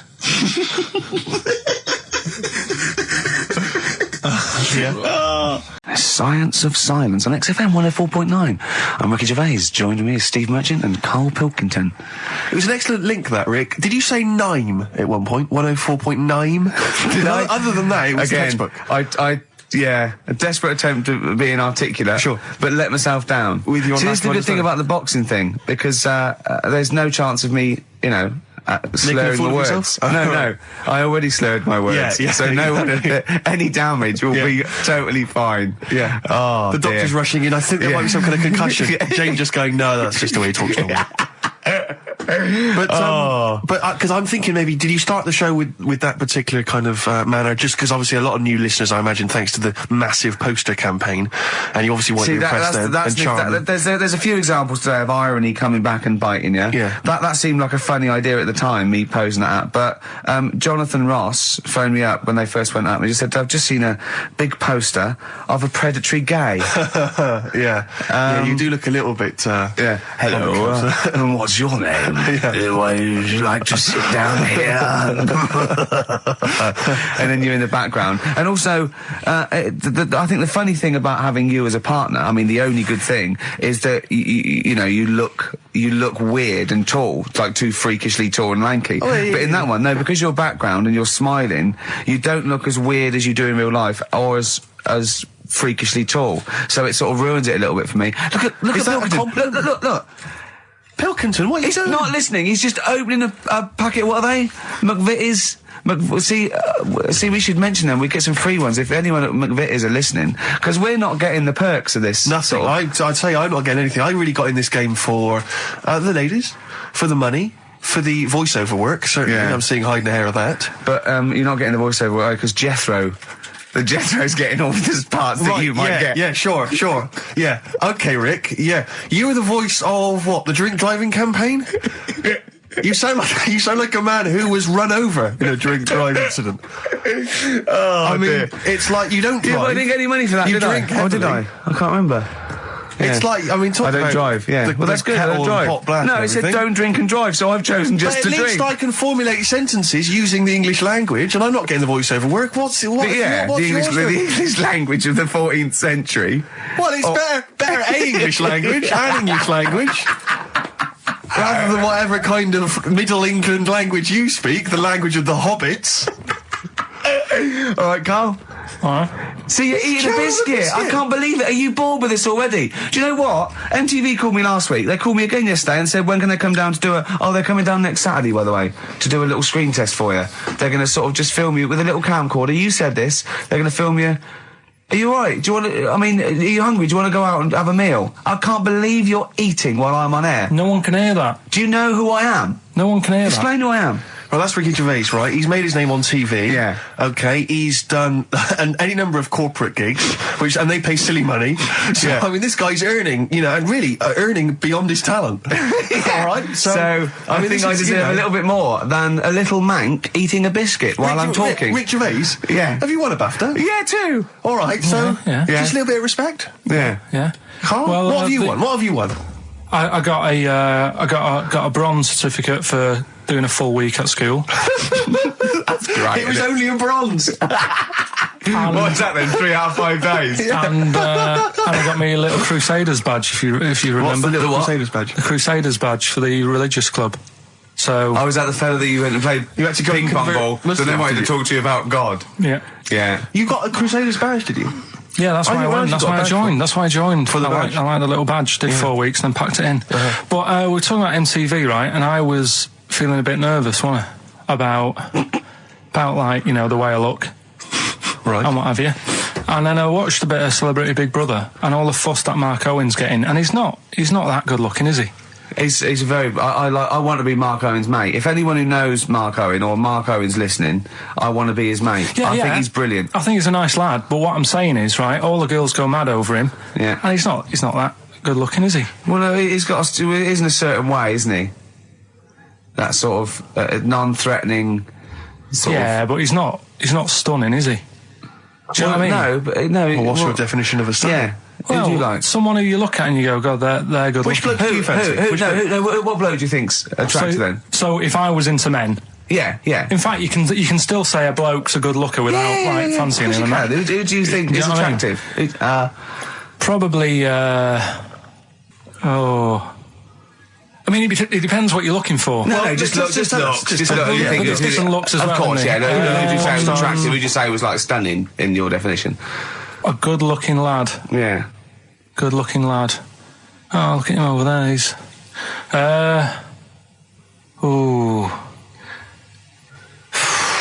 Do you find, Robbie Williams? Do you find him attractive? Boy next door. Look. No.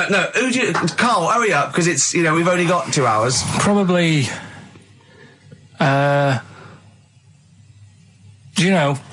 can't think of one offhand. Mark Owen is pretty good looking then, really. Just name one bloke that you think's an attractive guy. There must be one bloke that you've either met or that you've, seen in a pub Who do you think on a is poster. attractive? Tell you what. Go on. Tell you what. Works here. Young Alex Zane. Well, we know Alex, maybe we can fix you up. I love you, Alex. You've got so much. Just to get that kitchen, right? Now, Brilliant. as we speak now, right? Builder's in the flat. He's been annoying me. Of course he has. Of course he has. What's he been doing? When he turned up on Monday, right? Yeah. Wanders in, and the first thing he says to me is, said, the pub across the road, is it any good? I said, well, it doesn't matter, does it? You're working on the kitchen. Think of saying that to a builder. Probably making conversation. Probably meant, do they do a toasted sandwich? Because I've got a half-hour lunch break, not an hour, like Karl Pilkington. So I'll probably then get a nice, cheese and tomato sandwich. Is that genuinely what you said to him? Yeah. So Suzanne had to go at me saying, why have you said that? He hasn't even started on it yet. I cannot believe that. You're unbelievable, Karl. And you say it's us that are rude, crass, I wasn't being thoughtless. rude. I just was letting him know. Do you know what I mean? I know what He they're up knows to. what he was there for. He had it down on his little docket. Do the kitchen this week. Yeah. He didn't come there and go, what did I come out for? Was it to go to the pub for a week? Why am I wearing these overalls? Yeah. Who's the little bald mate twat insulting me? Let me just check. Let me call the head office. I wasn't having a go though. I mean, they should have finished it yesterday, and they're there now, right, on their own. And what annoyed me is they turned up late today. Hold on, Karl, I've just realised something. They're probably listening to the radio. This, I assume, tuned to XFM, isn't it, in your kitchen? Yeah, but they don't know it's me, do they? Do you know what I mean? No. They'd go, he's got a whiny mank voice as well. So's the bloke who owns this place.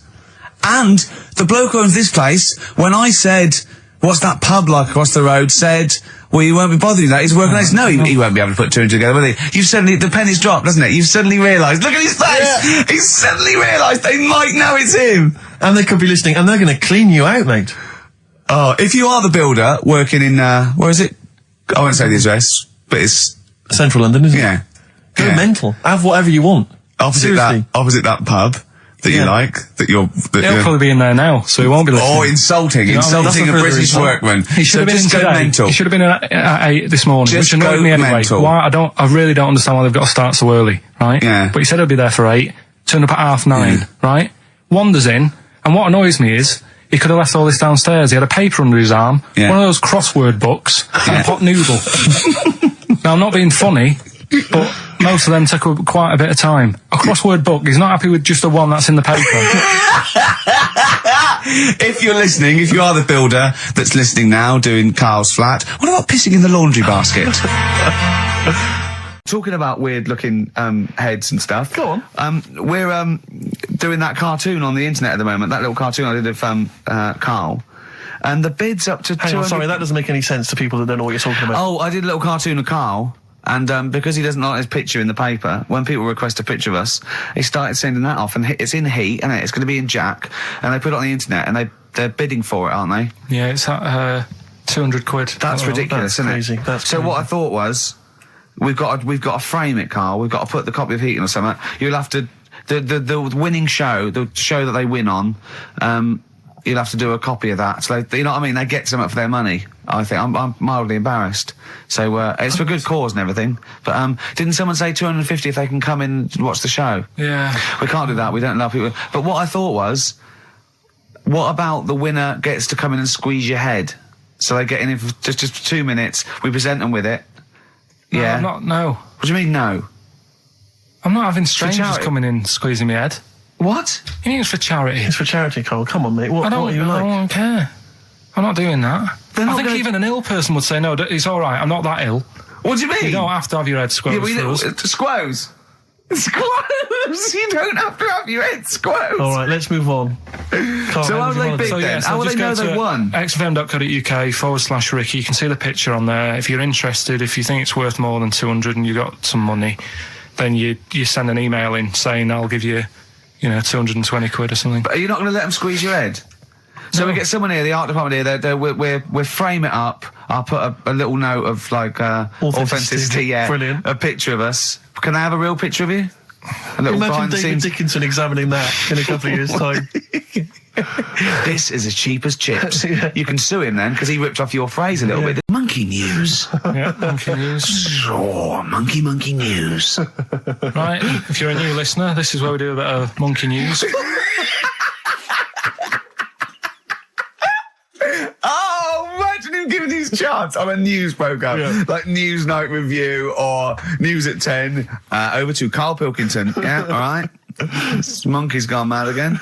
Go on. Right, we've done quite a lot of good stuff. The one that sort of kicked up most of the fuss was probably Ollie the monkey. I love the fact that they're all monkeys. He's a chimpanzee. Wow. Right. It's an ape. Well, today, right, we're looking at one that's it's called Coco. Oh yeah, the sign language one. Well, what I've read about him is he speaks, right? Oh, God. Highly educated. Yeah. Photographer.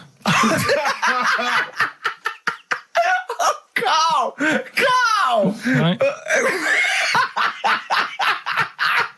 I love the fact that when he gets a gifted ape, he has to look up to him. He realises that he is superior. I love that. Right. Oh.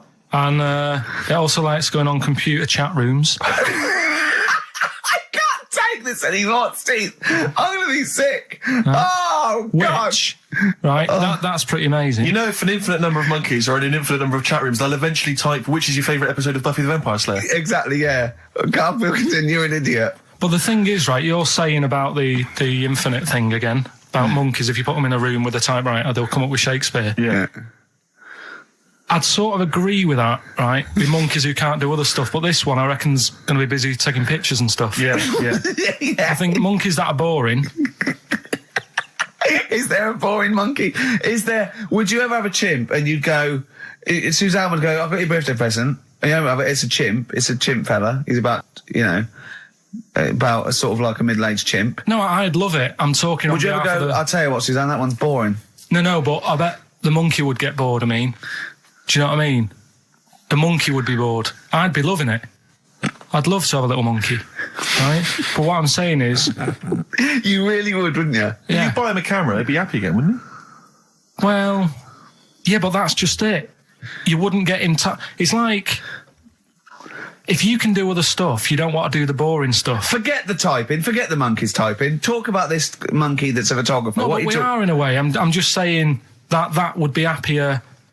Monkeys that have got nothing else to do, if they can't take pictures and that, and they can't go on chat rooms. They're happy to sit in a room typing away for infinity, yeah. Do you know what I mean? But he's got maybe a little exhibition to put on. Do you think... Do you know that most chimps and apes and monkeys still actually just live in trees? These are in laboratories and zoos and things. You know that's not the norm.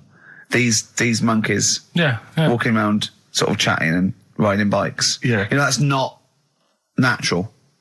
Exactly. No, I know, but if you left a bike in the jungle and then came back a few years later, there wouldn't be monkeys riding around on it and a book. If you left a bike with a book in the basket, right, and you went away for 10 years and you came back, there wouldn't be a whole new transport system and schools. No. They'd eat it. They'd throw it round and eat it. All right, then, so what you're saying is you can't... See, what I think is, right, and don't take this the wrong way in that, right, Stephen Hawking, Yes. right, now he had a bad illness.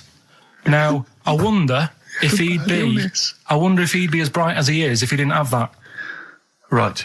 Because he's had time to sit down, he's like, well, what can I do? Yeah. They've gone give him a book. And he read it.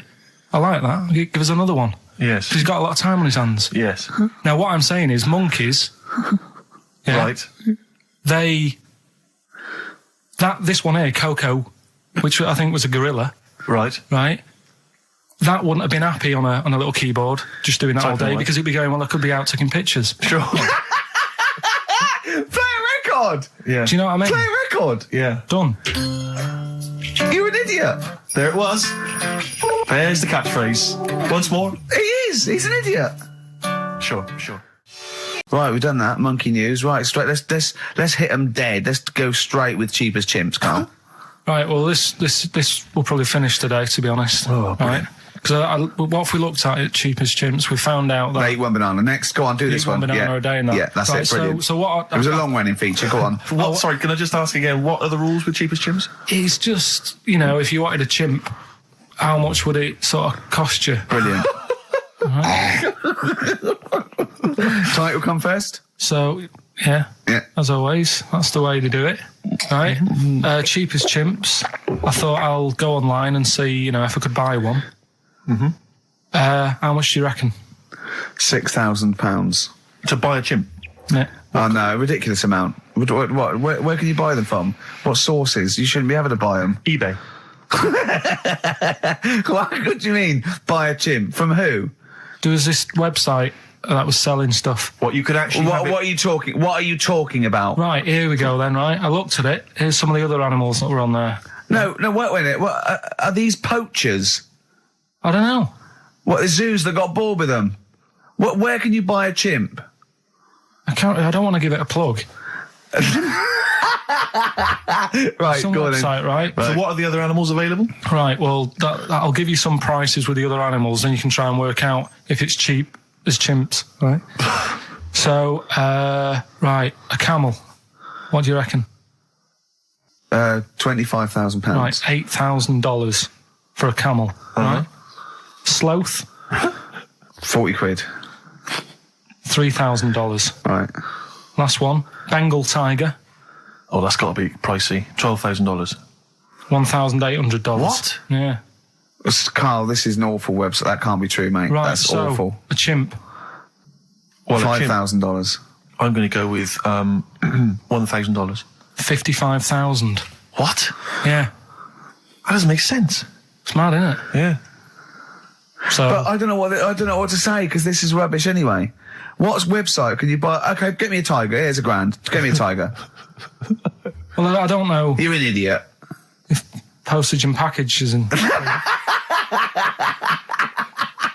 Sorry, so where does the cheapest chimps element come in? Well, that's sort Aren't of you supposed to rounds it up. shout, it's cheapest chimps at the end? Well, it isn't. That's why I want to finish the feature. I think you should host a whole show like that. I think it's lovely. So, have you ever done any, like DJ, like proper DJ, like in a pub or a club? Because I know Wow. Carl had his own. I had my own disco when I was a kid. Yeah, not proper. I had a gig once when I had to. It was 2 nights a week in the local pub. Just the 2 decks. That was in a suitcase. You know, those sort of Yeah, like all in yeah, one yeah. thing. And they just wanted the same records. They wanted Rod Stewart, Baby Jane. They wanted about 11:15 when they were all drunk. They wanted Don McLean's American Pie, which they all sang along course, to. yeah. Uptown Girl they liked. Right. But yeah, I didn't used to do the talking. Did you at do the all. patter? No, 'Cause I I never had couldn't. the- I never had the I balls to do just the don't patter. understand it. I just love those wedding sort of DJs that they have to give you extra information. They can't just play a song. They have to say things like, "Ooh, all the way back there in the Commodore's easy." It's sort of like they have to tell But you who's something. listening? Who's listening? They're just going It's to a play the next wedding. record. It's Play a wedding, yeah. It's like, there's the controller of a local radio station listening. He just happens to be at the wedding thinking, hang on. Hold on, he's played a record, but he's got extra information. Well, they should do useful things at a wedding. Like, will the overweight aunt in the purple dress please now take the floor with little unfortunate kid and let him hop around? As the dance floor is currently empty, will any 8-year-old boys wearing those tiny tuxedos please slide across the dance floor on their knees? Until they are taken home and put to bed early. I went to one once.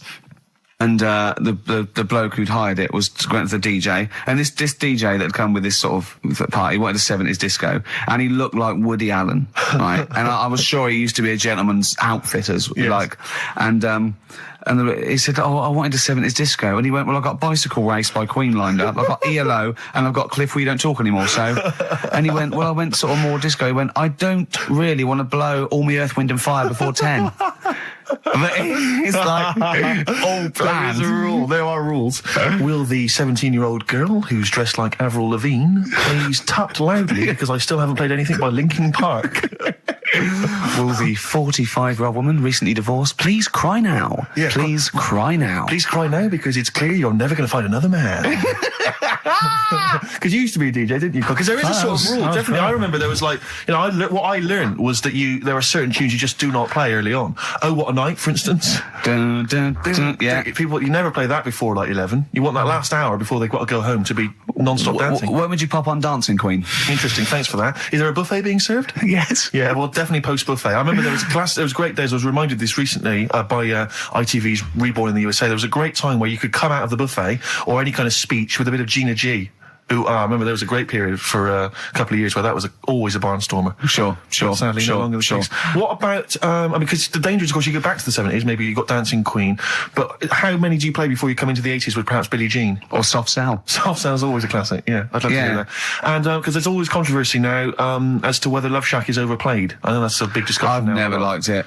No, I just like, will any 35-year-old men please now dance ironically to Bombastic in the vain hope that someone would actually find them attractive? Love Shack? Oh no, never liked Come it. on, Eileen? I never, yeah, alright. I just never liked any records that with a hint of novelty about them. They are popular though, they're floor fillers. I hate them. You haven't done DJing, have you? Exactly. What do you mean? Singing on the other side of your face. Have you? Yeah. Have you? Yeah. Not You didn't play popular. Dexter's Midnight Runners? Probably. Yeah. Yeah, I mean, I didn't plan it out that much when I did it. It was like, I knew I had the tights and cigars to give away. Yeah. Which he At the stole raffle. from his parents' bedroom beforehand. Yeah. Why were you giving away stuff at a disco anyway? Why were you just playing records? Because people liked it, didn't they? If it wasn't... It hasn't changed. We're doing this. We talk rubbish, we play records, and we give away crap that we found. Yeah. It hasn't changed, does it? And, so I had some good times. I mean, for people who haven't been listening all the time, it was called Pilky's Making Music. Yeah, It was like Pilkington, and my mate was called something Making, and the music was what we played, right? And I had some cards made, had some nice blue glossy cards made, but they were quite expensive. Yeah. So I used to hand them out, and then they'd say cheers for that, and say, no, write it down, write the number down, I want that back. Yeah.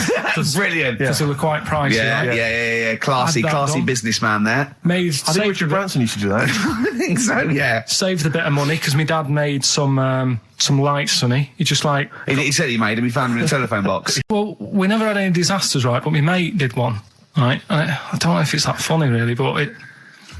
Well, I'll tell you anyway, right? He was doing this gig, and it was probably one of the biggest gigs, right, that he ever had. Must have been a couple of 100 people there. Yeah.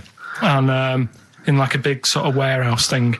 Anyway, for some reason, there was some problem with a big speaker that fell, right? So the police turn up and stuff. Right. And they try to control the night, and they're going, can everyone sit down? We try to control it. Can you sit down? So anyway, you get a few like little groups of people sitting down on the floor, and people were still stood up, and the police were saying, look, you know, we're going to cancel this whole night if you don't all sit down. And more people are sort of sitting down. It's going on for about 20 odd minutes, right? Will you please sit down? And it gets to this point when there's just one lad stood up in the middle.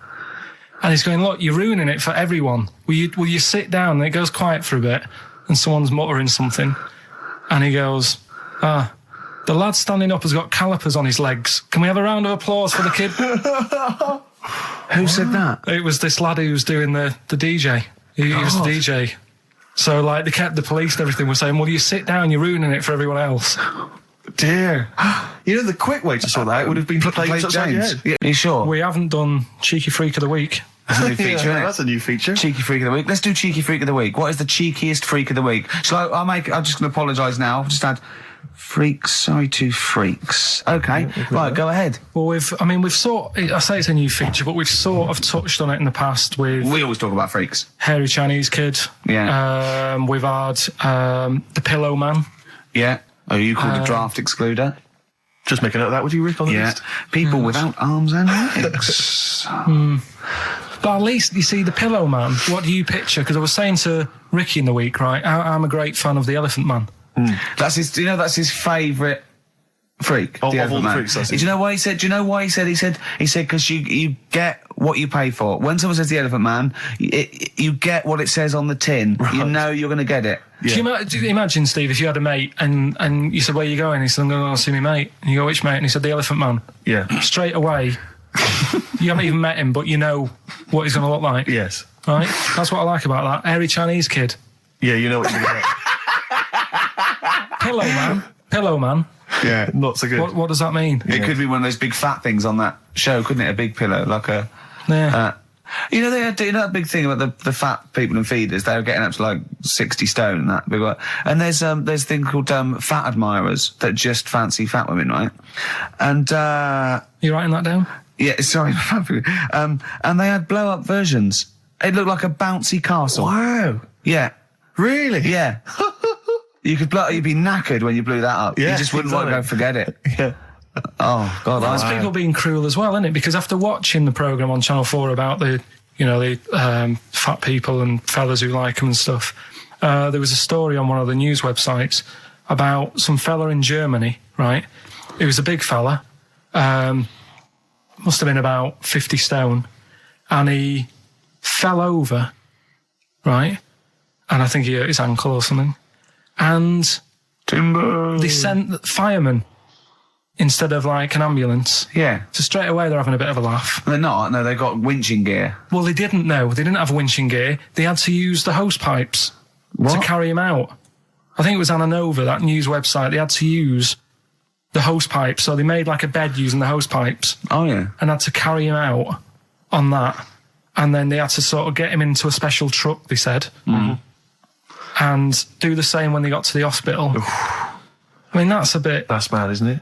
They shouldn't do that. Although, Carl, I'm loving that story. I'm just worried that we're not going to be able to fit in Cheeky Freak of the Week. What's the Cheeky Freak of the Week? All right, Cheeky Freak of the Week.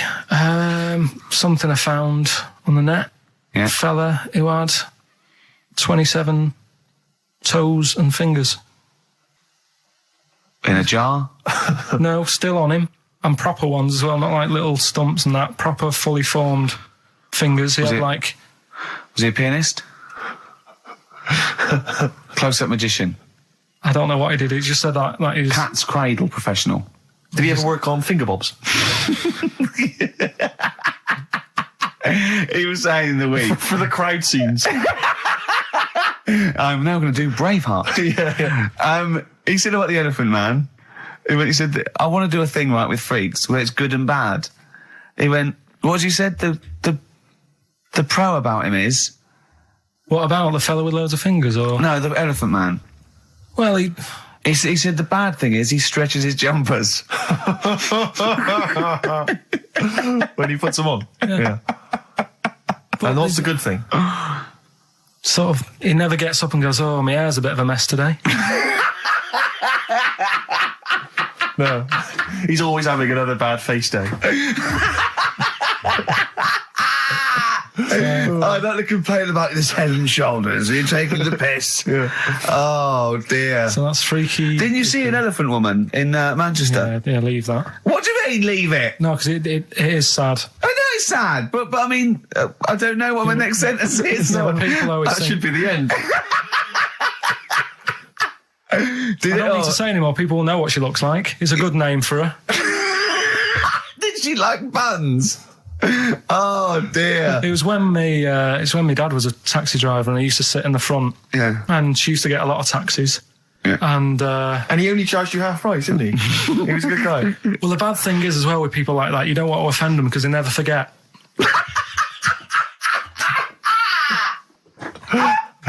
Oh, go! But, go, Pilkington! I was sat in the front of the cab, and my dad goes, right, we're going to go and pick the You know, I can't even tell you the name of these guys, just evil. Right? What do you mean? No, leave it. So she's got... No, Carl, please. tell me what he said. No. You've already stitched him up his thieving things from Little Welsh I don't fellas. care. Right, what did he call her? Steve, back me up on this. I really don't want to be to. fair, our opinion of him is already pretty low. Look, tell me what he said. No, it's not. I'm scared of what my dad gets. It's the person who's got the She's thing not wrong. listening, is she? Well, her headphones wouldn't fit on her head. Tell me what he called her. I don't want to. Tell me what he called her, Carl. I'm getting angry, man. Tell me what he called her. No, I'll leave that. Honestly, Tell me what he... It doesn't matter. Tell me what he called her. Carl, just... I'm going to go... Susie, I want to know what he called her. Right, you're not going to stop this show. We're not doing the next show until you tell me what he called her. What did your father call the elephant head woman? Tell me. Spudhead. How old were you? I don't know, about 9. So did you expect to see a potato with a dress? He did sort of, again, it's a good name. Do you know what I mean? I had an idea of what it was going to be about, and he said, do you want to stay in the car, I'll take you home, because you can't... Spudheads, you got lovely eyes. Can't. Come on, man. Comfort and Sound by Feeder on XFM 104.9. I'm Ricky Gervais. With me, Stephen Merchant. Hello there. But no Karl Pilkington. No Karl. He's in Lanzarote. Lanzarote, But as we we have speak. got a very, very special stand-in. It's Camfield. Say hello. I'm so excited to be here. It's Yeah. been, you know, the things I've learned in the last 10 minutes before we've even gone on air. Like, you don't have a theme tune. I don't have a theme tune. I don't wear headphones. Exactly. Ian wears headphones with a preamp. He's got 3 midgets just brought in his back line. Yeah. Right?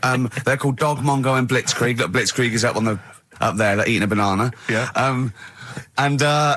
He is the king of rock, the new king of rock. Well, the prince, he's the prince of rock. Obviously, Vance is the king of rock. But we'll be doing that, we're working out who. Over this, and by the way, Camfield, I don't want the Ian Camfield that does XFM and going, and this fast approaching 123, here's Ash. I want the Camfield that goes, I snorted ants with Lemmy. Okay? So, we want the real Camfield. All right. I bought in Metal Christmas, is that all right? That's my only request from this show, that we do play Paul Di'Anno's version of Santa Claus is Coming to Town. The rest of it's over to you. Yeah, we're going to play some Christmas tunes. We're going to play some, our favourite hits of the year. But mainly, this is the rock programme. This is the rock programme. What worries me, Rick, is there's a lot of people who listen to our show and they're not regular XFM listeners. They just kind of crawl They're out not of their regular morphine people. stupor on a Saturday afternoon, put the show on. So they might not be familiar with Well, Ian's Ian work. Camfield is a young man. He's been in... He's about 14. He's been in radio... It's weird, he's 14, but he's been in radio for 15 and a half years. He was weaned on the milk of a Vance. Yeah. Right? And he's going to be the new rock god, aren't you? Well, I'm trying. Yeah. No DJ Camfield. Just go, yeah. Right? And over the 2 hours, I want to work out the 4 pillars of rock, right? I want 4 names, 4 pillars of rock, right? Huge rock pillars, and then I want the king who stands astride them like the archangel of metal. So we'll be asking Ian, every few minutes we'll be asking, right, who's your first pillar of rock? And then, keeping the one that stands astride them, okay? And how many do we need? Well, we need 5 names then, don't we? The 4 pillars of rock and who stands astride them. Right, okay. Like the Overlord with these Axe Attack albums. Yeah. Yeah. This is Oasis. Christmas. A lot of people ask me, Camfield, I'm sure you can, you've probably got experiences of your own that you might want to talk about, but people ask me what Ricky's like in real life. And I don't want to get grotesque. It's Christmas, people are listening, people are eating sandwiches, but he has a flatulence problem. I don't know if you're aware of this. It is... It's not a problem. Right. Well, it is for us. Yeah. You may not. Yeah. I think the problem with Ricky is Ricky hates to miss out on anything. He's terrified that there's going to be something going on that he's missing out on, a conversation, a joke, someone falling over, and he daren't spend any time in the lavatory because it's too any period of time he spends in there, he could be missing out on some fun. So he kind of tries to get his lavatory, occupying time down to a minimum, an absolute minimum. Plenty of pissing. There's loads of that, but none of the other activity. Really, I mean, you keep that. Really, it's like you're in, you're out, and sometimes I don't think you've done the full job, Rick. Yeah. And today, I tell you this, my eyes were bleeding. It was. It's intense. It's just a word of warning, because the kitchen at XFM is out of bounds now. No one's going in there until the new year. A to J in the library. A to J in the record library. I'll tell you this, I don't know if, like, Tony Blackburn's in the building. His wig will fall off. But seriously, not that he wears a wig. He doesn't wear a wig. But if he's going down now, maybe he wants to play some Beach Boys. I mean, seriously, forget I'm a celebrity, get me out of here. Forget you might have survived in the jungle, Tony. But you get down there, mate. Tony, would you rather eat a plate of maggots or go and get Beach Boys? Exactly. Saying A to J. Oh, pot pickers. Exactly. Jesus Christ. It is absolutely extraordinary down there. Oh, so I'll just be warned. But it's Christmas. Yeah. It's Christmas. Why would Blackburn be listening to this? I don't know. He's probably doing a bit of Christmas shopping. Sure. And he's out and about with probably got his little, personal stereo on. Yeah. And he goes, I'll listen to the boys at XFM. Exactly. And Camfield, what do you think of it so far? Yeah. Yeah? Yeah. It's not Vance, is it? Okay, who is secured as one of the pillars of rock? Lemmy. Of course he is. Never changes his boots. 2 pairs of trousers. 3 shirts. Really? Yeah. And he just alternates them, does he? Yeah, so he might yeah. have the same pair of trousers for 2 weeks, but the different shirt. Is it true his rider is a bottle of Jack Daniels and 40 Marlboro? No, it's like one of those 100 packs. No. Yeah. One of the 100 packs of Marlboro, and he like keeps them stuck in his boots, which don't change. Actually, I think I'm right in saying like that one of the like 2 left boots as well, because one of them did break. and he had 2 pairs, but he's now only got 1. But he's got the Lemmy, that is Lemmy then. Lemmy is one of the pillars of rock. What would Phil Lynott get anywhere near this? Yeah, he would have done. Let's play some Lizzie then. Ian, I know you're keen to know this, Rick. What are your thoughts on XFM?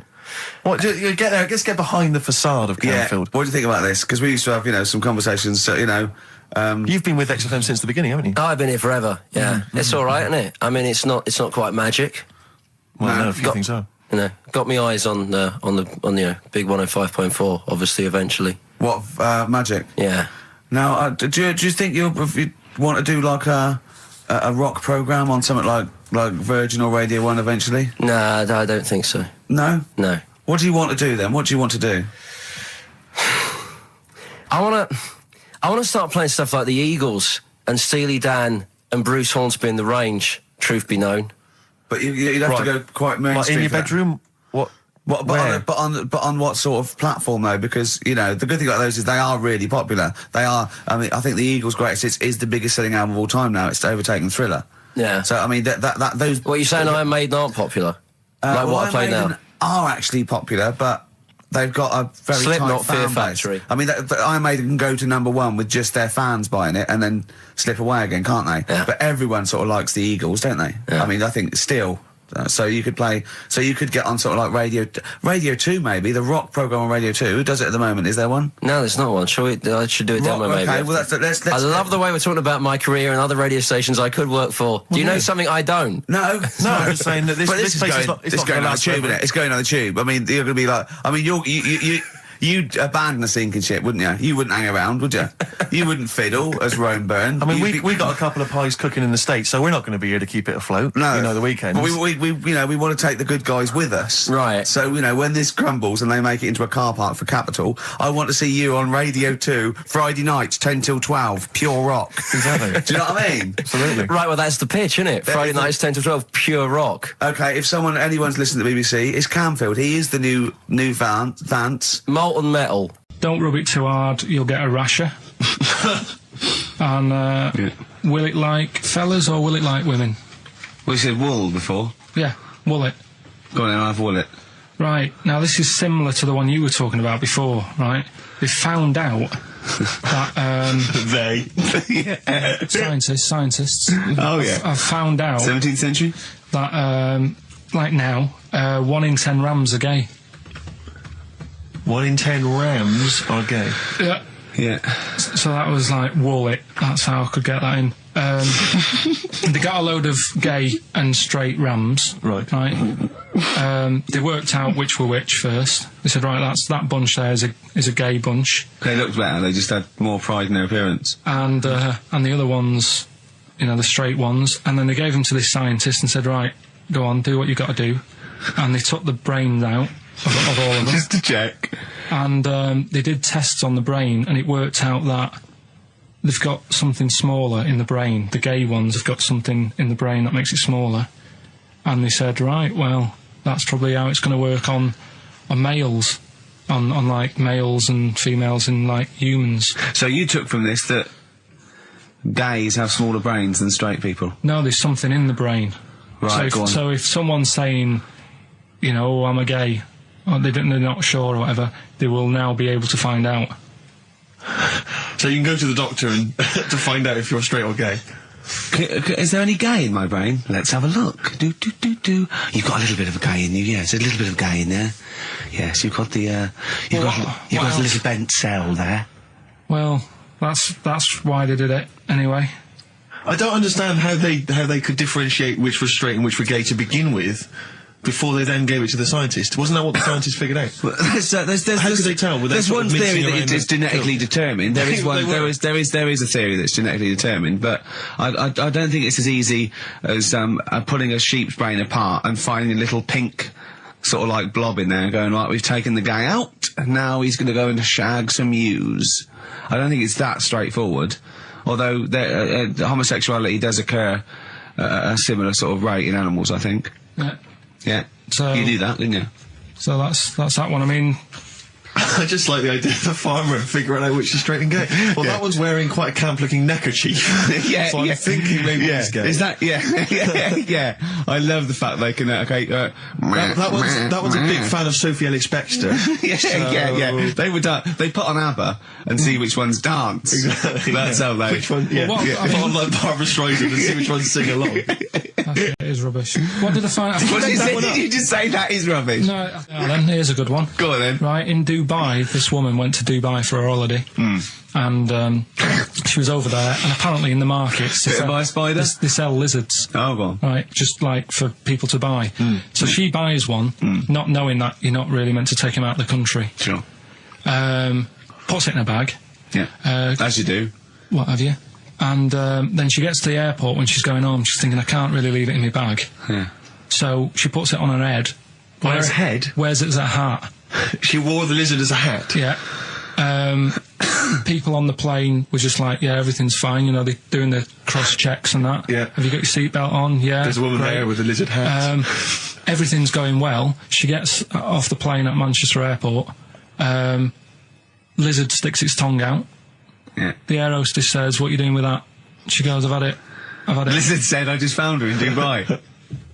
They said, I've had this with me all journey, and they said, well, you shouldn't have done, and they took it off her. Yeah, I think that is true, actually. Yeah. Yeah. So what about that? Yeah, good, yeah. Yeah. That educated me. Right, what, any more? Well, what's that taught you? That's taught you, you know, be careful when smuggling lizards back as some kind of hat. Yeah, don't just say, lizard, keep your tongue in, you twat. Don't rub it too hard, you'll get a rash out. It's been a mess today, hasn't it? What do you mean, it's been a mess? It's been a mess. What has? This. What? The show? Yeah. How has it been any worse? It's just all over the place. There's no sort of, it's not tight like it normally is. And she'll be going away with this, thinking that's what the show would be like. She listens to the show, she knows it's a shambles every week. Go on. Well, don't rub it too hard, you'll get a rasher. Yeah. Do you know the saying, ham it up? Yeah, go on, yeah. Right, well, do you know what it means? Well, it means to overact. Right. Well, years ago, with actors in musicals and stuff, the actors used to look pretty ill on the stage because they didn't have proper makeup and that. Right. Right. So what they used to do to make themselves look rub their face in pigs. Well, they got bacon, rubbed it on the face, and it made the face a bit sticky because of all the the pig fat and bit of lard and stuff like that. And then they'd go and get some bricks. Bricks. Yeah. House bricks. Rub them together, make some sort of red dust from the brick, and then put the dust on the face. And the fat and the lard and that would make the dust stick to the face. And they'd look well under the lights.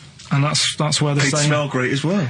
Yeah, well... Lovely, everyone likes the smell of bacon. No, but... So that's the old... ham it up, that's where that comes from. If it's true, I've no reason to think that it's not. So that's your third educating Ricky today. So, what have you learned? Nothing. Absolutely sod all. You've got your hamming it up. Yeah. rams are gay. They know which ones are gay now.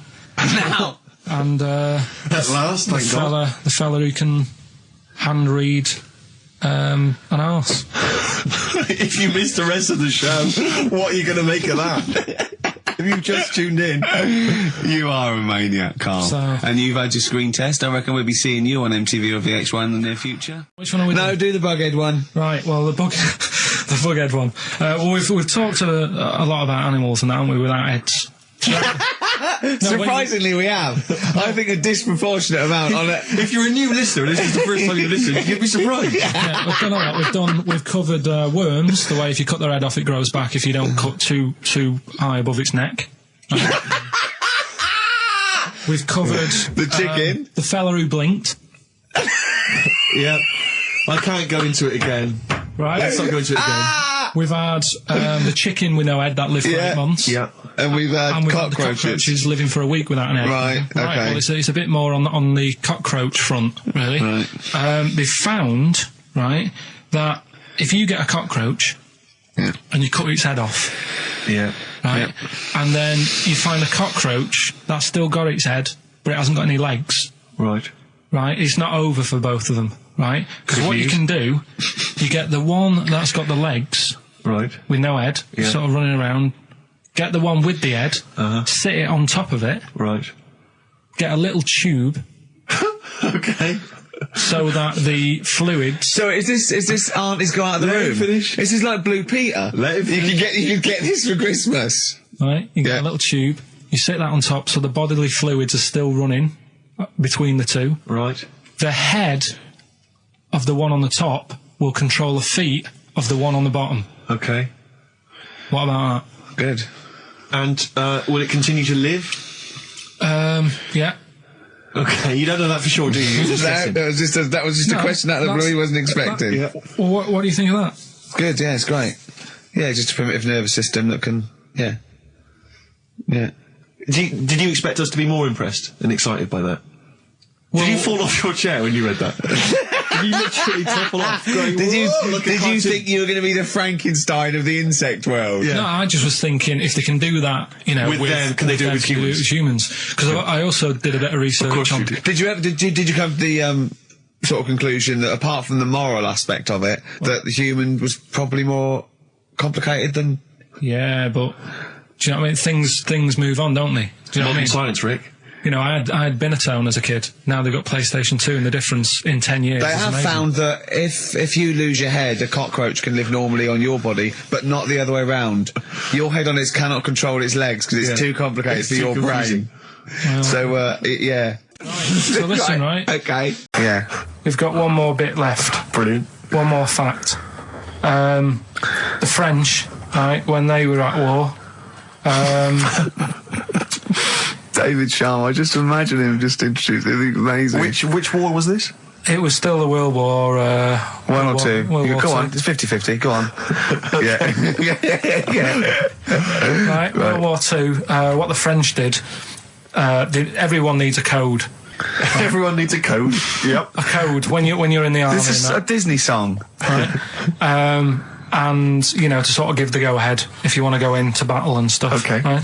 So, Needs a code. but the weird thing Game is, show. right, the weird thing is, do you know what theirs was? Go on.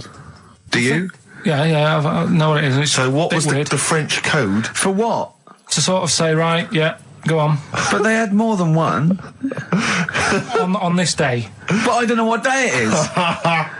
On All this right. day. And what, it's like saying, what am I thinking of? What was the battle? What was the...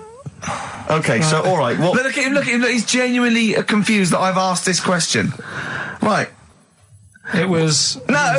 If you ask me a question, ask me the question correctly. What was the code for battle during what battle? World War II. No, that's not a battle. That's a war. Yeah, it was in a war, yeah. I don't know what to do. He confuses people. Alright, okay, what was it, Carl? What was the Yeah, code? what was are the you French thinking code? of? Right. John's got a moustache. What are you talking My about? lungs are gonna burst. That was a code that the French used. You know, like, I mean, I just think it's a bit daft, right? because you could come up with that by mistake. yeah. Two French blokes talking in the trenches, and they see a major walk past, and they go, "Oh, look, John's got a moustache," and they all go and go, "No, I was just talking." What are you talking about? Well, the way I don't think that's a good code. I'm not. I don't believe it is the code. No, it is, seriously. And what? It's just that what we've talked would it have about been it. said in French? Yeah. Okay. Yeah. But the weird- Guess in. Yeah. No, but What? you see, I can't even be bothered What are you saying, Carl? because it's not a very good code. Do you know, like we've talked in the past about things you don't see, and I said an old man eating a Twix. Yeah. If they use that's safe because no one is ever going to see a man having an old man having a Twix. What do you mean? Well, use that as a code. Don't use a saying, John's got a moustache, that could crop up. It's like the war's kicked off. How did that happen? Well, I said John had a moustache. Oh. Two French folks would never be saying John's got a moustache. Why would they? Because back then they were fashionable. He nearly makes sense, doesn't he? I assume it would have been Jean. Yeah. No, probably John. And how would this code have been? I mean, who would have announced I this just to read everyone? it. I read it like that, Steve. That's what was on the internet. This is a code that was used. John's got a Don't be moustache. angry with me. I know, but you're always asking questions. That's because I'm interested in history. Yeah. Go on, Carl. Got that right. Acid. I would sort you out with some science. Brilliant. I forgot the puns in mine, didn't I? I forgot the puns. Go on. Right, so, you asked to sort of be taught some science and that last week after being taught about war. So, did some research. And, there's a few things. I think we'll just cover one of them now. Go on. We talked a lot about hairy kids. We have I discussed that a love lot. the fact that Simon Sharma has never started a programme like that. The Jacobites. We've talked a lot about hairy kids. Go on. It's a little bit, I mean, it's not your traditional science stuff, but it's still interesting and it's a little bit, it's still... Yeah, we talked about hairy kids. We have disproportionately, honestly. I think this show's talked about hairy kids more than any other radio show. Well, it's one that... Sorry, I noticed both of you there dropped the H, or the H, or however it's I pronounced. had to, 'cause So it's airy kids, means yeah. hairy. Yeah. Hairy children, not sort of airy, kind of light-headed or... Yeah. Well, there was the case of the one who lived in China. Yeah. And... Which was weird for two reasons, wasn't it? Yeah. Well, go on. One was, like, he was covered in hair. That's already weird. And the doctor sort of checked him over and said, well, yeah, he is hairy, but he's quite healthy apart from he had a little bit of eczema and a boil. That was the main bit of the story, wasn't it? Yeah. But this one, right, we have sort of talked about it, and you weren't having any of it at the time. What? This next bit of science I'm telling you about. Go on then. Right? Remember when I told you about a lad who was living at home with his mum and dad, right? Everything's, normal life, go to school, that sort of thing. Yeah. Then, I think his mum and dad had an argument, and it kicked off a bit, and he thought, I'm sick of this. It's happening all the time now. They kept having arguments, so the kid ran off into the woods. Mm-hmm. Oh. Yeah. Right? God. Now, he left, he went and ran in the woods, and he ended up living with some monkeys. Right. Right? And he thought, this isn't a bad life, there's no arguments going on. Sure. He was getting on with them. And the weird He loves thing bananas. is, this is where the science bit comes in. Oh, Sure. He grew a load of hair on his body. That's not true. It's not true. It is true. It's an acquired characteristic. I bet someone will back me up on this. But no, you can't. You can't grow hair like that. You might get a little bit more down here. The erectile tissue might, they won't fall out as much. But you don't actually grow a big mane if you're cold and you're a human. Well, he did. This lad did. I know it sounds a bit strange and that, but he was living with the monkeys, and because it was cold, his body reacted to it. Listen. He was no hairier than he would have been if he was walking around naked on a cold day, with or without living with monkeys. The fact that he was living with monkeys makes no difference. No, I know, but I'm trying to get, picture it in your head what it's like. Although Mickey Dolenz was always pretty hairy. Right? So he was living with them, and he went into town or something one day to get some food, and the people there were like, hang on a minute, that isn't a monkey. Well, he went in naked. No, it was there covered in hair. Yeah, but naked, but covered in hair. So it was decent. It was. Yeah. But that was a weird thing. They thought it was a monkey in the shop. And then So presumably he had a big long beard as well, because he couldn't shave, could he? No, it was just covered. He looked like a monkey. And they were happy to serve the monkey, were they? There's a monkey, he's buying a newspaper and some milk. How did he walk, Carl? Did he walk upright or whistling along? The picture that I saw on the internet, he was on all fours, but I don't know if that's when he was running away after they'd sort of, realised he was a kid. But this was a picture. So he was a kid as well. He wasn't even like an adult with the beard. No, he was a kid. Brilliant. And the beard kicked in a little bit earlier. So the people caught him. You're an idiot. The people caught him, shaved him, right? Got it all off, didn't grow back again. Right. You're an idiot. Well, like I say, people will have heard this story or read about it. You're an idiot. And they'll email in. They don't let me down. And they'll agree that you're an idiot. No, they'll have seen the story. You're an idiot. So there's a little bit of science. Mount Everest? Go on. I need more. Right, well, there's a problem. Yeah. Because people are leaving rubbish up there and that. And like whoever owns it is saying, he's saying, forget this. They're leaving a mess and all that. But do you know why it's called Mount Everest? What was that? That's one, is it? That's one. There's rubbish on Mount Everest. No, How many people go up there? Are we talking about people dumping old tellies and washing machines? Who's fed up? The Yeti? What are you talking about? No, I mean, that isn't what I'm educating you. I'm just telling, this is part of the story. I'm just telling you. It's just a bit of context for you. Like, they're leaving loads of rubbish up there. Well, they're not leaving loads of rubbish up there, are they? No, they are. They're apparently not like prams and washing machines and seagulls flying everywhere. I don't know. Anyway. But anyway, do you know why it's called that? You know why it's called Mount Everest? Why it's called Mount Everest? I know the mount bit. It's because it's a large mount, and if you climb it, by the time you get to the top, you need to have a rest. And that isn't the educating bit. I'm just telling you. It's not true.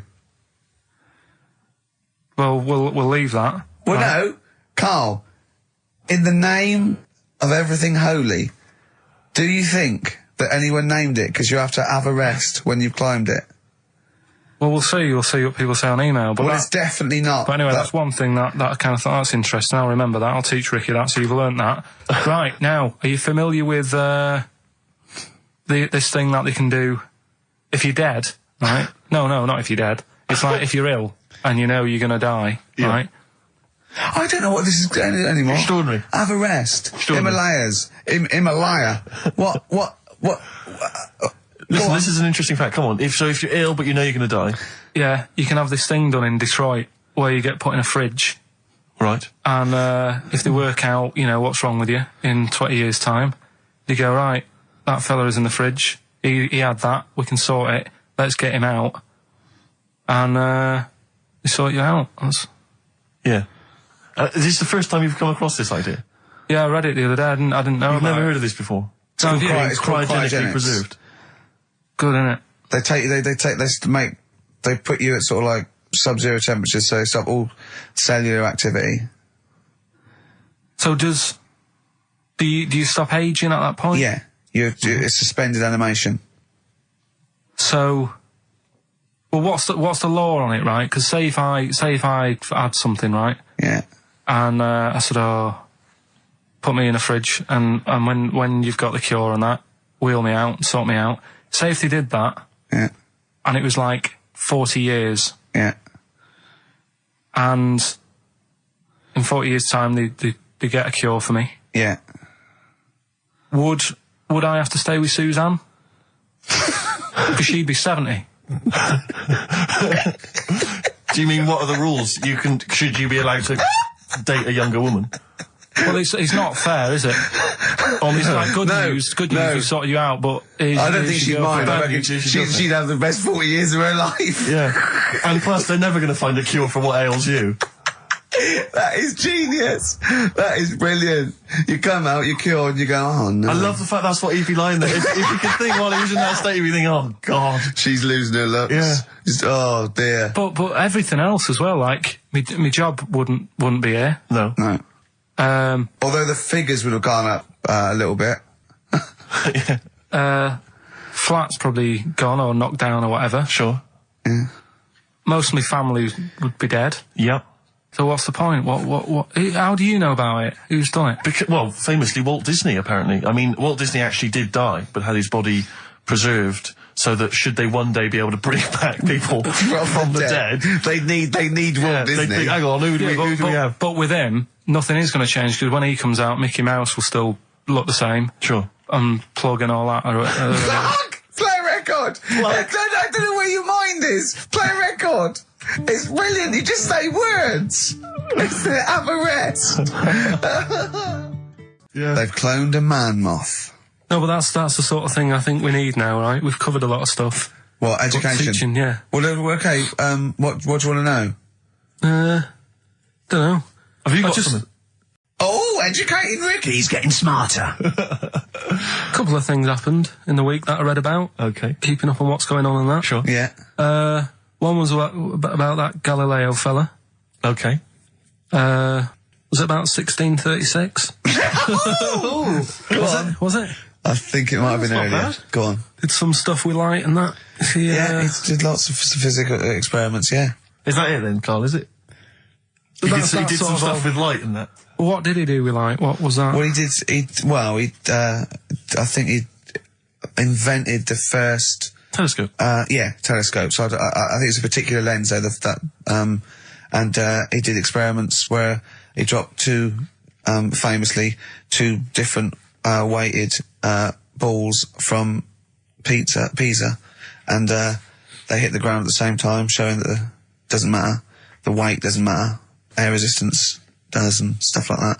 I think he probably explained it a bit better than that. Yeah, but I'm talking to Carl. Sure. Did they need to know? He's just thinking about pizza. Yeah. Did they need to know stuff like that back then? What do you mean, did they need to know stuff like that? It's just... There weren't people going around going, I've got to drop these two things off the bleeding tower of pizza. I just don't know which one's going to land first. Yeah, I need to know. What do you need to know Bring me about? Galileo. Yeah. It's for a bet. Yeah. No, but if I was knocking about then, I'd be like, stop messing with that. We need a telly. Or, do you know what I mean? I bet he thinks the Flintstones is real. I know. That'd be brilliant. That's what I'd do if I was a caveman. I'd make a telly out of rock. Yeah. And a pelican And a as car a that I cement just mixer. ran along the road with. Yeah, exactly. Yeah, we need a car. Yeah. Well, we haven't really got the internal combustion engine. Can you stick your feet through the bottom? Yeah, just get me a car, for Christ's sake. Anyway, so I learnt that. And then, What? He learned his name. Yeah. Other people I learned the name of this week. Oh, if a chimp could watch telly. Well, yeah. So me and Carl went out for a beer, and it was great, wasn't it? yeah, I enjoyed We myself. started Yeah, off, it's good. and you met my mate Robin, didn't you? Yeah. And some of the stories. Do you want to tell Steve some things about Robin that you Robin, done? do you know him well? Yes. Well, do you know about his worm problem as a kid? Go on. Right. What I can remember is he had worms as a kid. Not sure how you get them. He never answered me. He was getting a bit touchy about it. Right. This is like the second time I met him. I think he was a bit annoyed that Ricky told me about his problem. What now? Straight away, you not being there, instinctively, what do you think went on with this story about worms? My suspicion is rather like when you told a group of people that Robin had once suckled milk from a cow's udder. I told you that. Yeah. Did he mention that as well? Yeah. Yeah. My suspicion is that, like the cow story, the worm story is not true. But And why would he get so sort of uppity about it? Well, Because it's not true. Imagine if that wasn't the first time he'd done it. Imagine if he did that every single time he was with somebody for the first time and Robin was just met them. He will tell that story to anyone. But they do say there's no smoke without fire. Robin. I also told him that the way Robin cured these worms was because the doctor told his mother, right, to hold a piece of ham or cheese near Robin's anus so the worms would come out for the food, and he believed it. I'll tell you why, though. I said to Robin used to sit on spam to try and get the worms out, and he believed it. But Steve, right, do you remember that story about 3 or 4 years ago where there was some bloke in the army? He went away to somewhere, Vietnam or whatever. He was messing about in the woods. Messing about in the woods? Shouldn't he have been fighting? Whatever. Yeah. Right, and he walked through some lake, and I think he'd cut his toe or something on something, and some worm of some sort crawled in the gash. Yeah. And it was in his body, and the doctor said, we've got to get this out of your body. So what they did was, they said, right, the thinnest part or something of your body that things can crawl through is on the top of your head. So they wrapped Where the skull is. So they wrapped some bacon. No, they didn't! They did.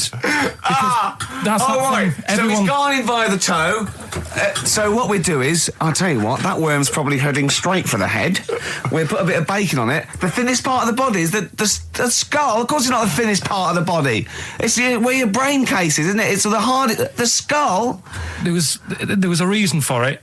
And it was like they stuck some bacon on his head. And As ever, the vital piece of information, i.e. the reason, Carl seems to have forgotten. Because the worm was in his body, and they said everyone likes the smell of bacon. Including worms.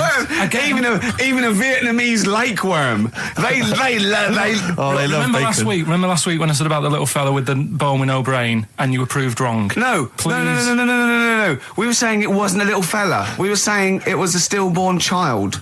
It wasn't a little fella. You're changing it now. You weren't having any of it last week. Right, hang on a minute. I'm getting confused. There was a Vietnamese snake that went inside of a soldier. A little, like, maggot or some sort that you have to get out of your body because it causes problems. Yes, and so in order to get it out of the body, they strapped bacon to his head. Yeah. That is great. This doctor. And did that work? I think so. They had a picture of him smiling. Oh, God, what, the worm or the bloke? The bloke. Oh, dear. Honestly, I hope someone knows the story. And it was about 3 years ago, I reckon. Okay. And, it did work. G.I. Bacon. So this is why the worm burrowed out of his head to get the bacon. Get to the bacon. Right. That's great. So this is why when Robin was telling his story, I was a little bit disappointed if it wasn't true. Right. Because in a way, Robin's never been to Vietnam. No, but what do you really think that Robin? Well, as Robin said at the time, Carl, why would I sit on ham then tell Ricky Gervais? It's a very good point. Because if he was a kid, you do daft things like that as a kid. Right. It's the telling Ricky Gervais though. Yeah. And then, bless him. Okay. And then anyway, Robin left, and I tried to chase him, but he got away. He knows that and then we had a few pints, and then Carl embarked on some of the greatest stories ever told. Can you tell the story about your dad? Let me run it by. I haven't spoke to him all week, so let me run it by him. Okay, play records. Because what we got? We've got one of Steve's tunes. Yeah, well, bizarrely enough, this comes from the Teachers 2 soundtrack, the soundtrack to the current TV series. There's a slight whiff of nepotism in the air. Yeah. Rick, would you like to explain why? Well, that's why you're doing it. My girlfriend worked on it, but you were going to play this anyway, weren't you? Well, I was, actually. Bizarrely enough, I was going to play some I Am Clute, and this is from, as I say, the Teachers soundtrack. This is called To You. It's a good track. That's I Am Clute, a track called To You from the Teachers soundtrack. That's also got, I noticed, the Electric Soft Parade, The Hives, Star Sailor, Feeder, Turin Breaks, Mercury Rev on there. It's a good little collection. Lovely. Carl has just had confirmation. He's looking smug because someone phoned up and went, it is true, it's a Laogai chi worm and you wrap bacon around your head. That's all the bloke knew as well. Yeah. And his name was Gary. Yeah. So I'm not having it. No. And he said, see, that's why the Robin thing isn't so weird. He said, but when you said he tried it with cheese, he said I was having none of it. He's got standards. We'll start off with the Mr. Freeze. Tell Steve the story of Mr. Freeze. This is the first time he nearly died. This is the most serious of the lot, really. So, what it was, do you know, like, don't know if your mum and dad did the same thing, but, like, they do the weekly shopping on like, a Friday. Yeah. So when you got to Thursday, there wouldn't be much stuff left in the cupboard. It'd just be like, your Jacob's crackers and stuff like that. So when they'd been to the supermarket and they came back, I was like, what's that saying? Like a pig in... I loved it. It was like loads of food coming in, loads of biscuits. What is that saying? He nearly said pig in shit. Right. Is that the saying? Yeah. Right. So all this food comes in. Thank God he didn't. Otherwise he'd have been in trouble. That's true enough. Because he's culpable for our actions because he's the producer. So technically, that twat's in charge. Go on. Right. So anyway, there's loads of food, and I'm like, oh yeah, look at this, and chocolate biscuits, and penguins and stuff. Bacon. And bacon. Just in case, you never know. So anyway, my mum and dad's putting the food away, me and our kid are like, he's already grabbed something, gone back upstairs. It's like feral children. it's like a quest for fire. And then they run upstairs. What did he just sit under the bed, gnawing at some sort of pig's trotter? So I saw, do you remember Mr. Freeze Pops? I do, yeah. So they're kind of like popsicles, icicles. Yeah, but really long, like a foot long, right? Yeah. So I thought, I'll have one of them, so I grabbed it. Went for the nutritious stuff first. Absolutely. And like my mum and dad are putting this stuff away and what have you. And I rip it open and knock it back, right? Straight away, just right back like Swallow that. it, Right yeah. But it went down the wrong way, right? So What's down your shirt? So I was like, oh God, I can't breathe. And my mum and dad didn't even know what I'd ate. Do you know what I mean? I ate it so quick. Yeah. And I'm sort of tapping my mum on the back, going, and she's going, oh God, you know, he's choking again, because I was always choking. If it was one thing, I don't know if I've got like a small throat, but I mean, even Ricky knows I can't drink that much, can I? Yeah. Do you know, or eat pebbles. I'm not a quick drinker. I'd always, I think I'm scared of like swallowing stuff. Yeah. And it was like bottle tops and mint imperials and stuff. I was always choking on stuff. Oh, jeez. So anyway, she's going, oh God, what's he picked up on it now? Drop it. So- And she hit his nose with a stick. So I was going, I'm choking. At this point, my dad had I think he'd put his share away, you know, his food away, and he'd gone. His share. I love it. He'd gone to watch like Winner Takes All or whatever in a lounge, and I was in the kitchen, and I was starting to I didn't care anymore. Do you know what I mean? I just got to that point where I wasn't struggling anymore. You just thought, I'm done I just for. was like falling to the ground. And my mum's going, you know, get in here, I think it's serious.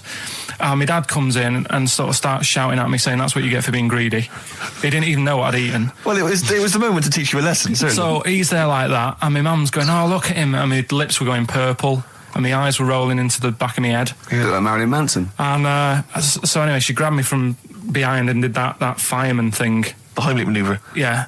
And, you know, winded me. And it came up, and I was all right. What, the whole popsicle came flying back out? You see, that's what I don't understand. Because there was nothing there. No, just a little bit. No, it swells up, doesn't it? Because it irritated it. So it went down your sort of like your epiglottis. It went down the wrong way, like it went into your air canal instead of your throat, and it sort of spasms, and that's the fear. You just got to calm it down and relax. So in time, I would have been all right. Yeah, anyway. you don't. Well, no, you might have. So that's so that's hang on. one. No. But the weird thing is, like for 3 days after that, I felt like a sort of a special person. I went to school. I'm saying nothing. I did full days. A special needs person. Yeah. I went to school the next 3 days after that. I didn't wag it or anything. I did full days. I love that. 3 days, turn over. Yeah, exactly. After 3 days, you thought, screw it. Yeah, did a quick history exam. Yeah. Right, next one. Weird. That's popsicle. That's popsicle hell, we'll call that. Right, next one. Which one's the next one? Oh, what about your paper round? Right, the paper round one. Paper round, I'd still say it's the best job I've ever had. And he means it. No, I really enjoyed it. It's like, you know, you don't have to work with anyone else, right? So you make your own rules. Just think of that. You know, you sort of You're around. spreading information to people. Vital information. Giving a service, and no one else is around. You know, you can just do what you want and think about stuff whilst you're cycling around on your bike. It's really good. Yeah. So anyway, imagine the stuff he's thinking about when he's riding around his bike. So getting in the head of a salamander. So anyway, I loved it, and even though I only got 50p a day, right? No matter what the weather was like and stuff, I used to get up at 4:30 and go and do the round. And why did you get up at 4:30? Because I wanted to watch the Pink Panther at 5:30, so I wanted to get me paper round done. I said, why didn't you watch the Pink Panther? And then he went, I can't sit there thinking I've got my paper round to do. He'll ruin it for him. Yeah. So is it a good job or not? So 4:30 I was up and about, and this morning it was like winter, really bad winter, bad snow, you know, freezing cold, really windy and all that. And my mum said to me before I went to bed, she said, don't be getting up tomorrow, I'll give you the 50p. I said, it's not about the 50p. So, you know, people want the papers and stuff. So, conscientious. So anyway, I went to bed thinking, you know, that's it. I've told her I'm still going, so, you know, whatever. Go to sleep, get up in the morning, and put all my kit on. And I used to have layers of clothing on because it was really cold. I had like a big anorak on with the fur on. I had like waterproof pants, and I got my paper round bag. And I went downstairs to get out and tried to open the door, and it was locked. I thought, oh, God. So she'd locked it so I couldn't go out. So I'm searching around the house looking for the keys. She must have hid them somewhere. I thought, oh, God, you know, I've got the papers to do. So I thought, how can I get out? So I went upstairs, climbed out of the bathroom window. God. Right, and to try and jump out the bathroom window onto the porch. But the problem was, I had so much gear on, I was like the Michelin Man.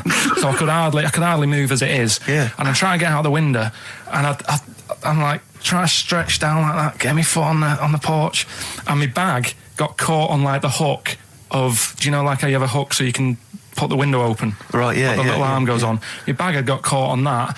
I was holding on to the wall and my foot on the thing, so I couldn't sort of pull it away in case I pulled it away and then fell on my head. Yeah. So I'm stuck there. Dangling. My dad comes back from working nights. Yeah. He thinks I'm a burglar. Gets out his gun. So he's shouting and stuff, going mad and going, Dad, it's me. And he had to give us a hand using a... He's heard that wily trick in Manchester before. He had to help me using a washing prop thing, a big stick. What did he do? Well, he said, just hold on for your dear life, and I'll sort of push the paper bag off the hook. Why didn't he go upstairs and sort it out? It was at that point where I was in the middle. There was nothing you could do. Do you know what I mean? It's at that point where you've just got to make a decision. Yeah. And by the time you go upstairs, who knows what might have happened? Sure. Do you know what I mean? You've got to act there and then, don't listen around. Yeah. So And you could hear downstairs, now here he is, the Pink Panther. Yeah. Dad! Hurry up! Neo Panther, ever so pink. Oh. So that was close to death, because I must have been about 30 foot in the air. So, to cut a long story short, he gave me about 4 or 5 near-death experiences, and he went, and the whole point of this, he went, so that's why I think I'm going to die of something horrible, like cancer. And I went, why? He went, right, you ready for this? Yeah. He said, well, I don't check my balls. Wait. He said, I don't like the feel. Carl, always check your balls. Do you I check don't yours? like the feel. Why don't you like the feel of your own balls? They just... I mean, you know that I don't like bodies anyway. Right. Do you know what I mean? It worries me a bit that you've got all that going on in your body, right, and your skin's keeping it all in place. Stop. We're going down a whole other avenue of discussion. Let's play a track. His homework was to come up with one of those stupid lateral thinking problems. We maybe should give an example of the... sort of genre. Romeo and Juliet, right? Romeo's asleep on the bed, Juliet's on the floor, covered in water and broken glass. What happened? And you ask all these stupid questions, and it's... Romeo's a cat and Juliet's a goldfish. Again, Awful. what am I thinking? Yeah. Yeah, go on then, Carl. Right, Yeah. there's a bloke lying on the floor, right? He's cut his head, blood's coming out of his head, and all his mates come running up, and they're all stood round him. Yeah. And they don't take their hats off as a mark of respect. That is outrageous. Why didn't they take their hats off? I'm laughing, but it's probably as good as the real absolutely. ones. A bloke's fallen with his... Yeah. He's lying on the floor. Yeah. He's dead. Yeah. His mates come running up. Like, Was it important that his head was cut? I don't know. I mean, Would it have been okay if he'd have been wearing a hat? He wouldn't have been dead if he was wearing a hat. What's your answer? No, you're meant to answer questions. You don't just go, what's your answer? You say, where's the turn? So you go, no, and I have to guess. It's obviously like sort of motorcycle stunt team or a parachute. Why didn't they take their hats off? Because they're probably still on the motorbikes or something, or... Well, yeah, but if you mark a respect to someone, you could take your helmet off.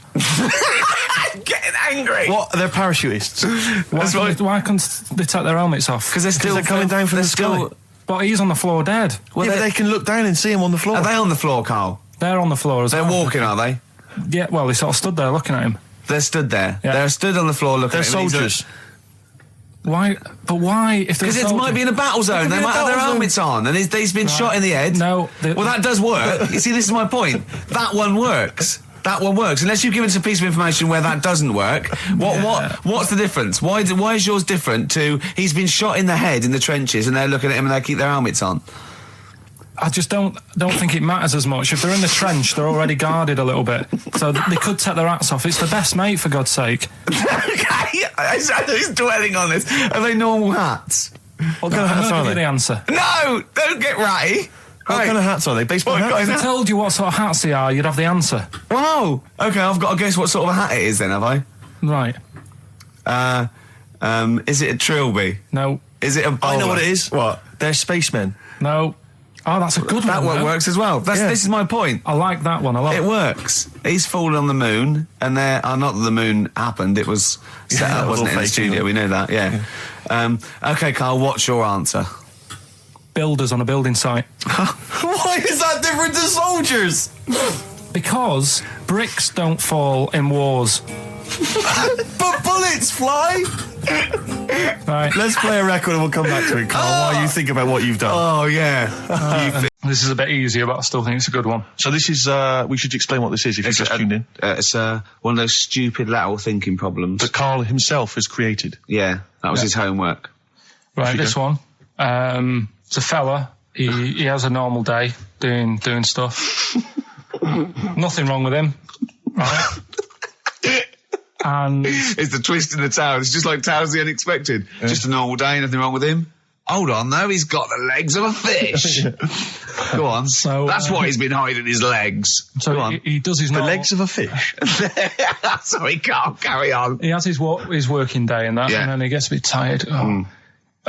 Goes to bed. He puts the light on, leaves it on, goes to bed. Oh, That's crazy.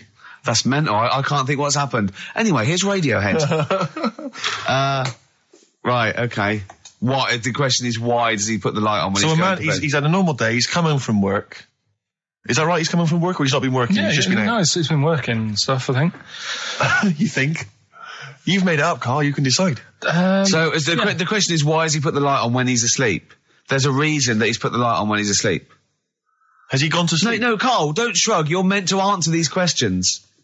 He put the light on before he went to bed. Yeah, and the question And you're he's asking gone me to is sleep, why? What's the scenario? And the light's on and Yeah. that, but he's gone to sleep. Yeah. He started reading and then he fell asleep.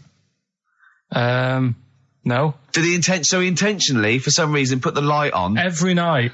It's mad. Sounds mad. That's Carl, doesn't it? Every night he does it. Yeah. He puts the light on when So- he goes to Light sleep. on, it goes to bed. Carl, is the point of this, he puts the light on for a very good reason. Not for us, but for some people. He's blind and it's always been on and he thinks he's turning it off, but it was on in the day and he thinks he's turning it off, but he's turning it on because he's No, blind. that'd be stupid. That works. No, that works great, Rick. Yeah. Thank you, Carl. So you've got to come up with Hang on. If What? you're blind, why would you put a light on? No, he thinks it's off. Yeah. But why would he turn it on anyway? Just think so he doesn't get burgled, so people know he's in because he can't see him. So he just he puts the light on when he's there, then he turns the light off when he goes to bed, so people think it's fine. But he's got it out of kilter, and actually he's walking around in the dark all day. I don't believe that if you're blind, you turn your light on. I don't think you'd be living on your own, would you? I'm not having that for a Do second. blind people live on their own? For a second. Well, some people do. Lonely blind people live on their own. No, if you got bad eyes. Any of them women? Are there any blind women who are living on their own? Rick? No, I mean, if you know of some blind women. Oh, living on their own. 800 800 1234. We've gone through this. If you are a blind woman with no standards and you don't care annoying voices and smell, Yeah. then get in touch with you. Yeah, I mean, know- you've got to be within the ages of, say, 25 to 65.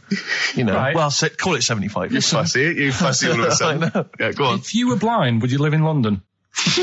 Because someone said yesterday there was one struggling outside in Leicester Square, and I don't understand. If you would, I mean, you know, That might have been a tourist.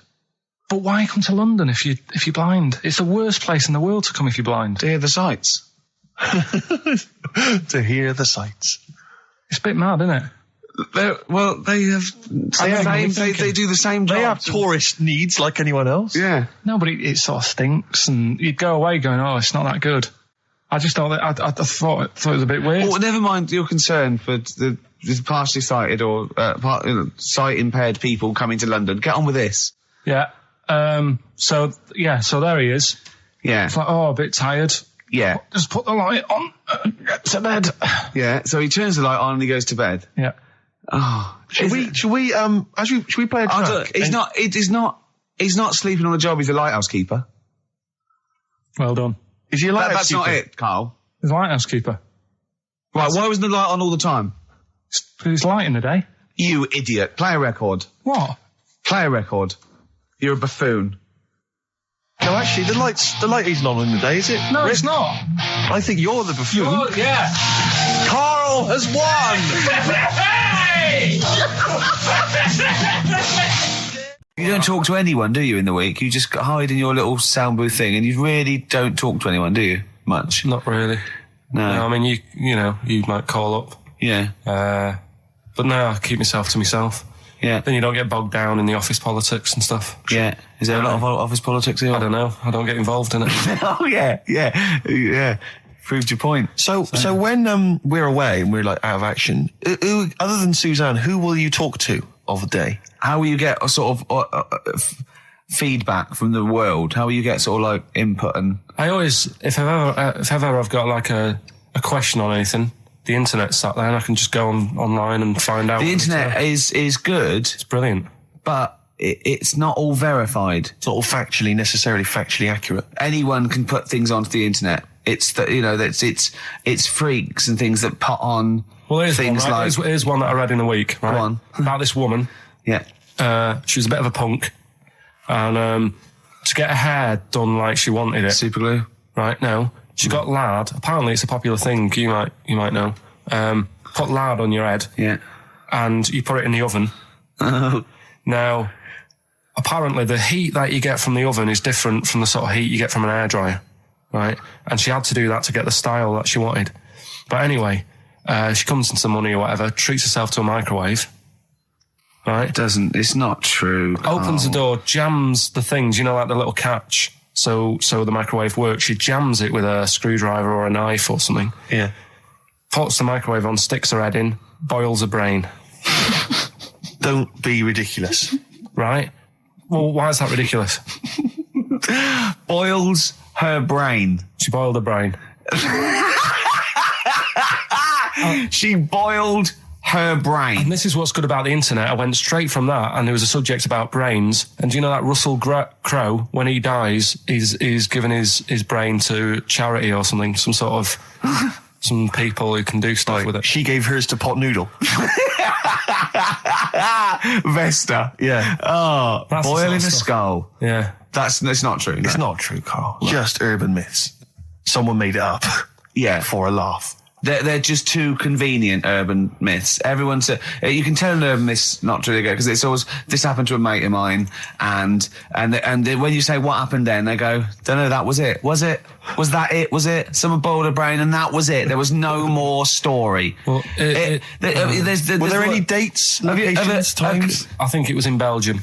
There's that one. There's that one that a bloke, right, was going to get a phone call at 4 o'clock to find out if his business was, okay, right? And if he didn't get the phone call, he knew he was broke, destitute. So dead on 4 o'clock, the phone didn't ring. So he went up to the roof of his office and he jumped off to commit suicide. And as he was passing his window, the phone was ringing. Oh no. Carl, it didn't happen. Didn't happen. Think it through. Think it through. Who told that story? Who told that story? As he hit the pavement at 120 miles an hour. He's the only person who could have known that series of incidents. Also, why didn't he wait? As his life's at stake, why didn't he wait till 5 past? I was going to give it 5 minutes just in case. In case the lines are busy. Yeah. And what sort of bloke goes, I'll call you at 4, okay, if your business... Well, call me anyway. No. If I don't call exactly 4, then, you commit suicide. Commit suicide. I would, because if I don't call at 4, that's the end of it. Well, call me anyway. No, that's not the way I work. Why can't you just call me and tell me the other way? Well, I'm telling you how I do it. If you're bust, I don't call. Can't you just call to verify in case someone goes wrong? What if it's engaged? It won't be engaged. Just commit suicide at 4, please. It didn't happen, Carl. The other one, right? A bloke, right? He's on a train station, and I tell you how I heard it. He's waiting for a cruise station, whatever, and he shits himself. As you do. And so he goes, oh, my train's in 5 minutes. So he runs across to Millets and goes, quick, Levi's, 36. The bloke just puts it in a bag. He runs onto the train. He goes into the toilet, takes his trousers and pants off. He's soiled. Yes, throws them out of the window. I won't be needing those again. Cleans himself off, open the bags. It's a jacket. Oh. No, he didn't have them, Carl. At what point did he go into it and go, quick, Levi's 36? And the bloke went, sorry, Levi's 36, what, a pair? No. Shall I wrap them? Them? It. Shall I wrap? Just wrap whatever it is. Do you want to look? No. I'm not looking when you're putting it in the bag, please. Right? 36 waist stories. Don't say anything. I've told you 36 Levi's. They put it in a bag and charged me for it. Yeah. I don't want to discuss it further. Yeah. There was one... There we go. There was one about a woman whose husband died, and she had him cremated. Yeah. And made like a little egg timer out of him. And she said, I did that so it can still help around the kitchen. Well, that might be true. That might be a joke. That's quite sweet. That might be true. It's true story, again. It was all... No, not again, because the ones I just told weren't. Nor is the boiling the brains in a bag curry microwave. Head story, true. Yeah. That's all. That's nearly it, Carl. Right, what's your last room 101? Oh, God. It was, holidays. Holidays. Well, you want to put holidays in room 101? People who are sort of annoying on holiday. Oh, yeah. Do you know when you go away? Oh, yeah. It's sort of touched on this before. Is this going to be the Scouse guy? Yeah. Go on. Oh, it's so long now. I mean, it was a holiday when we went to Tunisia. And the Scouser pissed you off. Surprise, surprise. Yeah. Yeah. But the annoying thing was, when you go on it was a cheap holiday, and like the lesson here is, if you want a good holiday, you gotta like spend some money. Yeah. And we didn't on this one. We spent about, I don't know, 400 quid for two of us for like a month or something ridiculous. And we got there, and you get to the hotel and you go, we have made a mistake. It's a ropey hotel. You can tell like the blinds and stuff as you walk in, they're all dirty and stuff. And you think, well, let's make the most of it. Let's not get down about it. It's a holiday. It's for a rest. And you try and make the most of it. And we had to meet. Like you have one of those things where you get to your destination and the rep says, right, go and unpack your bags and that. Go and sort yourself out in the room. And tomorrow morning we'll meet up at 10 o'clock. And I'll go through, the best sort of place to go for camel rides and, the best deals I can get you. That sort of thing. Can anyone here walk like an Egyptian? So she says, right, tomorrow morning, meet 10 o'clock in the discotheque. So we get up and we have breakfast, and it wasn't a good breakfast. The kitchen was, like, bit horrible. The food wasn't good, and it was run by sort of midgets. What do you mean it was run? There's anything wrong with that. There was little fellas running around, and the annoying thing was one of them sort of started to fancy my girlfriend. How did he manifest his affection for you're not saying there's anything wrong with midgets, though, are you? Just saying it was strange. There was but even midgets shouldn't be cutting in on Karl Pilkington's territory. I know. But it's also that thing of, they've got little fingers, and it's sort of ruined. I'm so sorry. No, I'm not. It is a bit of a phobia of mine. Okay. Do you know what I mean? They are nice people and that. Sure. Oh, God. But the annoying thing is... So what was he doing then? How did he... I don't understand how he was chatting up your girlfriend. Was he crawling under the table so you couldn't see? Just kept... Whispering to her from underneath there. Stop it. Just sort of, Wait, I don't want to get a complaint on our last show. There's not many midgets. What's going to happen? Can we just finish this and start up again in a couple of months?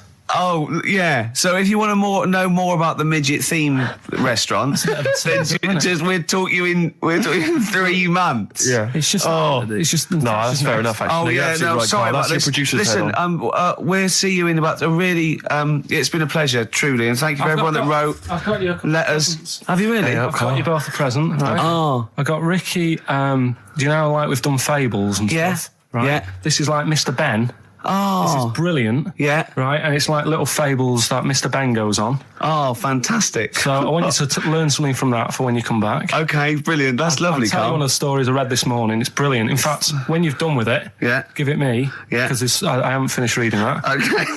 Thank you, Carl. And for Steve, a little Shut up lines. A little book of chat-up lines. That's fantastic. great, Carl. Well, we'll see you in 3 months. But carry on emailing Carl. Cherish Karl Pilkington. He sits in a little room by himself, so keep him in touch. And we'll see you in August. We're going to leave you with something that we all love. This is There Is a Light That Never Goes Out by the Smiths. Very apt, I think. Goodbye. See you later. Same way every day on XFM 104.9. I'm Ricky Gervais. With him, Steve Merchant. Sure. Rick, I only had one thing I had to do all week. Okay, was that? I was so excited about getting up Friday morning, phoning, getting Bruce Springsteen tickets. Yeah. The Boss is playing in October, and basically got up too late.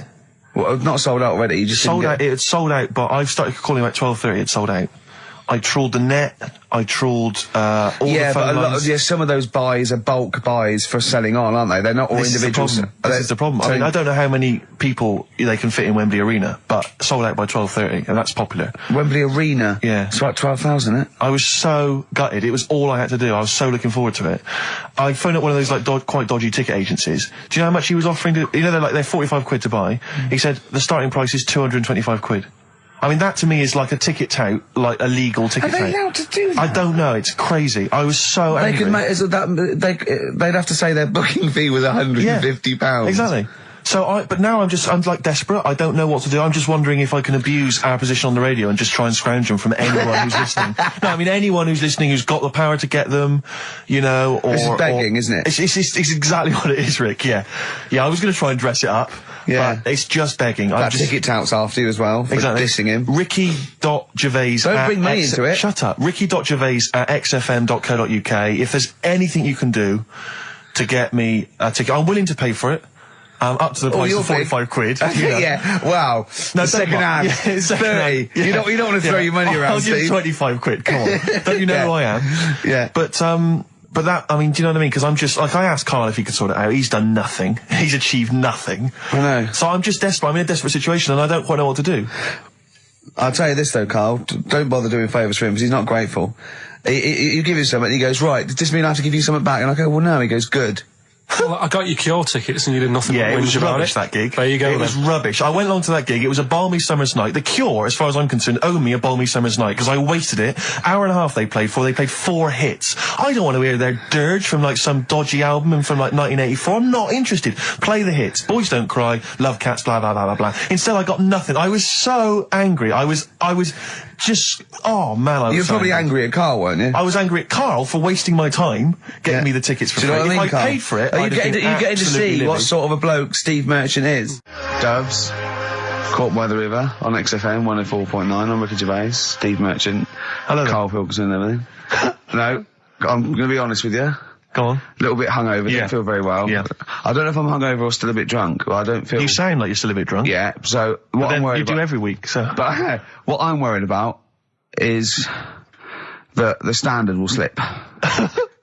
Yeah, Sure. if I'm not right on the ball. And the other thing is I haven't had a lot of time to prepare the show today. Okay. So I don't, I don't feel, you know... 100%. Yeah, I haven't done the... Carl... Right. Look... Have you finished that sentence? I don't make me laugh because it hurts as well. And there's the other side effect to me being a little bit hungover or drunk or whatever, right, is that I can be annoying. Right, yes. Because just to amuse myself, I sort of like turn my body off a little bit and just poke and like that and annoy people and that. I want to sort of like... Well, you do the physical equivalent of freewheeling. Yeah, Don't yeah. you? You just I sort of want to climb on Carl and go to sleep on him. Yes. Do you know what I mean? Yes. They'll both annoy him and it'd be comfortable. Yes. Which is, can be annoying. Just a little thing just to make this show a bit easier. If you'd put your hand up when you want one of us to speak, because I'm not quite sure when the sentences are finished. The hands are up. Okay, good. So, the hands are up. Okay. Okay. Good, alright. Okay. Are you gonna just keep them up for the rest of the show, or? No, Carl, do what you... Huh? Good, alright. Do you want to, is there an excuse as to why you're a bit hungover? Too much wine. Okay. All Last right. night, yeah. Yeah. Good. Thanks for Okay. that. Because this is the only work you've got to do all week, isn't it? Unless I'm very much mistaken. You don't have to do anything. You just sit at home eating cheese. Yeah. and then occasionally you do a bit of sort of shadow boxing, and that's exercise, and then you sit and watch TV. Yeah. Is that roughly what you did this week? Yeah. So this is the only 2 hours you had to do anything for all week. This is you had to prepare for this. Yeah, but who can plan a hangover? Right. You know, you'd think, Carl, you said you had some stuff. Yeah. What have we got? I love the fact that, whereas I was a little bit slow, Carl there leapt into action to keep this show afloat, keep the pace up. Go on. Right, well, Carl, are you hungover as well, or? I'm just a bit annoyed because I'm with you. Do you know what I mean? He hasn't got much to do all week. You're having a laugh. What? What angers me is I kind of hope that maybe I could have quite a long career in radio, and I sort of feel like I don't know, the word sinking ship. Those words spring to mind. But because it feels like, I mean, Carl, you're just a chancer anyway. You weren't even supposed to be on air, and we've made you into something of a household name, and that's cool. Household name. And Ricky's already a celebrity. He's got it stitched up. He's got corporates. He's got voiceover work. But I've got nothing. I'm running on empty. I'm not nothing. I've got nothing. I'm sort of dependent a bit on this. Yeah. Financially. And, go on then. What and are you two saying? are sort of bringing it down, really. Right. Do you reckon I can get my own show, Carl? Carl. Tell them like what I did Capital out there Gold with or a bit. No, Carl, tell them how funny I was out there with a bit in that a minute ago. So anyway, come Carl, on, I'm right? bored of this. I'll tell you what. will we tease them with what we've got coming up next? Yeah, Carl, tease us after the next Because I record. think we've already got them for 2 hours. Yeah, we've hooked them, Carl. Don't worry, this is textbook radio. What's this? Badly on board. Yeah. Rick, can I just... Sorry, I don't mean to abuse our position again, but... Bruce Springsteen's performing in London tomorrow night, and you remember I made an appeal to try and get a free ticket. Yeah. Well, I don't even mind paying. I tried to pay, but that's good of you. No, I'm a generous kind of guy. And I thought you were me. No, go on. What are you going to say? But You were all going I'm to pay saying for is, ticket. you know, face value. I mean, you don't want to be ripped off, do you? No, don't be crazy. You know, ideally half price. Yeah. And I've been chasing kind of my tail, really. I'm not going at the moment. I'm not going, and I'm desperate to see him, man. I mean, he's going to do a great concert. It's his only one in London. I can't believe that being on the radio, being on XFM, you know, the listenership's going up apparently. I can't believe I can't get a ticket. I've asked Carl. He's done nothing. Hang on a minute. No, Carl had a very good point. Nothing. Carl, say what you said when he was whinging in No, the but first of all, whilst you're moaning, you also asked in the week for a Badly Drawn Boy album. Yeah. You got in today. Yeah. There's one there for you. Well, yeah. But it's yin and yang. And it's Carl. like, yeah, but I do, you know. Carl, what's Steve ever done for you? That's what you got to ask yourself. What has Steve ever done for you? Well, he took me to the BAFTAs. Yeah, but only because no one else would probably want to go with you. I can't believe that. What is I this? do not believe that. Oh, Steve, I'm going to stitch you up now, Carl. And it's in a nice way, and don't worry, it won't be too bad. He won't take it too bad. Carl sent me a little text message today. Right. No, Oh, what is this? Right, okay. Okay. You know, I'm in a very frail mood at the moment. No, I'm you're not like going to this see one. Bruce. This is funny, because me and him have been, like, sending trivia back and forth to each other. Which is another point, right? I sent him... Oh, well, I'll get to that in a minute. I thought he'd really be amazed with, Well, while you're fiddling, if you can make my dream come true, to go and see Bruce Springsteen tomorrow, then give us a call on the usual number. But like I said, Steve. What? Right, it wouldn't be... Right, you just said when the song was on, can't believe it, right? We work at XFM and I can't get tickets for Springsteen, right? Yeah. We work in radio, we should get tickets. Right, now think Which of I'm the willing amount to pay for. Yeah, but think of the... Yeah, but if he's sold out, he's sold out. Yeah. Yeah, right? but that's just something they say. Right, that's just what they say, is it? Right, so everybody on local radio stations say, do you know, I like that Bruce Springsteen, I want a free ticket, right? So another say... I tried to phone. I phoned for an hour and a half. I couldn't get through. Not long enough. I've put the hours in. Not long enough. Not long enough. What are you talking about? I've put the hours in. No. Right? So another 400 people turn up at the gig. They cram them all in. There's people being crushed. You know, they've paid the money early. They were up early that day when the phone lines were open, whilst you were probably sleeping and that. So they're dedicated, and they're the ones at the front getting crushed. What? Would your Why mum and are they dad getting be crushed? happy if you were there getting crushed? I don't mind. I'll sit at the side of the stage and watch him. Yeah, but I don't mind. But everyone will say that then, and then before you know it, no one can see anything No, because you're all on Carl's the right stage. on this one. Leave it. Right, I'm going to give you this here. I'm handing over my mobile phone to Steve to read the... You can see it's from Carl at the top, but just read it out as you scroll down. Just read it out loud. Is this a text message from... Yeah, this is a text message to me from Carl. Read it out. To see at night as well as an owl, you would need eyes the size of grapefruits. If only Stephen could turn his head right round as well. Carl, I can't believe it. What upsets me most, Carl, right, is not the fact that you've been slagging me off behind my back. It's the fact that you've got the cheek to come on here and moralise because you failed to get me tickets and make a dream come true. You've come on here trying to pass the buck and say that it's a health and safety problem, when in actual fact it's a Karl Pilkington problem. See that? I got it in a bin. I'm devastated. You know, I didn't let's play a record. I'm I should upset. have eaten this banana off air. What's the number? It's 08700 800 1234. But if it's sold out, Steve, it's sold out. A bit of a classic here. R.E.M. I bet if Ricky wanted to go, it'd be fine. I'm sure someone could sort it out then. Who? Oh, if Ricky Gervais wants to go, then I'm you can going. come. Are you? No. You want some tickets, then? I had a bit of good news this morning. Go on. I was on the tube coming down, and I don't want to sound arrogant, I don't want to sound pushy, but I was at Green Park, and I'm fairly certain, Rick, it's not 100% corroborated, I'm fairly certain that a woman pinched my arse. So what do you think of that? Yes. There's a lot of pickpockets around Green Park. No, my wallet was still there. Really? But even if it wasn't, you know, that would have been money well spent. But the wallet was still there, so what do you think of them apples? Girlfriend was away, wasn't she, yesterday? Yeah, I always have a problem with that. Because you don't go to bed, do you, early? Do you know what I mean? You sort of think... I just always find that thing that if, you know, you're used to living with someone, one of you will go, let's go to bed, then you'll go, alright. But when you're on your own, you go... You just forget to go to bed. I just stay up. Okay, stop eating now, Carl. You've ate all the food. That's just a plate. All right. Okay. Yeah. No, I stayed up and watched... there was a thing on about Dracula. Right. What, Dracula? And I found a flaw in it. Go on. Not the fact that he's the living dead and drinks blood to stay alive and he doesn't reflect. And he can turn into a mirrors. bat. Well, And you can go on. the mirror thing, you can't look in mirrors, can he?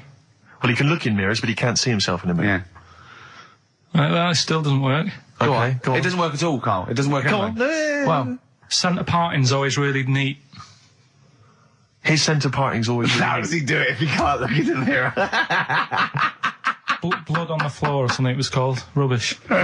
I love the flaw in the Dracula film is that his centre parting's too neat. How does he do it without a mirror? Oh. Was it a documentary about Dracula? No, Yeah, there was the real it's Dracula. The real called- Dracula. Yeah, the real Dracula. It's just a film. It had blood on the floor or something. It's called. Yeah. It's rubbish. From 1970. Yeah. Right, but you stayed up and watched that. You know there aren't Yeah, really that's right. vampires in that sense. Yeah. Yeah, but it still annoys you that his centre parting was too neat. Well, if you're going to do it, do you know what I mean? I'd like to see him with a fringe sort of pushed forward and maybe a hood up, alright? Come to suck your blood and that, alright? Yeah, just bits of tissue paper all over his face where he's cut himself clean. I can't see. Bloody mirrors annoying me, alright?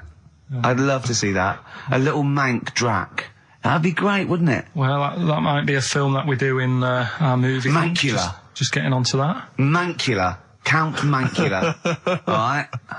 You got any rave? You got any rave music? Got any Oasis like that? That'd be brilliant. He came from Manchester. Please welcome Mancula. Alright? That'd be great, wouldn't it? His hair's a mess. Well, I can't see it in the mirror, can I? I phoned Carl up in the week. Yeah, and I said, what are you doing? He went, well, even though it's one of my days off, I'm just doing some research on the web. Found anything that said, yeah, I'm doing science.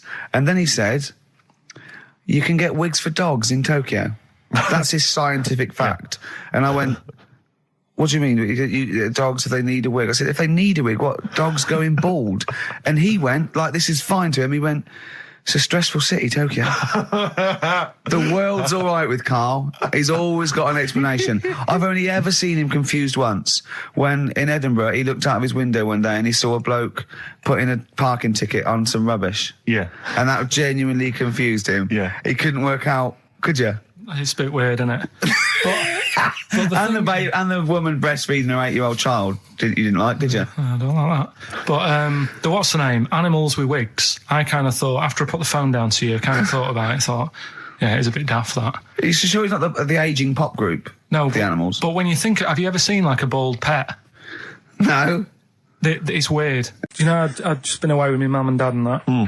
And one of the things I always like doing is having a good chat with my dad about stuff he got up to when he was a kid and that. Yeah. Right, 'cause he got up to loads of stuff, and every time I see him, tells me something. I thought, it's like, why are you just telling me that now? It's brilliant. Yeah. Right? So, I mean, to me, he's kind of like Ronnie Biggs or someone. He's just the most extraordinary kind of. Well, this happened. Right? I can't remember. There was a delay yesterday. There was problems on the Paddington line, and he was saying, "Oh, trains aren't what they used to be." Sure. He said, I was looking. They used to be horses, didn't they? Well, he was looking in the booklet, and it was saying, you can have your bags collected if you want, but it costs you £5. Yeah. So that's outrageous. Sure, of course. Right. So he said that's the problem with this country. We've got good with computers and that, but when it comes to like getting service, it's gone out the window. Yeah. Right. So he said, when I worked on the trains, and he was going on like this, that and the other. So I said, I didn't know you worked on the trains. He said, yeah, when I was 18, right, it was his job to get the coal, right, and chuck it in the engine. Right. And one day he's in Grand Central Station in Manchester, which is now the GMEX Centre. Right. Right. And that was like the main station. And he was in there. The fella who should have been sort of driving the train, right, he said, I'm just nipping to the pub. Sure. So you just stay here, keep the engine topped up and stuff. Yeah. So he's like, For a quick getaway. Yeah. Right? So the fella goes in the pub, and my dad's in there, putting the coal on. He did his bacon and eggs on a little shovel. Yeah. And anyway, fella comes up. He says, right, can you move the train forward now? Oh, blimey. So he was like, oh. So he didn't want to say, the fella's in the pub, because he'd say, what's he doing in the pub? He should be working, right? So he said, yeah, no problem. I'll sort it out. Right. So he puts it into gear or whatever you do on them trains. Sure, right? puts it into first, yeah. Starts going forward. Now, people who don't know about trains, something that I learnt is if you're carrying a load of coal or whatever on the back of it, they don't have brakes on each carriage, right? It's only the engine that has brakes on it. So when you pull the brakes on the engine, the whole weight of what it's pulling is pushing you forward. Sure. Right? Yeah. So he doesn't realise this though, because he's just used to cooking bacon and eggs and chucking coal. Of course, and yeah. right? So you've got to slam the brakes on sooner than you would normally. Yeah. Well, you have to anticipate it, I suppose. Yeah. But he didn't know that, so he's pulling in, he's thinking, right, I'll put the brakes on now. Yeah. Right? Puts the brakes on, the train just keeps going, he's going, oh god, it's not stopping. Sure. It ploughs right through the signal box. Right? Loads of damage. Pulling the signal, don't know what they're doing. Yeah. Loads of damage done. Apparently, if it was today's money, it'd be about £3 to £4 million worth of damage. It shut the station off for 4 weeks. But he didn't lose his job. The fella lost his job, the one who was in the pub. Yeah. He said the funny thing was, he said like £4 million worth of damage. He did his ankle, his wrist in. He had 3 weeks off sick and got paid. So it's brilliant. So I love your family. It's extraordinary. The Pilkington gene. Weird, isn't it? I'd like to see a documentary following you and your family. You'd have to get the family involved. No, the sort of stuff my dad goes on about. They'd never put it on telly.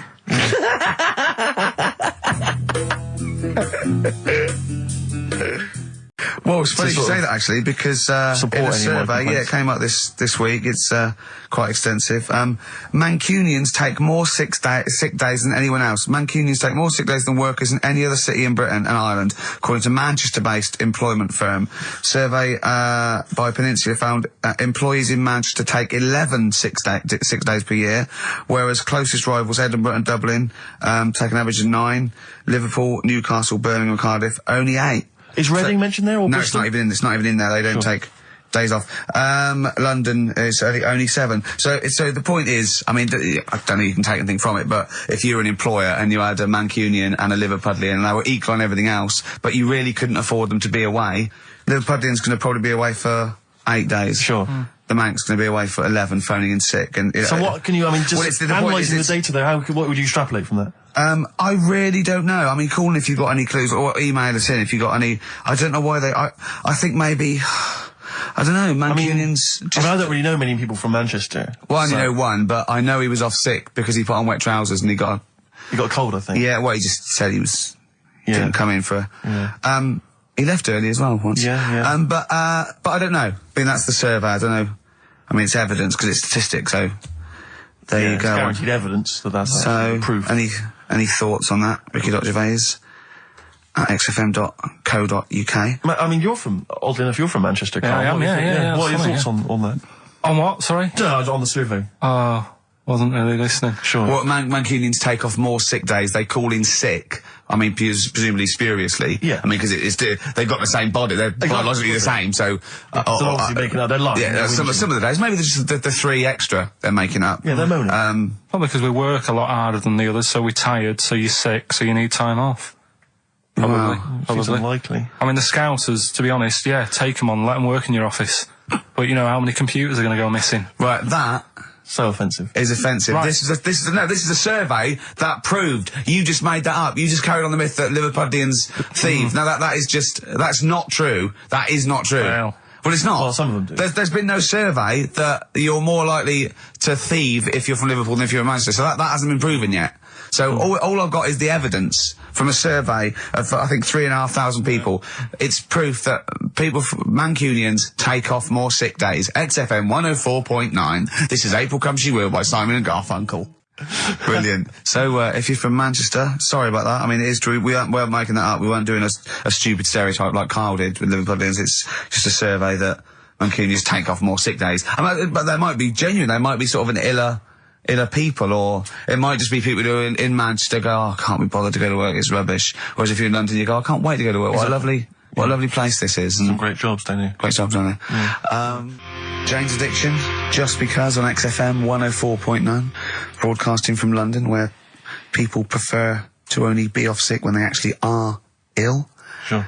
Yeah, I don't think I've ever taken a day off sick.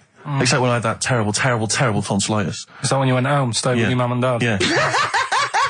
Why is that a problem? No, it's back to health. No, I'm not saying it's a problem. Back to health. Yeah, I've got a loving family.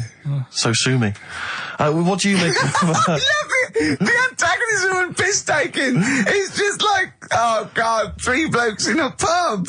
There's people listening. I can't go. Are there? So what have we got? What have we got? It's 1:20. What have we got? We're on till 3. Well, we've been talking, we've been doing well, we've been playing some great rock and roll, we've been playing some lovely songs, we've told them, we've explained a survey, just for employees, be careful. Yeah. We've, put that out there, we put a shout out there, people know would you say it was probably safest, if you are an employer, to never employ Mancunians? Well, I wouldn't go that far, because, you see, that's only an average, so I imagine some Mancunians, like, Londoners, are nice, reliable people. It's probably just a few bad eggs that throw the stats up a little bit. People that would go, I'm not coming in today, I'll put on some wet trousers. Sure. All right, stay in bed. Yeah. Stay in bed. Yeah. You still got them on? Yeah. Well, pop them off. Yeah. Put them on the radiator and go to bed with a little duvet. That'd be the best thing to do. Yeah. Yeah. So, all right, Carl? Right. What's your attitude? Is it because you're tired? Yeah. Well, why are you tired, though? You weren't saying that watching those Channel 5 films again, were you? Did you ever go on a picnic, Carl? Was there places to go in Manchester, or was it like Quarryland, mostly? The problem with those adverts, like when I was growing up, they'd sort of give you ideas, because remember the Charlie's one, right? And we were on holiday, right? And I met these 2 lads who are knocking about with, like, mates and that. And that advert came on, and we thought it'd be a good idea to wind his mum up, because this advert had just been on saying, kids are going missing in Wales, right? Yeah. So we said, oh, this will be a good laugh. We put the kid in the wardrobe. His mum came back from shopping. We said, oh, he's gone missing. We haven't seen him for hours. That's terrifying. I know. That's appalling. How old were you? About 13. And what was his mum? She must have been... Yeah, she was going mad, and that's when we thought, oh, God, we've gone... Will we say anything? Will we pretend we don't know where he is? Open the wardrobe, he'd suffocated. Yeah.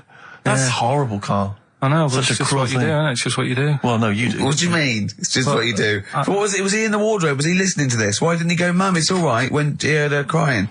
No, she wasn't crying, she was just panicking and, screaming a little bit and that. Screaming a little bit. Okay, we'll tell her when the screaming starts. Exactly, yeah. And then, what's the other thing? Like, on the same, all this was going on when I was growing up. And, one time we're on holiday, and my mum says, right, if you're going on the beach, it's a big beach. But, if you're going to go out and play there, I need to know where you are. So where are these bells? Where this cowbell around your neck? She gave me a balloon. Good idea. A balloon. And it just, sort of attached to my arm, so wherever I was playing in the sea and that, you can see the balloon and that. Brilliant. But then the problem was, everyone else thought that's a good idea. Go on. And it was just like loads of kids with balloons and that. Oh, I ruined it. So that didn't work. Yeah. I had to bin that idea. Yeah. I was trying to read that book about the governor. Oh, yes. And that was full of that, and it had a page on the front that you had to keep going to when, do you know what I mean? When he used a bit of slang, you had to sort of go, right, I don't know what he means. Glossary. Right. Just nip back, have a look. I thought you meant, when you said there's a page at the front, I thought you meant the cover with his face on. I can't remember who I'm reading about. Oh, there he is. Is this the book that you nearly finished reading, but you realised all the pages were in the wrong order? No. He bought a cheap book, right, a second shop, started reading it, loving it, then he started reading about this bloke, and he went from jail to school, and then he looked at the page numbers, and they were all out of order. How annoying is that? You never read books, do you? I never read one, right? And Suzanne, it was a weekend when we were going to Hastings because you two had done me head in, right? She said, I'm going to take you away so you relax and what have you. So, ended up not relaxing because it was like putting the jigsaw together. I'd started reading it on the train, thinking, loving this. It's a really interesting story about this fella who, you know, didn't have a great life as a kid, starts getting into a bit of crime, what have you, turns out to be the governor. But it wasn't as easy as that, because like you say, it started off at school, then he was in prison, and he's like, oh God, he started young. And then, next thing, he's like married, and he's like, hang on. He's like 12. And then he's had a heart attack. And then, like, but I just thought it was part of the thing because I read chapter 1 and then it did say chapter 12, but I thought, right, it's like that sort of done in that stylish way that everyone's doing. What kind of a biography? Look at that, it went Starts messing with the medium. I was born in the East End. Take one onion, add some, this is But it's not... the idea that an East End villain's going to write his autobiography, but think, I'm just going to play with the form a bit. I'm going to get quite postmodern with this. No, but... you know He's what I mean? barely able to write, probably. Yeah, Oh, but they you did it can say that about him, Steve. I wouldn't. I think he's an educated man. Go on, next, Carl. But, yeah, just because it was like 2 for a tenner, that shouldn't be like... Oh well, you know, you got a good offer. So No, that's rare. I'm sure the bloke selling it did not know that the pages were out of order. Let's face it, Carl. You read it and didn't realise. Yeah. So you can't really blame him. You got almost half the way through before you realised. I know. Yeah. But anyway, you know. Still, that a teacher, and that's put you off books for life, hasn't it? Well, I don't like getting into books now. I just read snippets of information. Play record. No, I was just going to tell you about a bit of information that I was reading. Okay. And I can't... Will we play a record? No, I've got time for a bit of drivel before we play next tune. Well, I'd rather hear a tune and come back for drivel, because I think people are tuning in for drivel, so let's tease them. Okay. Let's have a record, then some absolute shite from Karl Pilkington. Excellent. Look forward to that.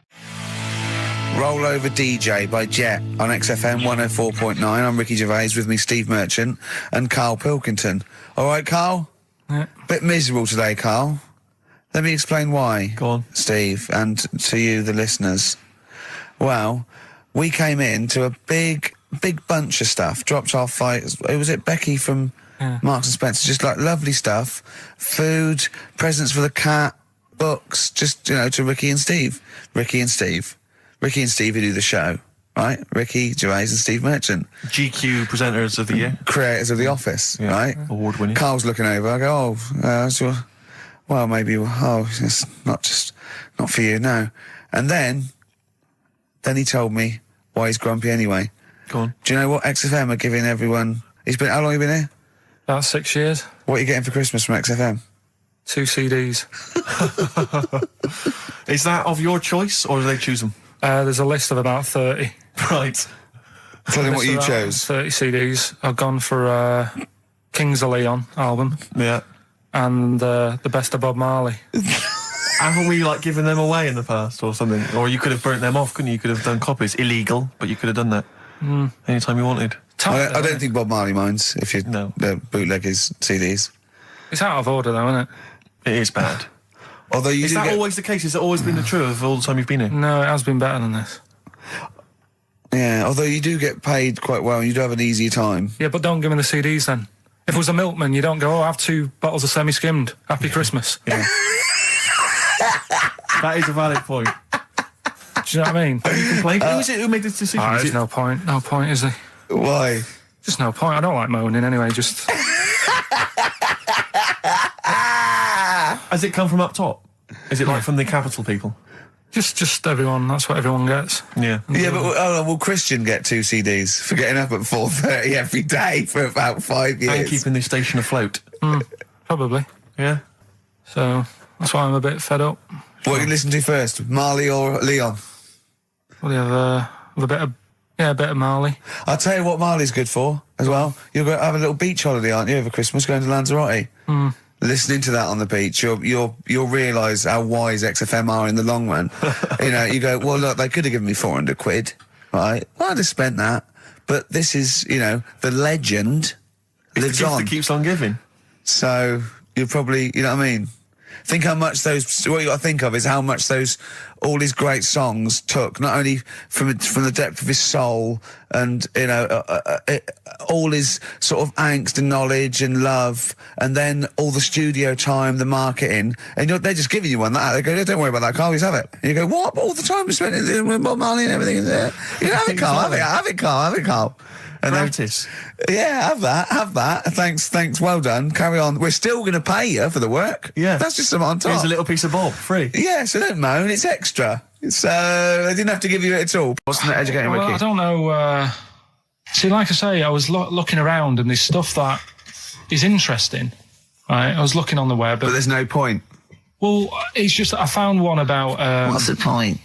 About a lad who 8 years old, but he's still breastfed.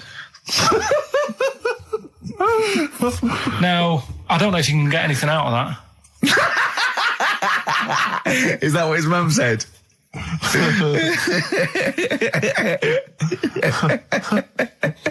what do you mean I don't know if I can get anything out of that? You don't need to. No, it's just that, you know... Where did you read that? That was on the internet. Oh, well, yeah. You're always unspecific when you mention it. It's just it was on the internet. Well, I'm trying to think what I put in. I think I put in Y to see if I'd confuse the computer.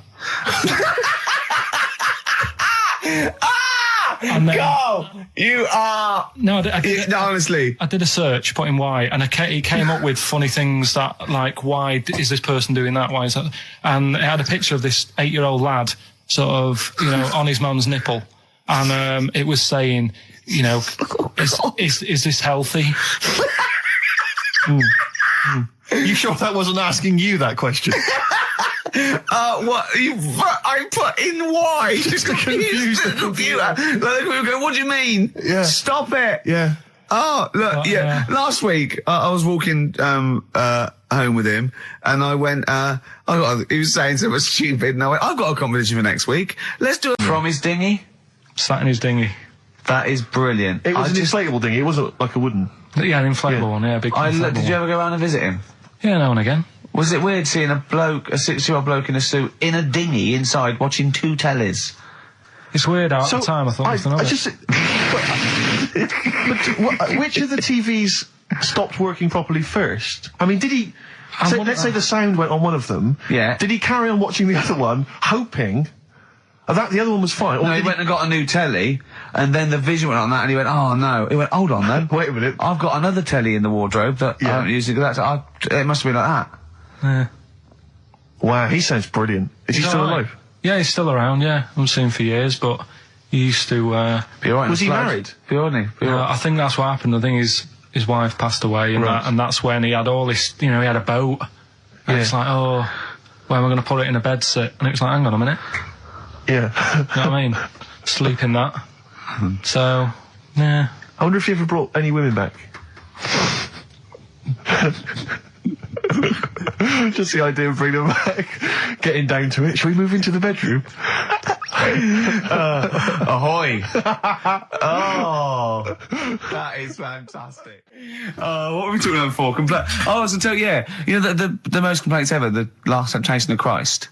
I haven't seen it. Was it Scorsese, isn't it? It's Martin Scorsese, and I've bought the film actually recently because I was intrigued to see it, but I've not actually watched it. But from what I understand, the reason that it was so outrageous is because it has a whole sequence which shows what it would be like if Jesus had lived his life and not martyred himself on the cross, but lived his life as a human being, part of which is him having sex. And so I think that was chiefly what the outrage was, that it was showing this godly man to be, you know, as human as he was supposedly, you know, because he's supposed to be human as well. So so that's the reason. That was the reason that there was complaints there. I don't know. I haven't seen the film. Well, I can't say. You see him, do you? You see him having sex, I think, yes. Although it is an actor, Carl. Yeah, it's not actually Jesus Christ. It's not the real Robert Powell. No. It's an actor playing Robert Powell. Is that, you see, sex on films and all that, right? When I was growing up, I'd be watching. No, I'm just saying an example of this, really, right? When I was growing up as a kid, and I'd be, watching films with my dad, right? He'd really be enjoying a film, right? And then a sex scene would happen, right? And he'd go on film. Or just behind you. In the film, a sex scene would happen. Your brother up to his old tricks again. And he'd get up and go make a cup of tea. Right? Typhoon? That he'd stolen from some sort of telephone box. And, like, even recently, he thinks it ruins a film. Do you know what I mean? Because there's no need for it to happen, is there? Really? Yes. Why? Sometimes it's warranted. If the film itself is there's some films it isn't though. Some films it isn't. Some films it's arbitrary. I think the films that him and his dad watched together on Channel 5. Probably not. Is it only on Channel 5 in your house? But let's put it. Yeah, if you're watching, I don't know, a late night Friday night, from 1983. Yeah, Illegal Briefs.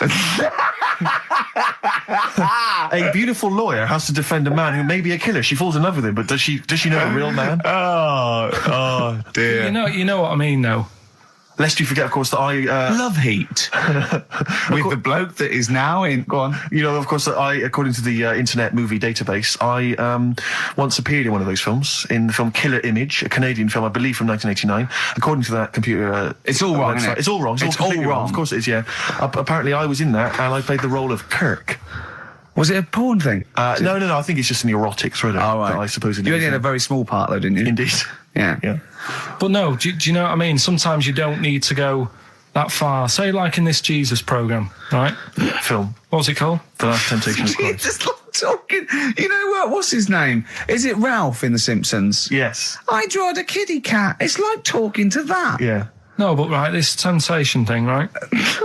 Do you know, often we don't get that many complaints on this show. We don't get very many complaints. And I think that's either because there's no listeners, or B, it's because most people agree with Carl, and that terrifies me. Or they let him off, because it's like, you can plead insanity, you can go mental and kill a few people, where they go, oh, he's a bit bad. Exactly. No, but was it because, like, they're saying that he was having it away, or is it because you saw it? What got the complaints? The complaint was the very suggestion that Christ it was a blasphemous thing, not the fact that you saw an actor's knob. So what about if they just cut it down a bit and you like saw the little stable door closing? It wasn't the baby Jesus having sex. It was the grown man. The stable door shutting. No, but you know what the nativity scene? That is brilliant. The wise men saying, I can't believe we brought myrrh, we should have brought condoms. Yeah. There's 2 for 1 offer in Boots. Yeah, I don't know what we were thinking. With blind consent. It's just that it's always awkward. Should we apologise now to the Christian church as well? Sorry, the little Chinese fellas, little Welsh fellas, and the little Christian fellas. We haven't said anything wrong. No. It's like, you see, when I was growing up... Stable door. I love the idea that in Carl's world, he was born in a stable, just thought, I love this place. Yeah. I'm just going to stay here the rest of my days. This is good here. Oh, brilliant. But when I was watching telly with my mum and dad, I mean, it still happens now, right?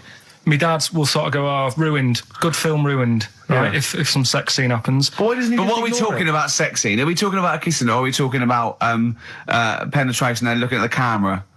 Going, are you enjoying this, Pilkingtons? What are we talking about? What is sort of extreme levels are we talking about? Right, last time I was down there, right? Yeah. What was it? Meet Joe Black. Meet Joe Black. Meet Joe Black is a terrible film. Yeah. Right? There was good film. And then it's going to happen because, like, the music comes in. Brad Pitt's keeping quiet. A woman's eyeing him up. Sure. So my mum... I love that. My mum's worked it out already, and she's going, anything on the other side, love? She knows. She knows it's, something's... So you can be enjoying a film, and you can be an hour and 10 in, and then some spidey senses of one of them can go, should we turn it over? And the other one goes, yeah, all right. Are you sure it's not them protecting you from scenes of sex? So that what they're thinking is, what if Carl gets the idea to have sex? Yeah. That could lead to procreation. We don't want any more like him. We've got to end the line here. You sure it's not the doctor keep calling out going, you are keeping away from women, aren't you? He must never find out. Are you sure they're not embarrassed because they're watching a sex scene with their son? It happens every time, right? There's 2 things that my mum does, right? It's that, if there's sex scene on the telly, she'll go, anything on the other side, love? And the other thing she always says, if ever there's anything on the telly with Elvis in it, yeah, she goes, I like him, right? And we all know, we sat there, we know what she's going to say next. Yeah. so you don't even bother saying why, right? And she goes, he liked fat, ugly people. He what? He liked fat, ugly people. He didn't always go for, like, the good-looking fans in the crowd. What Elvis did? Yeah. Right. That was always the thing. And I'm sorry. No, hold on. I don't know what we're doing now with our lives, Steve. Right, wait a minute. Right. So your mum says two things, right? She either says... Is there anything else on the other side? Or, I like Elvis. There's a pause because you know what she's going to say next. She says, he liked fat, ugly people. How often does this occur? Well, because they've got, like, you know, Sky, there's a lot of those channels on. They're like the music channels. So Elvis always comes on. There's either an Elvis film, there's, like, you know, a classic hit by him on... And she'll go, I like Elvis, he liked fat, ugly people. And what do you mean he liked fat, ugly people? Is she a fat, ugly person? Because there's that special Vegas show, isn't there, where he's dancing about, right? And he's got loads of scarves around his neck. Towels. Yeah. And, like, he always hands them down to the fat, ugly ones. Right. And I always say it's because they're the fat, you know, they've got a sweaty face because they can't, you know what I mean? I don't know what world they live in. I don't know how we've gone to this subject. What sort of world are you got when you're watching his face? And what do you mean fat, ugly ones? You mean they're in the front, they're sweating a lot because they're a bit chubby? So she thinks, you know, is giving them a towel because it's But he's really going, wipe your face, you're putting me off, you fat cow. Stop sweating near me. There's another one. What? So, hairy Chinese kids. Yeah. Jesus. We haven't slagged off hairy Chinese kids. We slagged off Chinese. We didn't slag anyone off. We just said they really haven't got a town as such, and they wear shoes. What did we say? Yeah, little wooden shoes. And what did the I just don't know how we got onto Elvis and big fat ugly women. I don't know I don't know how we sidestepped from the Last Temptation of Christ. Did you see that fat Girls and Feeders Go program? a minute. Eh? What's Tom Petty first? Oh, brilliant! It's a great song. Breakdown. How many Tom other Petty. radio shows have talked about Last Temptation of Christ, Chinatown, fat ugly women? More than 60 minutes. Exactly. Incredible. Sony Award winning. I've always wanted a little owl on my desk. I'd like be doing work and there'd be a little owl there and I go, can you give me that pencil? And it just sort of goes over and gets me a pencil, goes, cheers, and it just watches me and it thinks I'm brilliant. Do you know what I mean? Not really, no. No? No, I've never had an urge to have any kind of animal sat on my desk. No, Carl? You'd like a little owl, wouldn't you? That helped you? No, I had a little magpie, didn't I? We've talked about that. Oh, he came down and started pecking your grifter, didn't he? Yeah. What was his name? Maggie. Sure. Brilliant. Inspired. And you took it to school and it didn't come back once, Didn't come back. Didn't see it again. Oh, dear. Did it ever peck your head? Because you used to have hair, didn't you? Mm. Yeah. No, it did. It started getting a bit violent. Really? Yeah. But was it becoming sort of age when adolescence probably... Did I tell you the time when the doctor said I was going to die? All right, keep talking. Right, ages ago, must have been about 15, right? And at lunchtime there was this... We used to have a choice of stuff to do at lunchtime, right? We used to have like a burger place that had an arcade machine in it, right? So we used to go there and play on that and have a burger. Or there was this baker's, right, that my mum worked at, and did great cakes and stuff, right? So she used to like bring some home and that, but she couldn't always bring them home every night because, you know, they'd cost money and she used to get them for free. And they used to say they'd rather chuck them away than give them to the staff because there's a chance that the cream might be off. Right. Right, so they used to chuck them round the back. So I used to go around the back with my mate and eat a load. Brilliant. Scavenging, eating out of bins. No, it wasn't out of bins. They were still in trays, but they just stacked them up near the bins, right? So this got out. I mean, it used to be chocker. Once the school found out, everybody used to go there and it'd be like, well, have a cake. The headmaster crawling through, fighting the kids off. Right, so I'd have, like, you know, you just eat, I don't know, 6 jam donuts or something, and then you'd spend your dinner money on the arcade machine. Brilliant. Right? So it was a good afternoon, really, right? So you'd do that, and this one day I must have had 6 or 7 jam donuts, a few Congress tarts. What's the Congress tart? I love them. It's me. I can't get them in London, right? So I'd have some of them. And if anyone can get a Congress tart for Carl in London, please let him know. So anyway, this day, that was just a normal day. Do you know what I mean? You'd twice a week, you'd have a load of cake. In your life, yeah. Yeah, So normal anyway- day in your life. Were the frog boys there with the webbed hands and the big heads? So- and the horse in the settee? Yeah. But the day after one of these days, I had really bad cramp in my belly. Right? Okay. I was like in agony, could hardly walk. So I said to my mum, You could hardly stagger to the free cakes. So I was in absolute agony. I said, I don't like doctors, but you'll have to get a doctor in because I don't know what it is. I can't walk. She gets the doctor round.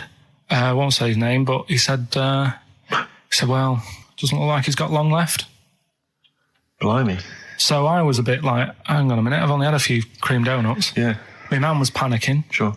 He went. My dad came in from work. She said, something's really bad with Karl. I think it's serious. The doctor said he ain't got long left. So he said, what? He said that and just left? So she said, yeah. He said, I'll have to call him then. So he called him up, said, what's all this about? Karl hasn't got long left. How long's he got? So he goes, I was only messing. It's just had some bad cream. Can you believe that? Well, the thing is, I like the fact your mum didn't ask any questions. I know. She didn't go into detail. Can you explain more, doctor? No, I got a shoe off. But she doesn't. I don't want to diss you or your family, but I imagine if I was there, I'd have known the doctor was joking. Yeah. That's all I'm saying. I mean, I sound very arrogant there, but I imagine he went, what's he been doing? I had about 6 cream cones. Oh, right. Oh, wow. He hasn't got long to live then. I'll see you later. Yeah. That's what I think the doctor did. Yeah. I just like the idea your mum just let him go. Yeah. Terrified, thinking, well, I'm not going to probe him. He's that's it then. Dad comes in. Hi, honey, I'm home. Anything happened? The doctor said Karl's going to die and then left. Did he? I'll call him. Old woman, about 70 years old. Yeah. She's normally fit and healthy and stuff. Nothing wrong with her. She's having a good life. And one day, she goes for a check to the doctors. Just to check herself out, because she's getting on a bit. Yeah. He says, take your clothes off and that. So she does. And checks her out. Says, yeah, you're looking good, turn round. He said, oh, God. He said, you got a tumour on your buttock. Right? So she goes, oh, well, can you do anything to sort it out? So they go, yeah, we could book you in for an operation. It's best if we remove this. Books are in for an operation. Operation day comes, strip her down and that. They're all stood round, the doctors. Start to operate. It only turns out it's a pork chop that she sat on 5 years earlier and it had stuck to her buttock. Right, Karl. I can forward you. Serious. Right, okay, Karl, I'm telling you now, I'm leaving. I'm never doing this show again. No, I'm serious. Honestly. You're talking, I've never had such... What do you mean? You couldn't believe it? No, when I read it, I said, I've got to tell Ricky that. This woman had a pork chop stuck to her arse for 5 years, you mental case. Of course she didn't. I've been looking around, right, on the internet for stuff. Yeah. On the internet? Yeah. Your Bible, where you get all your information about the world and the universe and morality from. And you know, like, how I always say to you, I don't really read that much of it, I just read the headline. Perfect. Right? Yeah. Anna Nova have sort of nicked that idea. To grab you. Nicked what idea? Well, to sort of get to the meat straight away at the top. Do you know what I mean? The headline to the story and everything. What? Right, these are stories. But the headlines already existed. That was why you thought that was a good idea? Not like this, though. All right. Headline. Well, these are all headlines, right? Vibrating shoes could stop elderly falling. Do you know what I mean? Oh, God. You don't Vibrating shoes could stop elderly falling. Yeah, that's the story. You don't need to read on. That's what I'm saying. Well, right? could you read on anyway? Can't be bothered. Read on anyway. Well, you have a look at that in a bit, right? So this is frustrating radio if you're sitting at home. No, well, it's not on. They've turned it off. If you want to know more, you know where to go. That's what I'm saying. That's what they should do in the news. Get the news done in a minute. There's a good story about Iraq. Right. Bong. Right. Look it up. Look it up on the internet. Right. Anna Nova. Give us another bong. Bong. Family sick of living on Butthole Road. Oh, brilliant. Bong. Man wears same shoes for 60 years.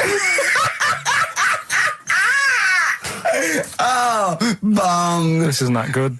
Some fella pulls a train with his teeth. And in lighter news. I remember that. Triple Donald, this one isn't very good. And the last one, man fails to break clothes pegs on face record. She's always good.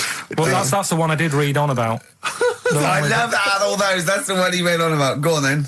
Just why is that news? He fails to make a record. So did I today. I know, yeah. I failed the long jump record today. Yeah. Didn't even take part. No, I was rubbish. But what are the rules on world records and that? I don't know if there are rules. There are certain things you can't. I mean, it's the Guinness Book of Records, isn't it, really, that's the arbiter, isn't it? Yeah, but is there anything, if you said you wanted to do it, would they say, well, you can't do that? Yeah, they've stopped some gluttony records, obviously things that are in danger, it's anything that's illegal, anything that's immoral. Yeah, like that American serial killer that just got discovered having killed 47 women. I don't think he can make that into the Guinness Book of Records. No, because people would be trying to beat it, won't they? But there was some other story about a fella eating watches and that. That can't be good for you. So why don't they say, look, don't do that, do something else? He wanted to stay regular. Do you know what I mean? Though? I just wondered. What do you mean he was eating watches? He just said he was eating watches. He got about 3 in about a minute. How did he time it? I didn't know that much about it. Autism. Okay. Oh, good. With some more entertaining stuff on XFM 104.9. Just to cheer up people. Go on, then. What? Go on. No, right. Have you heard about it, Steve? What autism. It scares me to death when he comes up, when he touches on a serious subject. We've been talking about wheeling a dead pope round, the Chinese don't age well, and ginger people are hated. And now we're going to touch on a really, I mean, my heart's in my throat. Go on, Carl, then. Tell me your insights to autism. Right, well, there was this, again, Channel 4 coming up with some good stuff at the moment, right? It might have been Channel 5. But what's the name? It's the attention span I like! These people who, they've got like this autism thing going on. Yeah. And they sort of take in a lot of information, they get sort of they get so into it that they know everything about that subject and what have you, right? And there was this lad who, he knew everything, right, about EastEnders. Right. He sort of, the cameraman was saying to him, so, you know, why EastEnders and that? And he said, I don't know, I just like it. And he said, I remember when I first watched it was a Thursday, it was 5 to 8, Pauline Fowler walked in, she had a pink jumper on, she said, all right, love. And he remembers everything from that moment on. Yeah. Right, and everything, which is great, but then the way the programme was making out, it was almost like they were saying it's a disability. Right. When in a way, it's more like a superpower. Sure. Like Rain Man. But if you can take it's Rain Man. No, he has special autistic powers. Oh God! We must send for Rain Man. I don't know what to do. So I don't know what to do. So he would be a great professional mastermind, sort of autistic mastermind. He'd be what I'm dynamite. saying is, don't be watching EastEnders though. Sort of, why didn't they give him an encyclopedia and say, get into that? Sure. That'll be useful. Yeah. Keep him away from EastEnders. Wasting his time there. But I don't think it is a disability. No. Yeah, there are other things, and they're not. It's also autism is a matter of degrees. From what I know, and I'm sorry to have to do this, but I feel that I have to at least be the voice of reason, as ill-educated as I am on the subject. But I think there's degrees of autism. I think some are higher performance than others. There's other issues with it. It's not they're just got good memories. They don't go around doing tricks for people because they can remember stuff. There are other issues with it. Do you know what I mean? Right, well, I mean, they seemed a bit... But you watched the programme, what did you learn? That he knows when Pauline Fowler came in? Yeah, I mean, there was other bits where they couldn't control their emotions and stuff. Oh, that other little bit, yeah. But the main bit of it was he can soak up information and stuff, and I'm just saying, it didn't seem really bad. Do you know what I mean? There's disabilities where people say that's a bad disability. It's like how people say about... This is brilliant. This is just like this is amazing to be in a room with this man. It's incredible. You just wind him up and listen to what comes out. And I'm going to sit back now. I'm not going to defend you or explain anything. Just go on and tell me about the other disabilities that are worse. No, what I mean is how people can sometimes easily get mixed up. How people are scared of like a cyclop. Well, at the end of the day, he's got a disability.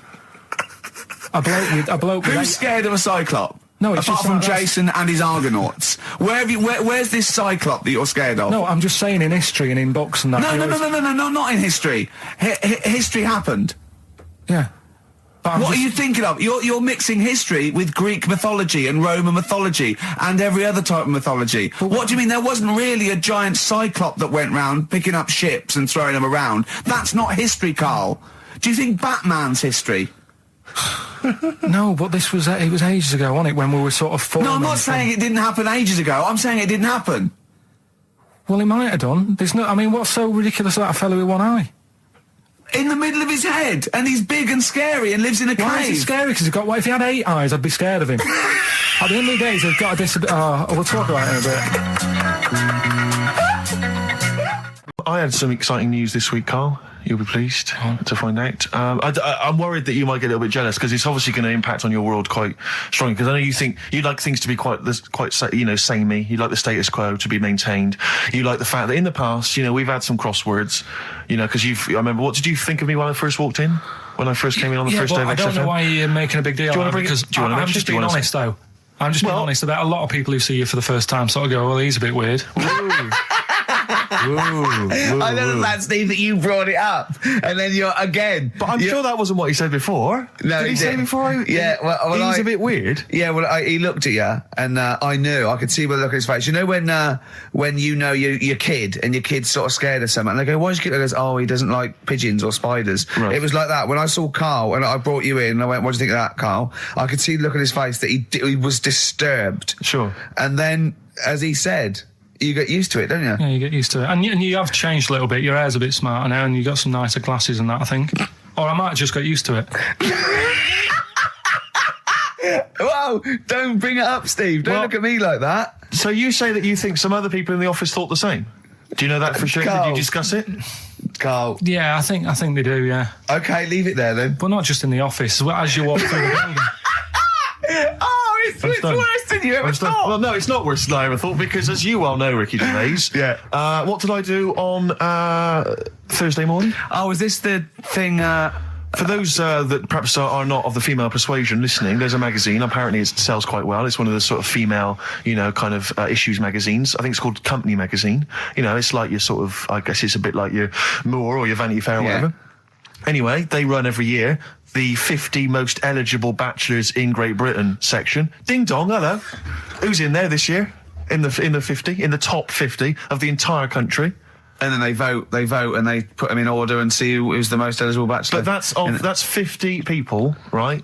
It always annoys me slightly because bachelor, it kind of seems like a more sophisticated word for loser. Yeah, doesn't it? Which always sort of unnerves me slightly. And also they try and do a different 50 every year, so they're getting pretty desperate to get different ones. No, because also a lot of people who are sort of like successful, are married, so there's very little to... No. There's a huge... I don't know if this is international. It could even be international. I'm not sure, actually. So I could be up there with the likes of Justin Timberlake, etc. So Fred Durst... Yeah, that sort of person, So anyway, this is what's exciting, right? Although I'm slightly frustrated because they were telling me that last year... All right, because what happens is the readers of the magazine, they vote for who they think is number one most eligible bachelor, right? Last year, the prize was a 2-week trip in the Bahamas. Okay, this year I'm rather annoyed because all I'm going to win is a moped. That's the prize this year. That's the prize this year, a moped. Whoa, backtrack. What? Sorry. Last year was a 2-week trip to Bahamas, and this year just a moped. All I'm going to get is a moped. All you're going to win is a moped. Yeah, you got no chance. You've got no chance. Who else is in it? Well, I mean, I don't know lots of people you'd never heard of. I know Duncan from Blue. Ding. So you're second to him at least already. I imagine you're going to come behind the other 49. No. Because there'll be people voting for me. They get to vote for me. Yeah, Steve. They'll see my photo and then they can vote for me. Yeah, didn't they also write something about me, bald round head? Yes, perfectly round little bald man head, they said, so... You need to know that when you listen to the radio on that. Really matters what my hair's doing.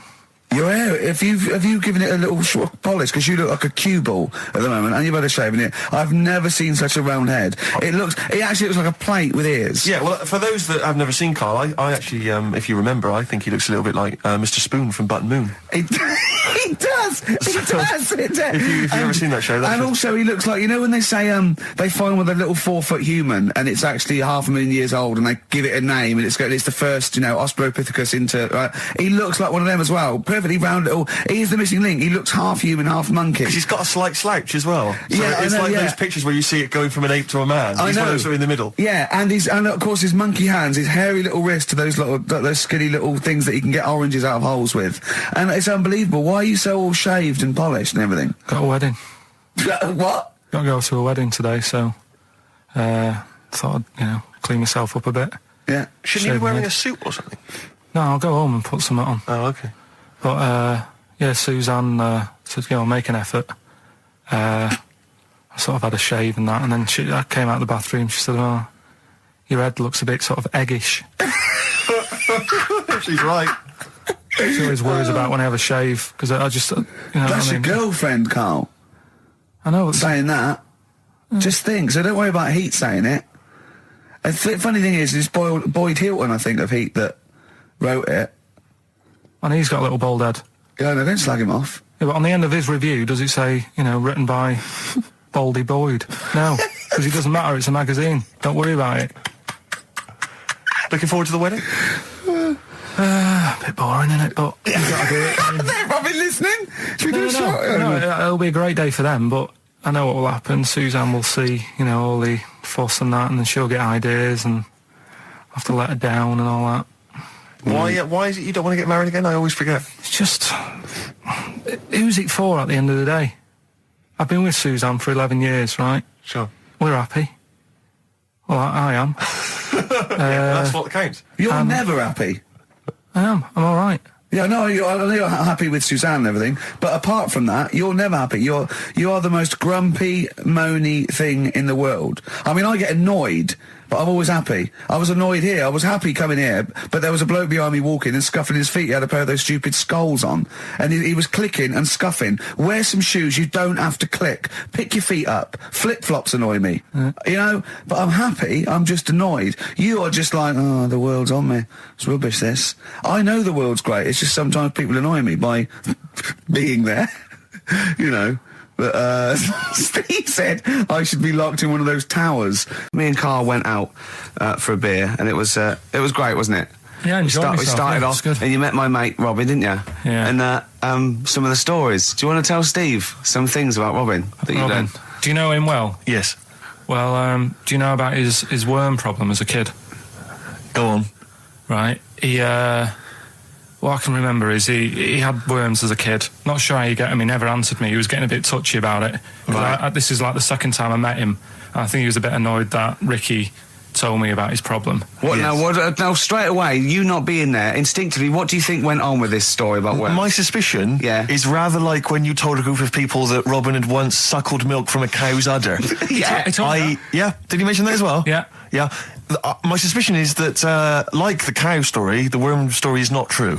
But And why would he get so sort of uppity about it? Well, Because it's not true. imagine if that wasn't the first time he'd done it. Imagine if he did that every single time he was with somebody for the first time and Robin was just met them. He will tell that story to anyone.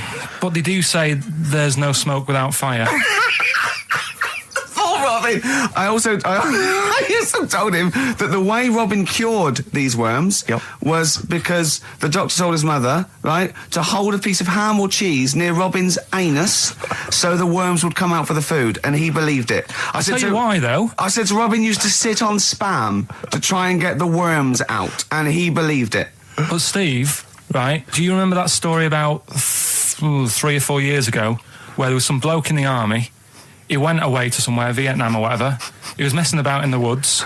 Messing about in the woods? Shouldn't he have been fighting? Whatever. Yeah. Right, and he walked through some lake, and I think he'd cut his toe or something on something, and some worm of some sort crawled in the gash. Yeah. And it was in his body, and the doctor said, we've got to get this out of your body. So what they did was, they said, right, the thinnest part or something of your body that things can crawl through is on the top of your head. So they wrapped Where the skull is. So they wrapped some bacon. No, they didn't. They did. That's right. thing. So he's gone in via the toe. So what we do is, I'll tell you what, that worm's probably heading straight for the head. We'll put a bit of bacon on it. The thinnest part of the body is the skull. Of course, it's not the thinnest part of the body. It's where your brain case is, isn't it? It's the skull. There was a reason for it. And it was like they stuck some bacon on his head. And As ever, the vital piece of information, i.e. the reason, Carl seems to have forgotten. Because the worm was in his body, and they said everyone likes the smell of bacon. Including worms.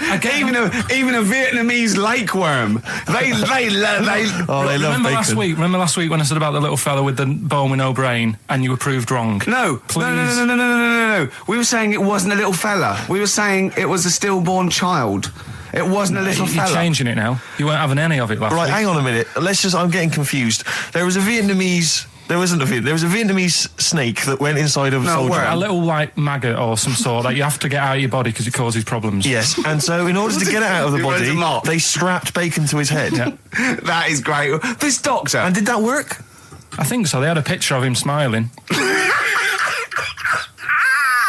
Oh, God, what, the worm or the bloke? The bloke. Oh, dear. Honestly, I hope someone knows the story. And Right. it was about 3 years ago, I reckon. Okay. And, yeah, it did work. G.I. Bacon. So this is why when So what, the worm burrowed out of his head to get the bacon? get to the bacon. Right. That's great. So this is why when Robin was telling his story, I was a little bit disappointed if it wasn't true. Right. Because in a way, You know Robin's never been to Vietnam. No, but what do you really think that Robin, well, as Robin said at the time, Carl, why would I sit on ham then tell Ricky Gervais? It's a very good point. because if he was a kid, you do daft things like that as a kid. Right. He know is what I the mean? telling Ricky Gervais, though. Yeah. And then, oh, bless him. Okay. And then anyway, Robin left, and I tried to chase him, but he got away. He knows that and then we had a few pints, and then Carl embarked on some of the greatest stories ever told. Can you tell the story about your dad?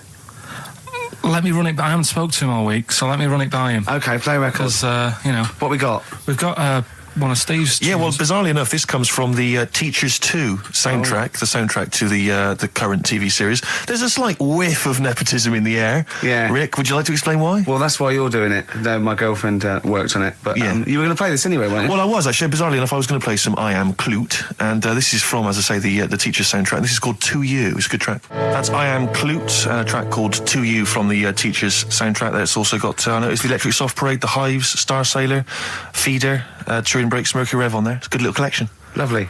Carl has just had confirmation. He's looking smug because someone phoned up and went, "It is true. It's a Laogai chi worm, and you wrap bacon around your head." That's all the bloke knew as well. Yeah. And his name was Gary. Yeah. So I'm not having it. No. And he said, see, that's why the Robin thing isn't so weird. He said, but when you said he tried it with cheese, he said I was having none of it. He's got standards. Strokes, hard to explain. Like Carl, really. Yes. Yes. So, Carl, concentrate. Yeah, go on. So, we'll leave the worm with the bacon wrapped round the head, shall we? Well, if you're ever caught in the jungle, Yeah. Always carry some... bit of Danish.